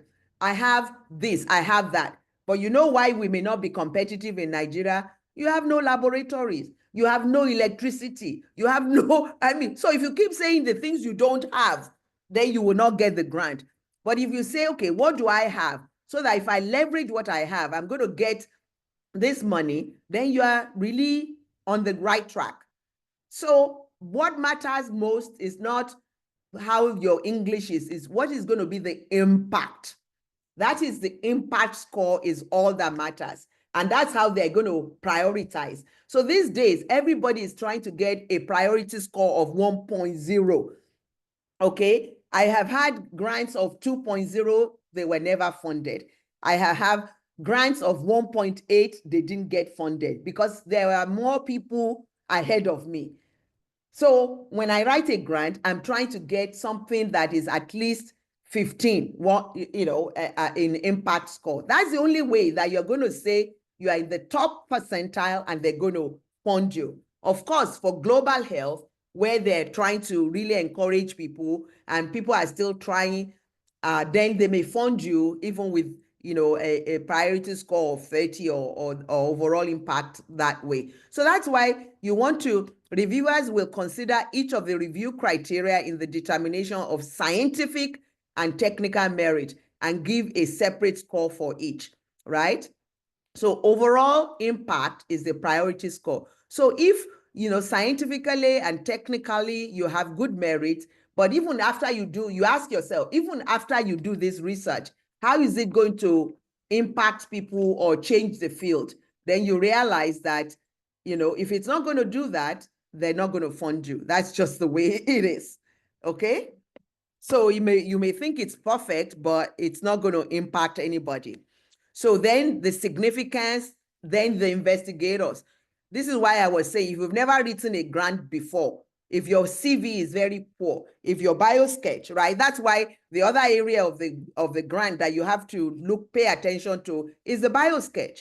Does the application challenge and seek to shift current research or clinical practice paradigms by utilizing novel theoretical concepts, approaches, or methodologies, instrumentation or interventions? Yeah, those are the things that they're going to be looking to score.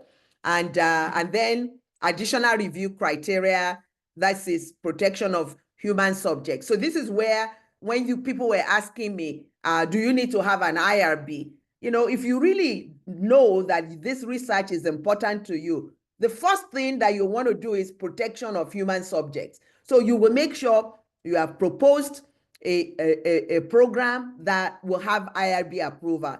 I loved what commentary that was added yesterday, that, if when you go to IRB and they have comments, they make your grant better. So that's why before you even submit to a pre-proposal to an agency, go through your IRB, because your IRB can help you with all of these things. And these things are scored. If you don't do them, you are not going to get funded. So that's why, to me, it doesn't matter whether you do them first or you do them. It's like you are learning how to write a good grant where people are going to say yes. And then applications from foreign organizations or applications that are going to go to foreign, you have to justify. When I write a grant now, I have to justify why I'm going to do the research in Nigeria. Because what's the point? Americans are the taxpayers. Why should they fund me in Nigeria? So if I write a grant and they don't fund it, I don't fault them. I'm going to say, let us get funded in Nigeria to do things that impact Nigeria. So this is why it's really important, whether it's TED fund, whether it's other funds that you're looking for, ask what is the impact and then why would they fund you. And then, you go through, and as I was saying, exceptional, right? Strong with essentially no weaknesses. That is a perfect grant. People are getting to write perfect grants now. Outstanding, extremely strong with negligible weaknesses. Because if you start having minor weaknesses, then you are in category 3. It's very unlikely that you're going to get funded. And even very good, you will think, oh, no, you will not get funded. So unless your grant is exceptional or outstanding, you have no chance of getting funded. So why even start if you are not really going to have rigor? That's why this workshop is so important. And I wanted to make sure that you understood, it's not everybody that will be competitive for a grant, but if you want to write it, take your time and spend the time to write a perfect grant. And then, review process. Everybody is sitting around the table, or these days is on Zoom. And not all reviewers are going to get your application. Only a few reviewers are going to get your application. And they look at all the piles in their office, and they're working on their own grant application. They're all very busy. So why would they care about what you have written? Okay, so up to 16 personal assignments to be read and discussed, 6 reviews to write and lead discussions on, 4 weeks to complete, 2 days away from home and the office. And then they're also working on their grants. These are your peers. They're also just very busy as you. So how do you help them? A typical reviewer wants to support your application. So follow the instructions. Be neat, clear, accurate, concise, and succinct. All this Nigerian English where you are just verbose and you are telling me about men of timber and caliber, it will not go well on a review section. Write for a qualified scientist in a related field. Make the reviewer your advocate. No second chance to make a first impression. Don't use Yoruba English or Igbo English. Just try your best with your first review. And then make their job easier. Write a continuous story covering all the basics and don't backtrack. Provide the entire story. You don't need to tell all the story. If important, do not stick in the appendices or cite as reference. Prior to submission, have your application reviewed by someone who has been successful. This is very critical. And I know that in Nigeria, sometimes you don't even trust your colleagues because you think they're going to steal your idea. So you don't want to show your application to somebody else. How do you build a scientifically rigorous environment around you if people are going to steal your ideas, if they're going to steal your grant and then go and give it to somebody else? Those are all reasons why you have to be ethical in how you do your work, okay? Because you're going to see somebody else's grant and you swear that you will not copy it. You will not, you have to have a conflict of interest. In fact, one of the reasons why some of our researchers got in trouble with China was that there were some Chinese peer reviewers who went to review and then took the grant from the NIH and just took it to China. That is espionage. And they were charged for espionage and they were asked to leave the country. You cannot do that because it is a peer review and the scientific integrity of all of us not to copy other people's grants. So the way to annoy the reviewer, play hide and seek with your hypothesis, too many specific aims, dissertation background, parsimony is the key. Present only the most salient points. Then you want to write lifetime research. No, preliminary studies section, just what supports your proposal. And then you are writing subsection 1A, 2.B.I. That just gets everybody upset. And then not proofreading, inconsistent format, font, or heading titles. When people ask me to review their manuscript, they want me to edit a manuscript and they send things to me that I don't even know where to start. I'm not going to do it because I don't have time to be correcting typographical errors and misspelling. So you have to be very professional. Too many acronyms, abbreviations, and jargon, unintelligible, illegible, or small figures. Those will get everybody annoyed. And then, of course, you know, for most of us, we want, you know, to build a convincing argument, convey enthusiasm, clear and compelling logic, anticipate problems and propose alternative approaches, delineate products to expect. What are you going to get if we invest this money? Make application reviewer friendly, avoid avoidable mistakes. And then when you do all of these other things on that side, it's just going to get triaged. They're not even going to look at it. And one of the areas is when it's too ambitious, or, you know, if I finish aim 1, then I can do aim 2. What if aim 1, you don't finish it? So you cannot have interdependence of your aims. All 3 aims or 2 aims must be able to be done independently. Okay? And let me round up by just saying that for reviewers that are not assigned to your application, they're not likely to review your application. So the only thing they will be focused on is your abstract. So that's why we tell everybody abstract specific aims, you have to work on it like 6 months before you even write the grant. So you nail it down, you know what you want to do, and then they read your budget justification, and then they look for your letters of support, collaboration. You want to work with Dr. Olopade, you mention my name in your grant, but you don't even ask for my letter of support. They are going to know that that is false. Or you take my idea and then you say it's your own. They're going to say, but the person who wrote this didn't give you a letter of support. Those are the things that make it. And then make sure these sections, you know, are tight, because you want to make sure that they see what you are looking for. And then the abstract is really important. When somebody reads your abstract, they should be excited that, this work is going to be amazing. So that's why you work on it, or the summary, you work on it. And then, you know, elements of a successful proposal, significant and innovative idea, focused hypothesis, logical specific aims, convincing preliminary studies. This is why preliminary studies is the key. Until you have made a discovery, until you know that you have gotten some money and you used it. That's why for D43, we give you pilot funding. And then you go and do innovation. If you have not learned how to do it, go and say, I'm going to learn how to sequence, or do something that nobody else can do. And that's what brings innovation to your grants.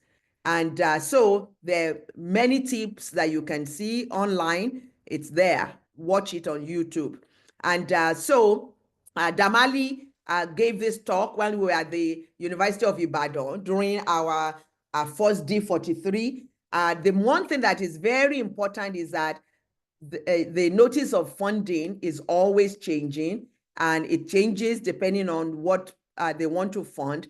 And so just make sure that you do all of that. And make sure you follow the rules, page limits. They're always changing. Depending on R03, R21, they're just 6 pages. Career Development Awards, they have so many things that you have to do.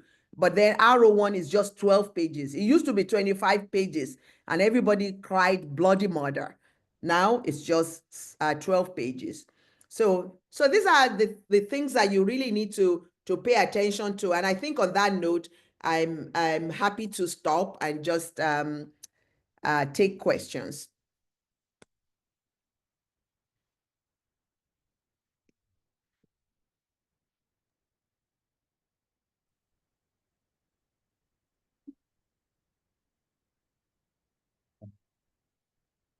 Yes, thank you so much for the rich feast that you have given us today. I think we have more than enough content to go and work for the rest of the year, aiming to get some grants, proposals developed to be able to make some sense of the D43 that we have been awarded. You can see that there's been a lot of enthusiasm and people are staying. It's Friday afternoon. So at this point, we want to take some questions for Professor Olopade. Thank you so much for this opportunity. Thank you. You will not you will not be disappointed at what we will do with the information that you have given us. We are so grateful. Yeah, the one thing that I know that Professor Unodu knows that I brag about her because she was one of the first participants in our D43, and we had a workshop. And I remember when we were driving to Lagos and she just kept following us and said, I am going to go and do this. And then she chased Professor Ojengbede and said, you must come to Abuja. And I remember we came to Abuja. We got very sick in Abuja. I don't know if she remembers that, but yeah. But the good news about doing this work and then seeing the results is that it just multiplies. So this is why it's a labor of love for you, and I cannot thank you enough for doing it. And 10 years from now, I'm hoping that some other persons also actually have gotten funded and have continued the tradition, because if other people don't make the commitment and do it. So this is we had a reunion of other I'm just talking about our D43. When we got it, it was me, Dr. Shola Olopade, Professor Chinedu, Dr. Unodu, and we said, look, we want to build capacity for research with a focus on interdisciplinary collaborations. The one where you have single author paper is no longer existent. The one where you have a grant and it is single author, that is history. And what you want to do is we want to train at various career levels to develop highly functioning teams capable of conducting innovative, data-informed research with the potential to influence the practice of evidence-based, patient-focused care of individuals with chronic non-communicable diseases across the lifespan in Nigeria and other African countries. And guess what? That's what Dr. Unodu at that time said, okay, that's what you want to do, I'm going to do it. And she did it and applied to be in 2013 an ACLI, African Cancer Leaders Institute participant. And I know Professor Ojengbede, when we were talking about, who are the people who are going to apply from Nigeria, we were like, okay, we have a nurse, that's Professor Priska. There's also, at that time, a young surgeon, and you can see how those people at that time have just taken it by their hands and have gone on to do great things. So this is why I think, the NIH really wants us to invest in the future. And so thank you, Professor Unodu, and I don't know if Professor Ojengbede is here, but your CESTA is an example of a center that will take this forward and develop the capacity of other universities and other places. And the Sickle Cell Consortium is in several African countries. So kudos to you. Yeah, thank you very much for that opportunity. So we want to take questions, a few questions at this point before we go into the panel. And please, okay, so Godwin Obole, please, may I ask just one question and make it very brief? Okay, Professor. Okay, before then, Professor Fred Safo, the PI, MPI on this grant, and the SICO, the SPARCO PI for Ghana. Fred, please unmute yourself and ask a question or comment.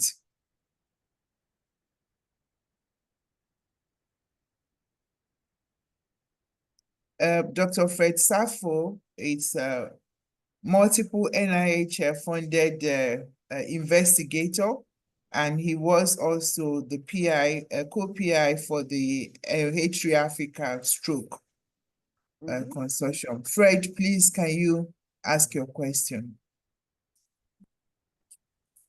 Sorry, what is the problem? Okay, Fred, please unmute yourself. Yes, please. Yes, please. Thank you very, very much for this opportunity. I'm really inspired listening to you, Ma. You've done so well, and you're an inspiration for many of us. In my experience in terms of applying for grants, especially from the NIH, I've realized that for foreign grants, you always need a US collaborator.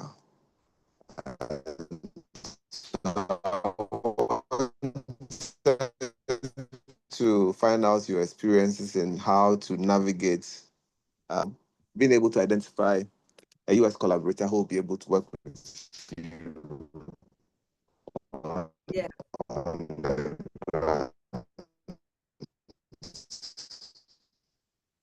Yeah, I think, yeah, I get your question. So, yeah, so that's actually one of the reasons. Oh, I think he's of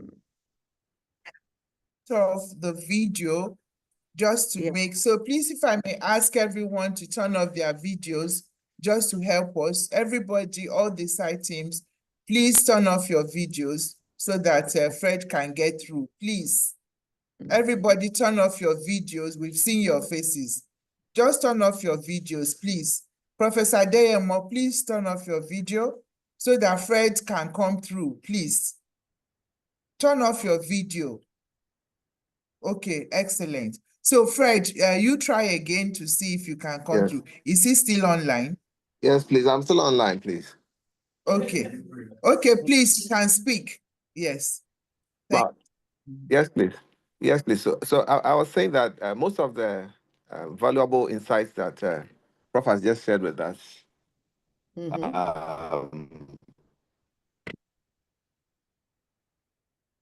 Yeah. I get your, for those of us who have just started research, and I think one of the seniors. Yes, please. Yeah. Yes, please go ahead, ma'am. Yeah, I think you question that the question you're asking is most grants ask for you to have a US collaborator. And this is one of the reasons why I'm actually trying to get all of us to accept responsibility, because the reason why they ask you for a US collaborator is because they don't trust that you know how to do research, right? They've given us this D43 now to train you to be able to do responsible conduct of research.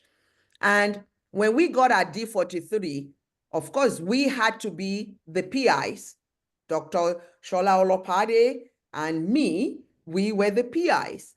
But guess what? We've turned it over to Dr. Professor Unadu and Professor Priska, and we are not PIs of that grant. Why is that the case? Well, it's the case that what we wanted to train them to do, we already trained them to do it.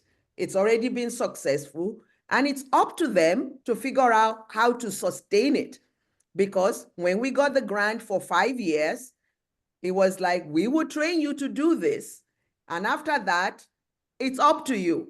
We gave them pilot funding. Some of the people who got pilot funding from us wrote a K43, and the K43 got funded by the NIH. So that means they have their career developed. Now they need to write their R01 because the NIH has invested in them. They got the money, and now to be accountable, they should write an R01, and they should keep using the money to get more credibility by publishing in high impact journal. So that's why I said, you know, you have, you know, some people say 3 strokes, you are out. I would say NIH is one stroke, you are out. If you get money and you don't publish, then you will not get another grant from the NIH. That's just the way it is. So you hold yourself accountable. The publish. So when they say publish or perish, you get money to do research, you better publish it. And then when you publish it, they will know. And that's why I try to tell people, don't put my name on your grant, because you want to show that this is your independent thinking. You are now a mature person. If you want to go and find another collaborator and you're going to be shopping and getting project here, project there, you will not be your own independent. So R01 is for you to say you are now an independent person. You can have multiple PI on an R01. You can even have 3 PIs on an R01, but you have to become a PI. And to become a PI, you have to publish. And it's not just any publication and high impact journal, because other people are competing with you. You're not competing with me or your brother. You are competing to be able to sustain the work. Yes, thank you very much for that. So we just take one question very briefly from Godwin Ogbole, and I'll return it over to Professor Shola Olopade and Professor Fred Safo to take us into the panel. So Godwin Ogbole, you have 50 seconds to talk, please. Unmute yourself. Okay. Okay, very briefly, please, because we just have 1 minute. Hello, can you hear me? Hello, can you hear me? Yes, we can hear Excellent. you. Can you hear me, please? Confirm. Yes. Hello? Yes, we can Can you hear hear you. me? Yes, we can hear you. Oh, Can you hear us? Thank you, Prof. Thank you. Yes, thank you, Prof. Thank you so much for this excellent presentation. I think this is a world-class presentation that should be recorded, put on YouTube for everybody that is an aspiring researcher or a person trying to write a grant should read, should watch, should hear. I think it's a good presentation. My question is, Professor Godwin Ogbole, in the interest of time, please may I request that you put that question on the chat. No, please put the question on the chat, and Professor Olopade will answer you while I turn it over to Professors Olopade and Fred Safo so that we can meet the time. Thank you very much. Thank you very much, Professor Olopade, for this exciting presentation. Thank you. So over to Professor Shola Olopade and Professor Fred Safo to take us into the panel. Please, Godwin, I apologize, but we need to please put the question in the chat and she will answer you there. Thank you very much. Over to the two panel discussants. Thank you. Yeah, it's Friday afternoon, so let's go have fun after 2 days of intensive work.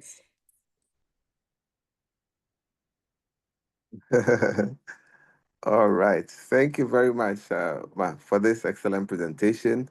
I'm Fred Steven Safo, based in Kumasi, Ghana, and MPI with Professor Obi for the Spark Train grants. And I'm happy for us to co-chair this session on a panel discussion on grant writing.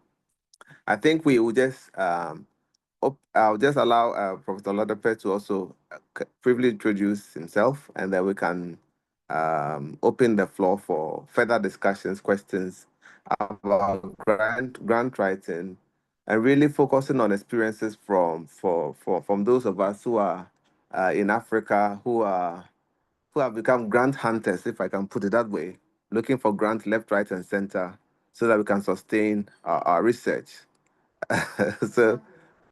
So, Prof, can you please kindly introduce yourself so that we start the panel discussion? Over.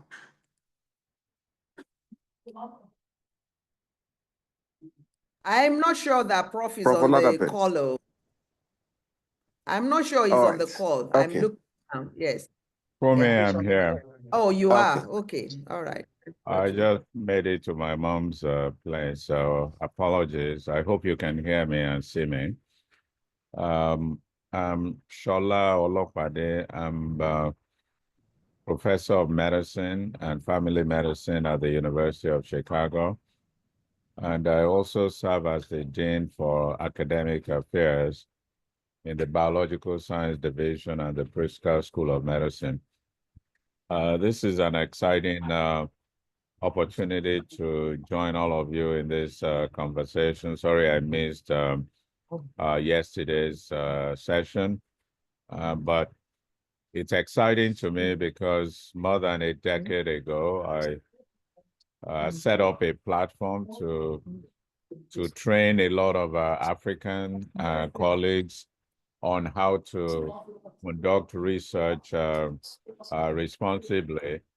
And I was also co-PI with Fumi on the initial D43, which I should mention has been transferred to OB Pritzker. So it's exciting for us to be able to sit back and have all of you step up and do what you need to do, learn, and then use that knowledge to get independent funding on your own. So I'm going to lean on Professor Safo, who's been with you for the past few days, to take guidance on what this session is supposed to be about. If it's supposed to, I'm going to make myself available to address any particular questions or issues that may be relevant locally. So I just wanted to start with those comments, and I'll be here to address any particular specific issues that are addressed to me. Yes, please. Thank you so very much. My internet is not so stable, so I want to put off my camera if I may.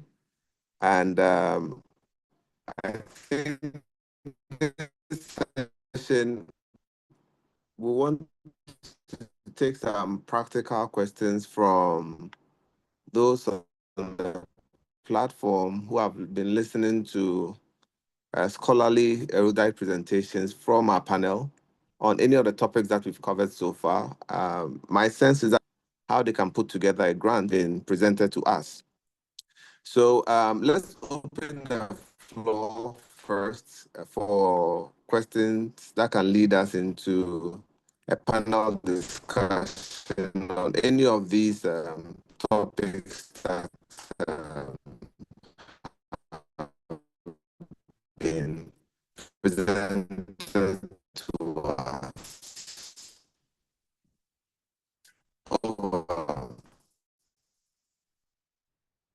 Especially when it comes to grant rights and place.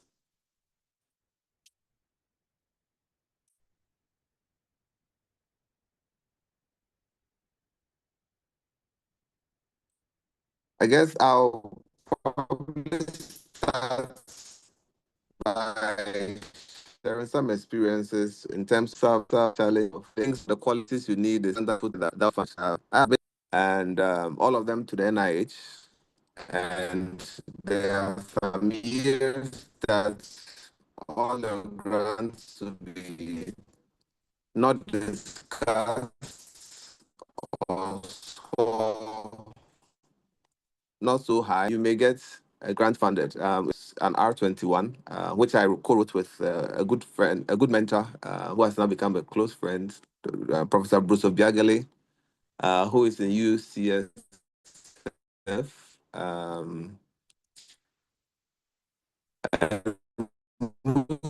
Work on stroke basically, and that's where my interest has been. We're able to collect some preliminary data on the effectiveness of some polypill. A polypill is an intervention that we think would be able to be applicable in Africa, as well as low-income settings in the US for treating stroke. And so we did a pilot study. We made some roads, we're able to show, publish that as has been suggested. You have to publish whatever you find, you have to publish it. So it was published in Lancet Global Health, I think in the year 2022, 21, thereabout. And so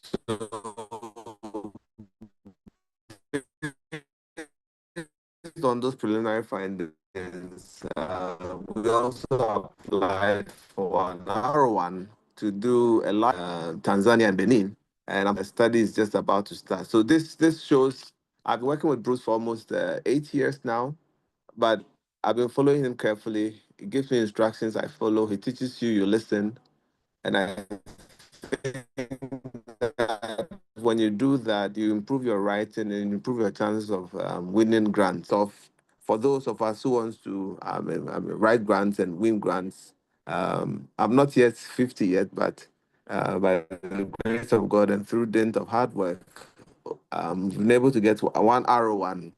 So we are hoping that we'll be able to win more R1s as we start this for the third process.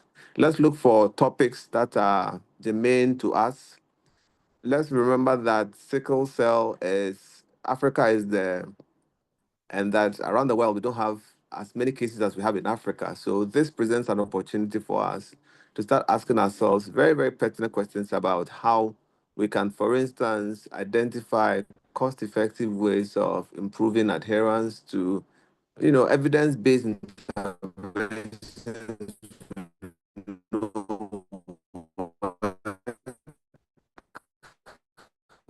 but are not being taken up, has come on board. We know it works, but have an uptake of some of these interventions. Implementation research is also available for us.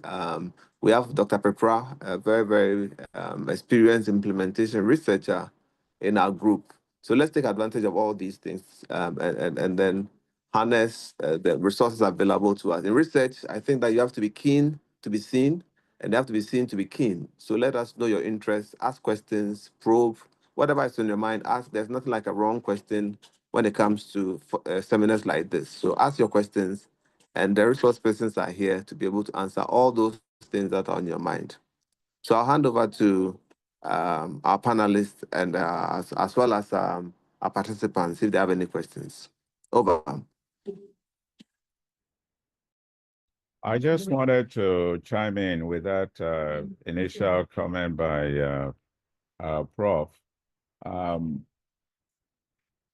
And what I want, from my experience working in Nigeria for over 2 decades, and also at the University of Chicago, is when people, busy physicians, want to do research, it's often very, very challenging because it takes time to have time to even think. Yet, busy clinicians have the opportunity to see a lot of cases, and it's the unusual cases or things that occur that usually sparks ideas on what people should focus their research questions on. And it's also important to know that one has to write so many grants before you can get funded. You shouldn't expect to write a grant and get funded the first time around. What's most important is I need to at least learn from people who have done it successfully before, get people to be able to read your ideas. And I'm sure Fumi already mentioned this, probably the most important thing is to be able to do a very good literature search to make sure that you are not just proposing the same thing that's been done by people in the past. Or if you are going to do that, at least you want to find an angle that's not yet covered so that the question that you're asking will be original.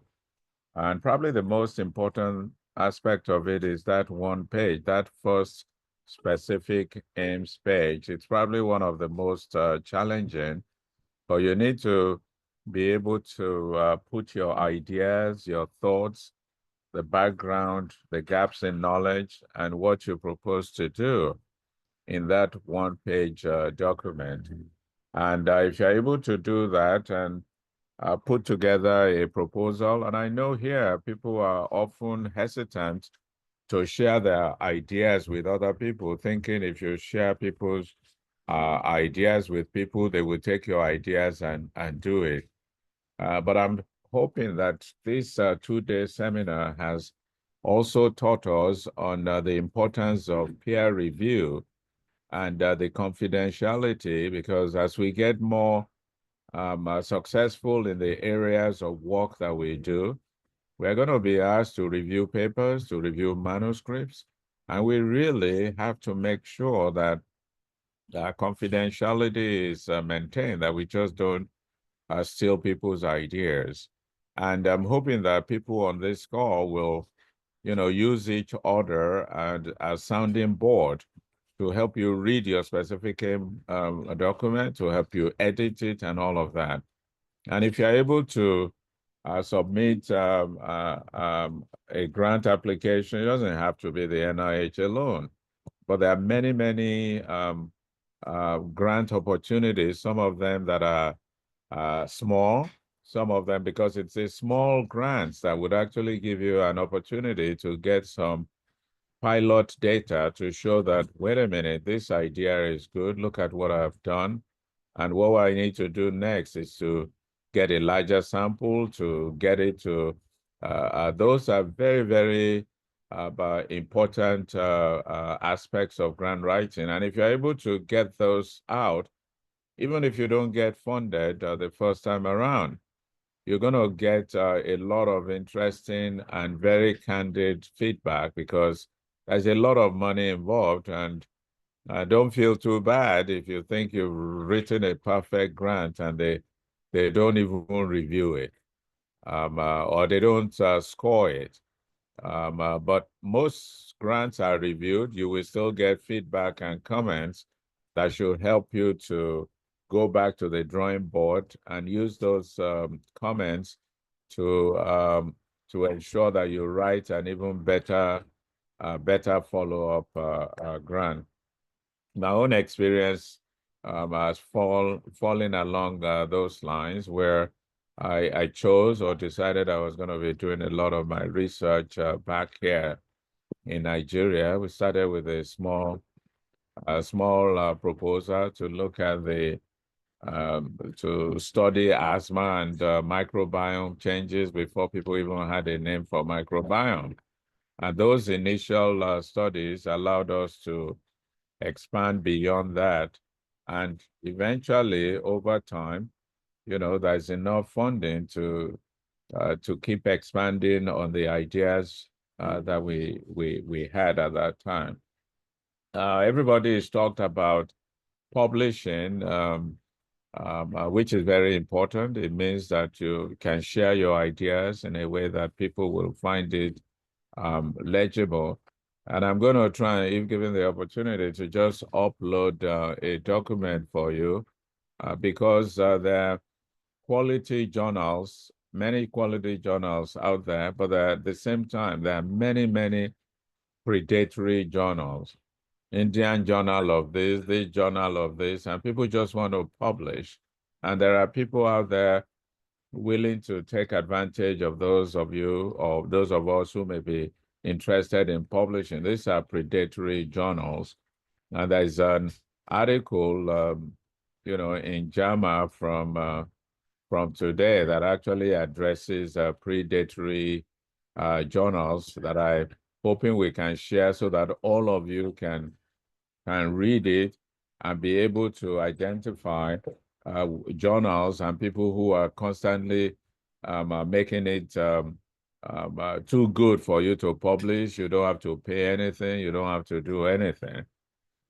So I'll stop and hope this will at least allow us to address any questions that you may have on how to get grant funded and what the challenges might be and how to go around those challenges. So, but thanks again for giving me the opportunity to participate in this.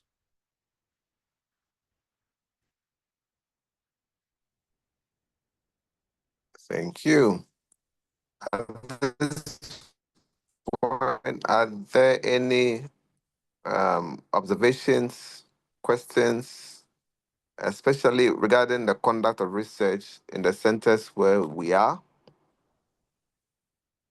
Have you tried to conduct any research that you found challenges that you want some clarity on?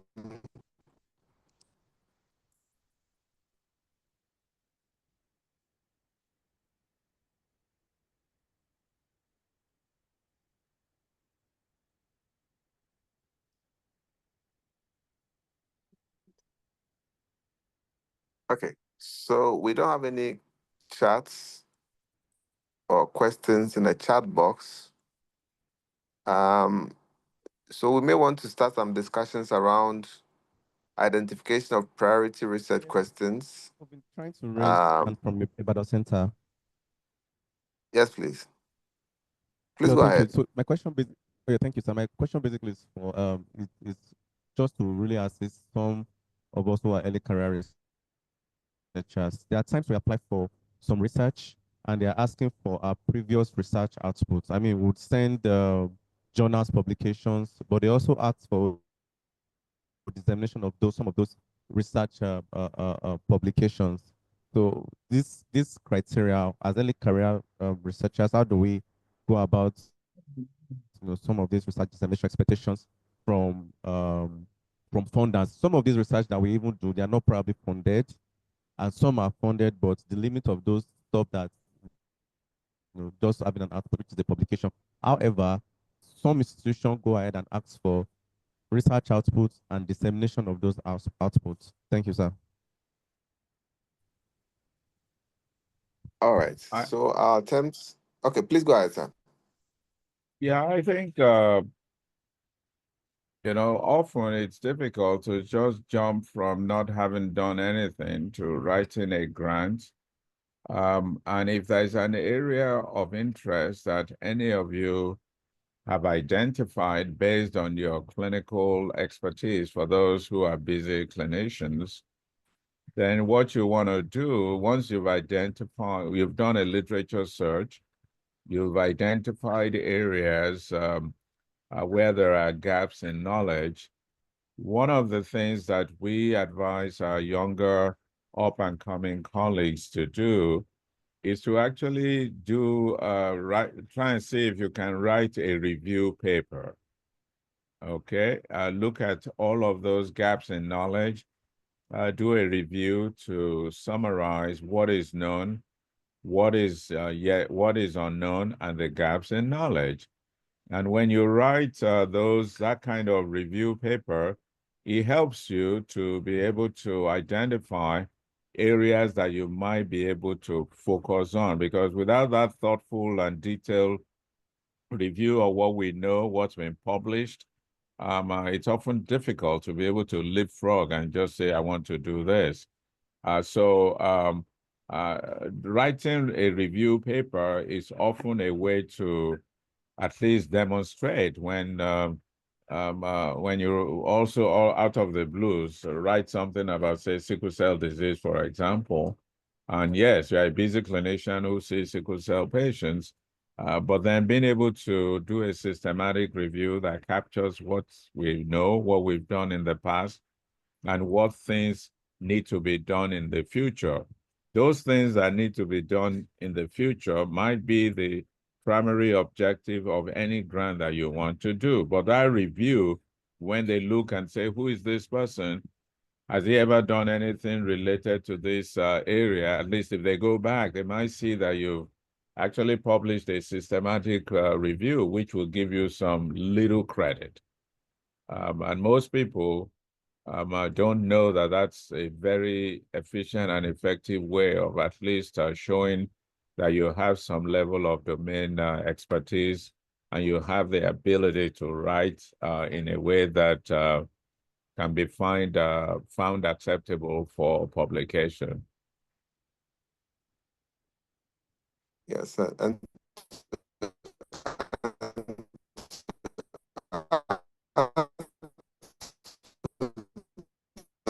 think for those of us who, what we need is stuck in folders, is stuck in hospital tally cards. So I remember when I started research with, well, basically no funding, what I used to do a lot of was to go through hospital tally cards and then look at trends in admissions, trends in outcomes of common conditions that I was interested in.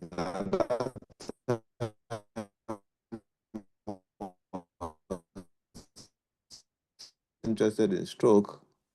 And I remember one of the first papers I wrote was just the number of stroke admissions time was around 2013. I've written, that didn't cost me any money, but I just reviewed the hospital charts, has been cited highly. And I didn't have to pay any money to get that done. So just to encourage you that the data is all around you, and sometimes just doing surveys or simple to just look at the burden of the problem that you want to investigate. Maybe all that is required to sort of get your name out there, to show your interest and to register your interest in that field. When it comes to larger studies such as case control studies that requires detailed testing, sometimes laboratory testing can be expensive, we agree. So I think that from the start, you can start small, but be hungry enough to publish whatever you find from your initial service, from your initial hospital records. Get them out there, tell the story as it is, and then highlight the problems, the opportunities for improving knowledge through the findings from this small research, this so-called small research. I don't call it, now looking back, I don't see it as small. I think they are small beginnings, but they are steps towards getting your name out there so that you can be able to attract funding for bigger research. Another important suggestion that I would like to make is, I know often the reward system here, I don't know whether it's changed, is, when we live in the era of group science, but I think our system hasn't really caught up to that reality, in that when there's a multiple author paper, people slice and dice and are giving you 0.1 credit, 0.2 credit for this or that. I don't know how they do it, but I just want to underscore the importance of having collaborators, because as busy clinicians, you may not have the laboratory skills needed to focus on the things that you want. So being able to reach out to people who have the laboratory experience, being able to reach out to radiologists, people who have domain expertise in your area of expertise, so that you can look at it from multiple dimensions. That's very, very important, and you need to do that instead of trying to do the single author paper that nobody will ever publish unless you're a superstar, and then they're asking you to just write an editorial opinion. So I want to highlight the importance of identify collaborators and people who can work with you to make sure that the questions that you're asking, how you are approaching it, is good enough for the era that we're in, group science. Very true. And that's why I kept saying that you have to be, as a young researcher, you have to be keen to be seen.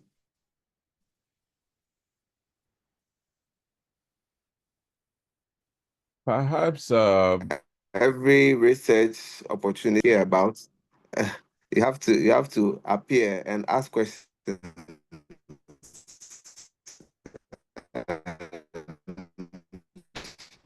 I remember the first time I met Professor West, and I'd been reading a lot of Gale. I had to just go up and, introduce myself to him and tell him that I've read a lot of his papers, blah, blah, blah. So you have to be keen to be seen. And because finding a collaborator is not easy. I think that even when you find the collaborator should be somebody who's at the cutting edge of research. Said that when you associate with such a person and you're putting a grant together, there's a high probability that you can win the grant. And one of the lessons I've also learned over the years is that for these leaders in research, when you associate with them, you have to be extremely hardworking. When they send you an email, you have to be quick to respond.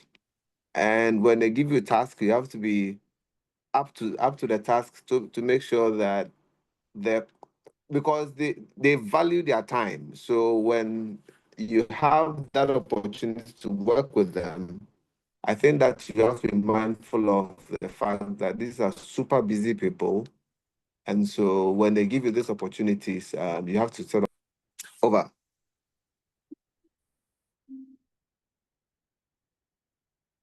I don't see any hands up or any other questions, but maybe I also give you a personal anecdote that may give you an idea of what I said earlier.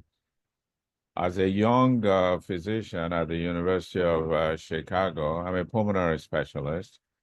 I noticed that we were having a lot of asthma in people who are Black, just like me, African Americans. But I remember in medical school, we didn't really see that much asthma. And I started wondering whether there were issues or situations in Nigeria that made it difficult or that made it less likely that people would have terrible asthma as we did in America. This was more than 2 decades ago.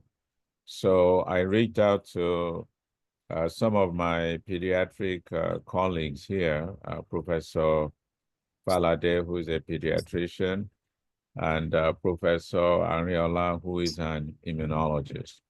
Because what I wanted to study at that time was whether the hygiene hypothesis was true, because the hygiene hypothesis presupposes that if you get exposed to dirt very early in life, like we did when we were younger, playing without any shoes, just doing all of those things, whether that exposure actually strengthened your immune system to make it less likely for you to develop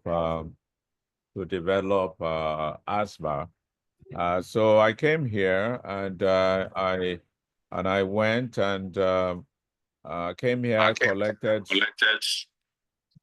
I collected stool samples. I did serum IgEs. I looked at CBC, looking for eosinophils. I looked at G6PD, anything that you would expect in a malaria place here.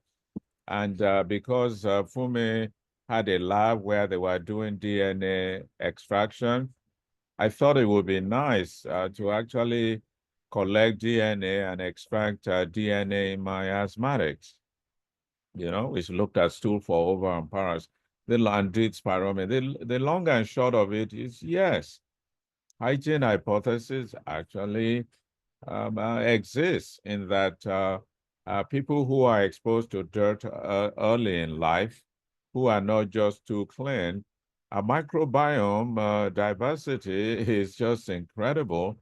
And if you fast forward, you look at what happened with even when the COVID came here, it didn't kill as many people because we probably had been exposed, or because of the immune system that had no time to be looking for allergy, because God gave us the immune system to be fighting malaria, all the viruses, and the way I put it was, my God, God is great. At least we are struggling with all of those Th1 related immune diseases, meaning that we didn't have time for allergies.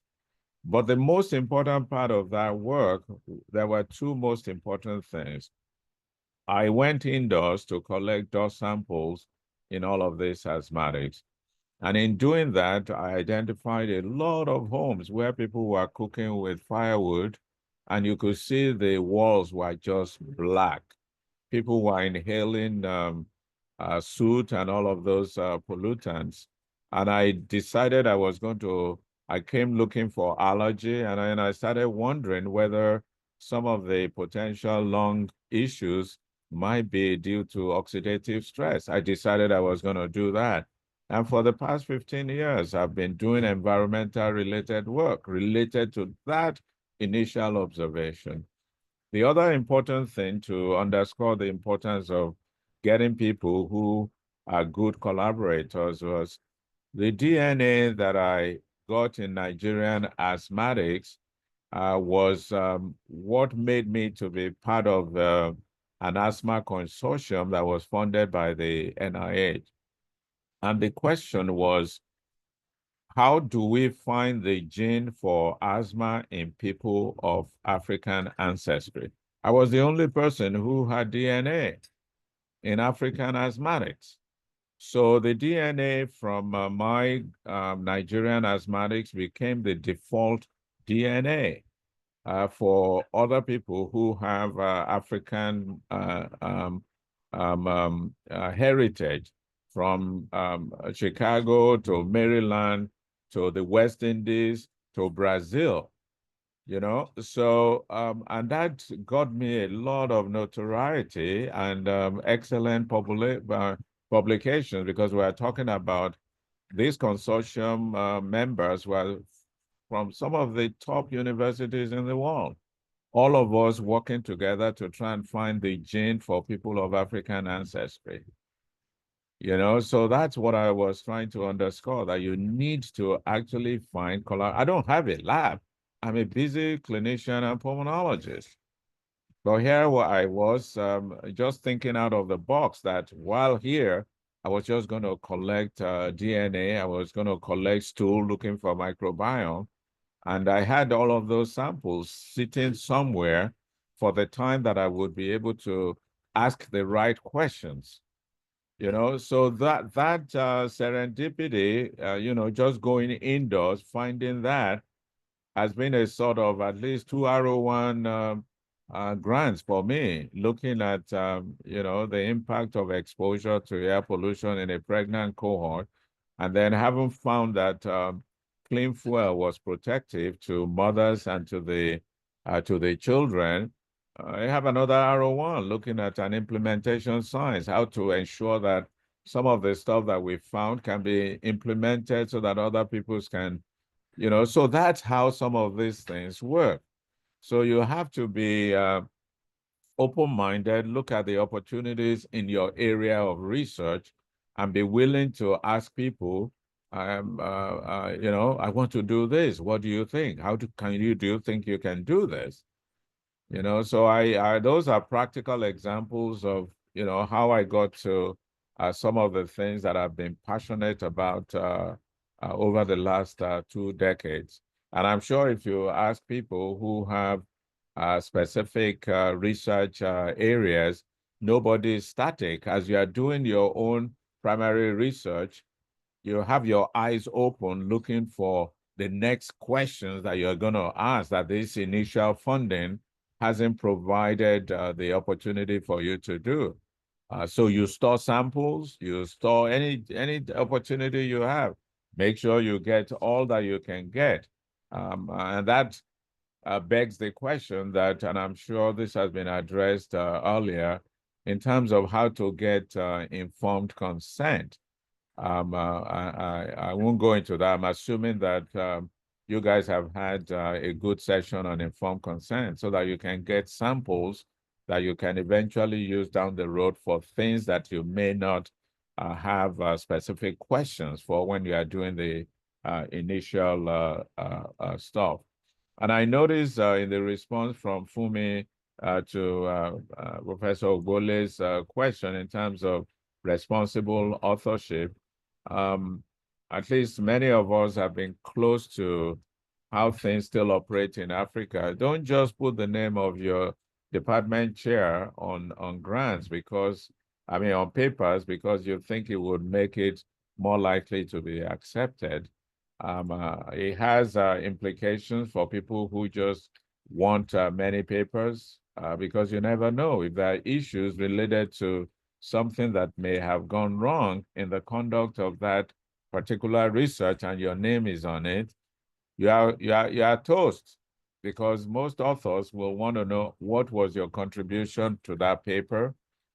Did you read it? Did you sign off it? So that's why, you know, you listen to Professor Fumi, she will never let anybody put her name on any study.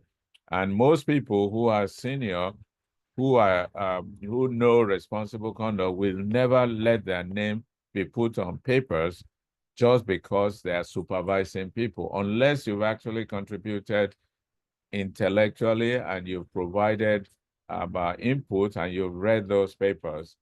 You need to be careful that you don't really get stung by just having your name on a paper that had scientific misconduct and did something wrong. So I'll stop again, hoping that at least you guys are in listening, thinking of questions that you may want to ask based on our collective experiences and what you would like to do going forward.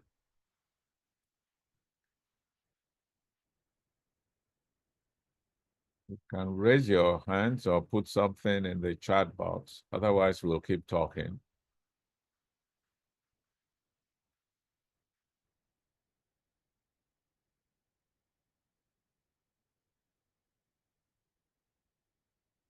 You know, I mean, Africans and Nigerians, I remember, you know, about over 2 decades ago, we brought some of our colleagues to Nigeria from the NIH, some of the top leaders in clinical trials, in ethics, statistics, and all of those things. We brought them to Nigeria to teach master classes and to collaborate with some of our colleagues here.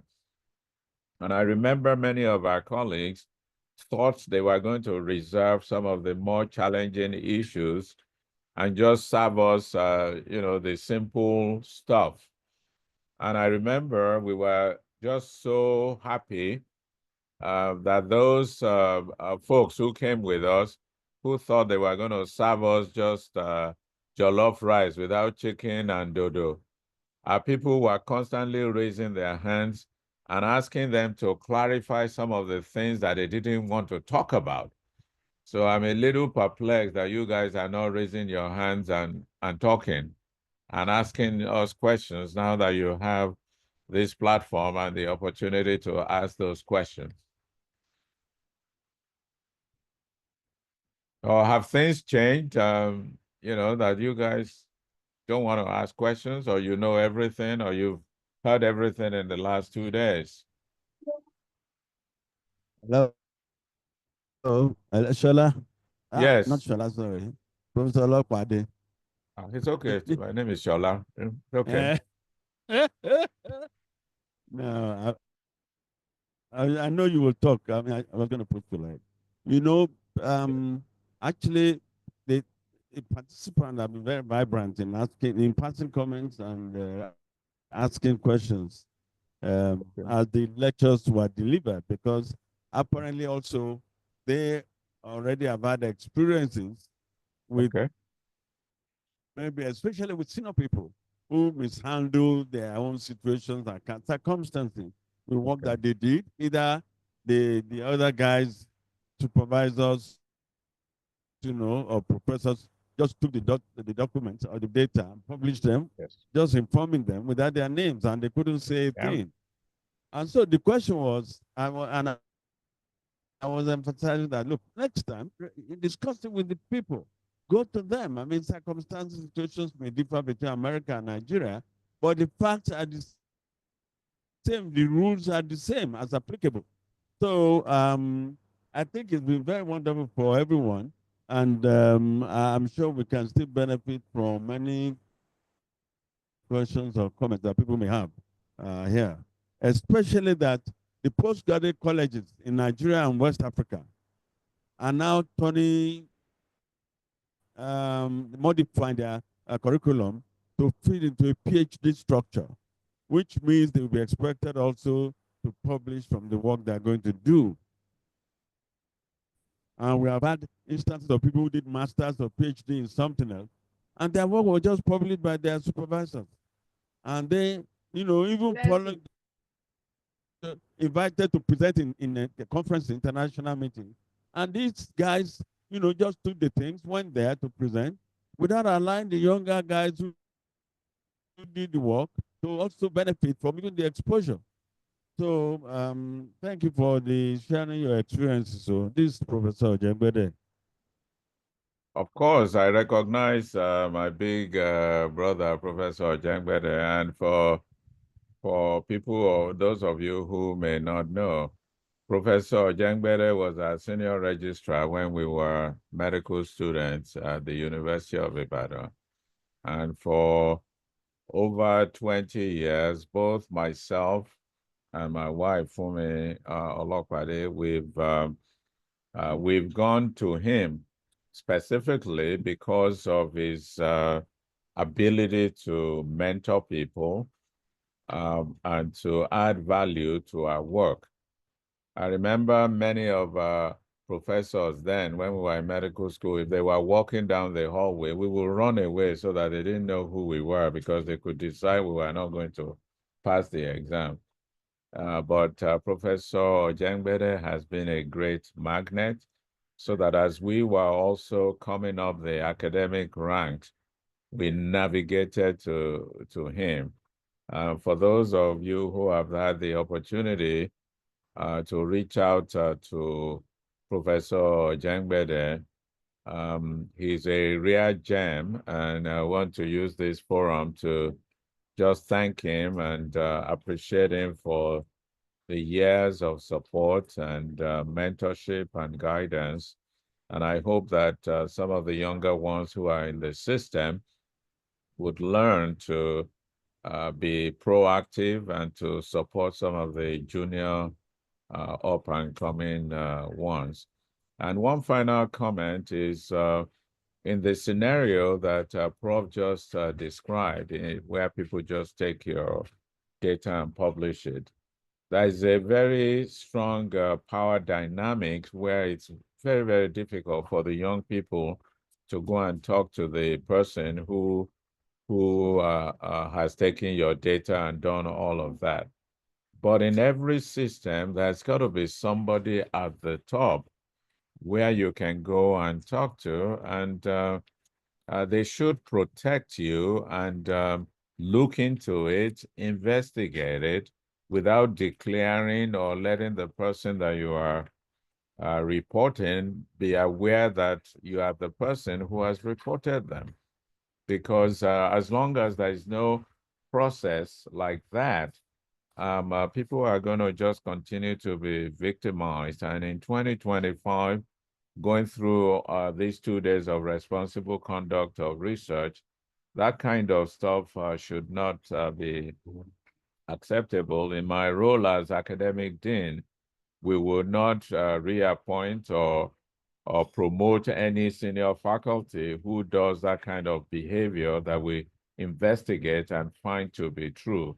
So I'm hoping that some of the leaders who are on this call or prospective leaders would also understand that that is what we're all called on to do as senior colleagues as we get higher and higher in the academic, on the academic ladder. Dr. Olanrewaju or Mr. Olanrewaju, your hand is up. Yes, sir. Just something on what you just touched on. These things happened in microcosms, so to say. I mean, various institutions, and you just alluded to how powerless the junior faculty member may be in pursuing it. All we are left with is individuals committing themselves to doing what is right. There's really nothing that compels people to do it. Is there a way we can have something like that? Because if it's just about me committing, you committing, how do you know who is committed? And that makes it even more difficult for the junior faculty to even approach anybody, because you don't know who you will talk to that will add more to your problem. So I don't know. It's a really big problem, and you know, one of the speakers indicated or mentioned earlier that the curriculum is being revised and updated, and I think it provides an opportunity as one reviews and updates the curriculum to make sure that there is what we call a 360-degree evaluation, where the evaluation is not just directly from faculty or consultants evaluating the younger ones. The younger ones all the way down should have the opportunity to also evaluate the consultants, the seniors. And as I mentioned earlier, in my role as academic dean, some of our superstar physicians, if there is consistency of negative learner evaluations, we would not reappoint those people or promote them until the department actually looks into it, provides training and teaching to those senior colleagues to let them know that our expectation is that when they're there, they should be mentoring, they should be teaching, and not be victimizing students. And of course, those learner evals are usually anonymous, and the departments are obligated to share all of that as part of the reappointment or the promotion package. So my prayer and hope all through our engagement throughout the last few decades at the highest level, even with the vice chancellors, is that our system will continue to adapt and move forward to what is done globally, so that people don't just get victimized and marked for, you're not going to be promoted, you're not going to graduate, you know, because you're just a junior faculty. Yeah, Shola, from my 40-something years of being in this system, I would not want any junior faculty to go away from this meeting thinking you can challenge the authorities in your institution. That would be a risk. Your end. What's May I say something about that? Okay, So- okay, no, please, please, 1 second, please, sorry. I thought I was actually speaking. So my take on that, from being in this system for the past 42 years, as it were, is that I would not want a junior faculty or even a senior faculty to challenge an authority figure in Nigeria, in a particular academic system, thinking because you have come to a conference, a workshop like this, that you can do that and get away with it. This is because we do not have the mechanisms yet that protect people. So you have to be humble, you have to work hard, you have to have ideas, and then you just have to keep working hard. Sorry, Shola, we do not have that in place in most places in Nigeria. So I wouldn't recommend that. It can happen if you go to the US or you go to the UK. Even when you go to those places and you try to challenge the system, sometimes it's not the best approach. And I would consider it enlightened self-interest. So let us just focus on getting people to know what to do within the framework in which they are working, and just keep working hard, and then doing your best and learning, being humble and learning from your seniors. That's my own honest advice. Honestly, that is my Obi, own advice. Yeah. Yes. I would disagree with you, because you know, I'm not hoping that, for me, let me just respond quickly. You don't have the mechanism. I am Obi. I'm not saying that we're going to turn attendees here into militants, you know, but what I'm trying to say is this. We have people like Professor Ojengbede here, and Obi, you are also there. if any of these young people have issues and come to you quietly and say, Obi, Professor Jengbede, this is what I'm talking about, people who are progressive like you, who understand how things need to be. I'm sure you wouldn't just leave those young people vulnerable and say, well, just suck it up because the system here is the way it is. I expect that at least you will find a way, a creative way that is suitable to how your system handles some of these things to ensure that you encourage them, you teach them how to relate with some of these I mean, in this hostile, what I think is a hostile environment for young people. Yes. Okay, let me add to that as a training program director, because even in America, you cannot challenge authority, okay? And this is one of the reasons why we have hierarchy in medicine, right? As an intern, you don't know enough to challenge your boss. So your boss has to be generous to be able to teach you. And if you're an intern and you come to my rounds to show your mouth and you don't know your stuff, you are going to not challenge me. So I think that the hierarchy in medicine is that you must be humble because you don't know what you don't know. So I agree. But Shola is talking now about punishment for faculty level. Until you get your first R01, I'm telling you, until you become tenured at the university, you are a non-entity because you can be fired anytime and you can lose your job, right? So this is why in America, that's why I emphasized freedom and responsibility comes with having your academic freedom. So you can defend academic freedom after you know your facts, not when you don't know your facts. Absolutely. So Shola is the judge of everybody. And what he's saying is that in America, even NIH, and this is a personal example for me, in clinic, I have an NIH funded grant. I have one of my nurses, I don't even know whether student, that was not behaving appropriately. And I said, look, you cannot come to my clinic and not give me a proper history and physical and allow me to make a judgment.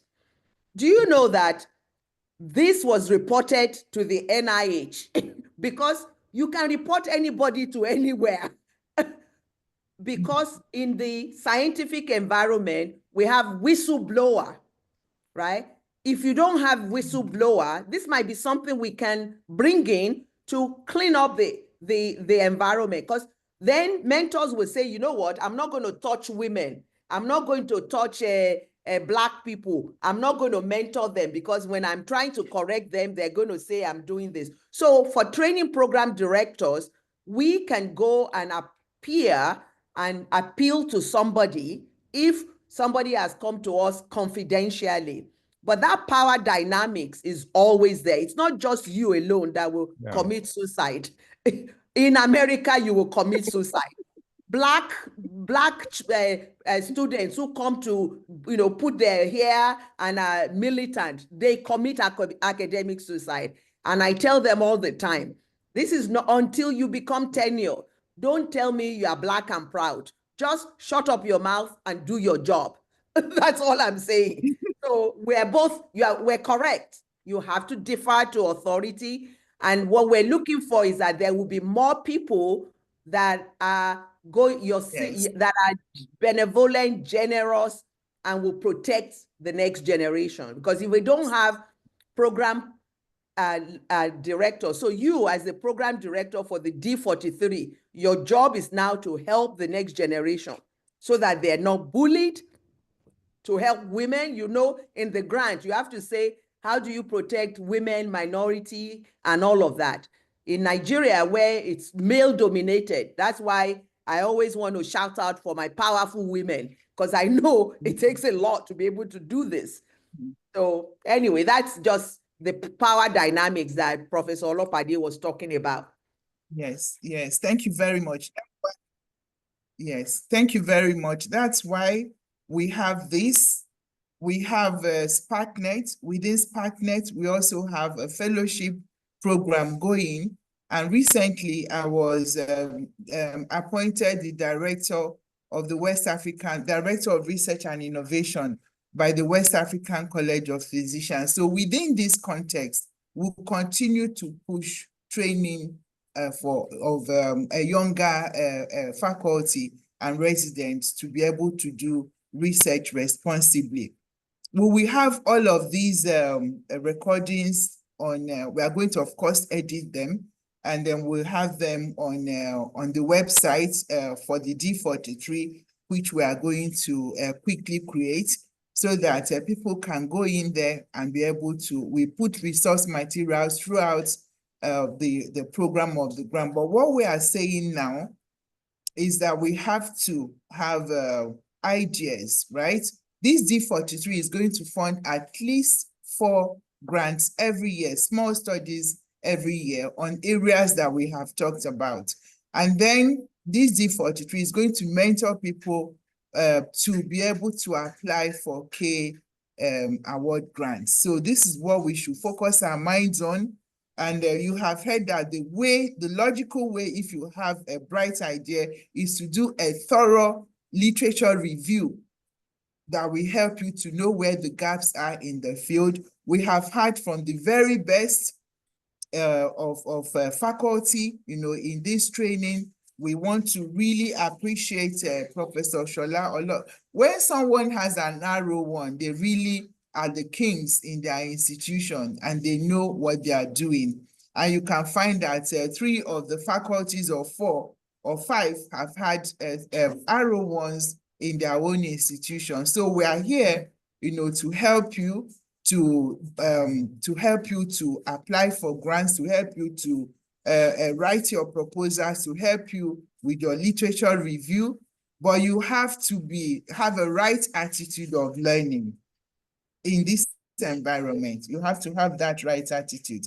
So we are here. So we really want to, on behalf of SparkNet and SparkTrain and all the faculty and all the participants from all the institutions, we really want to express our profound appreciation to our mentors, Professor Jembede, Professor Lufimilayo Olopade, and Professor Shola Olopade, and our colleagues, Professor Priska Adejumo and Professor Fred Safu from Kwame Nkrumah University.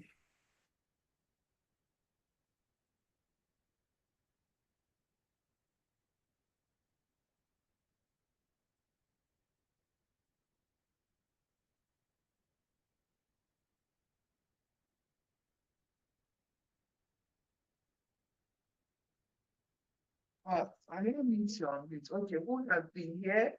Professor Nora Akiola, and then all the SparkNet PIs at the various institutions. So we have all of these. So we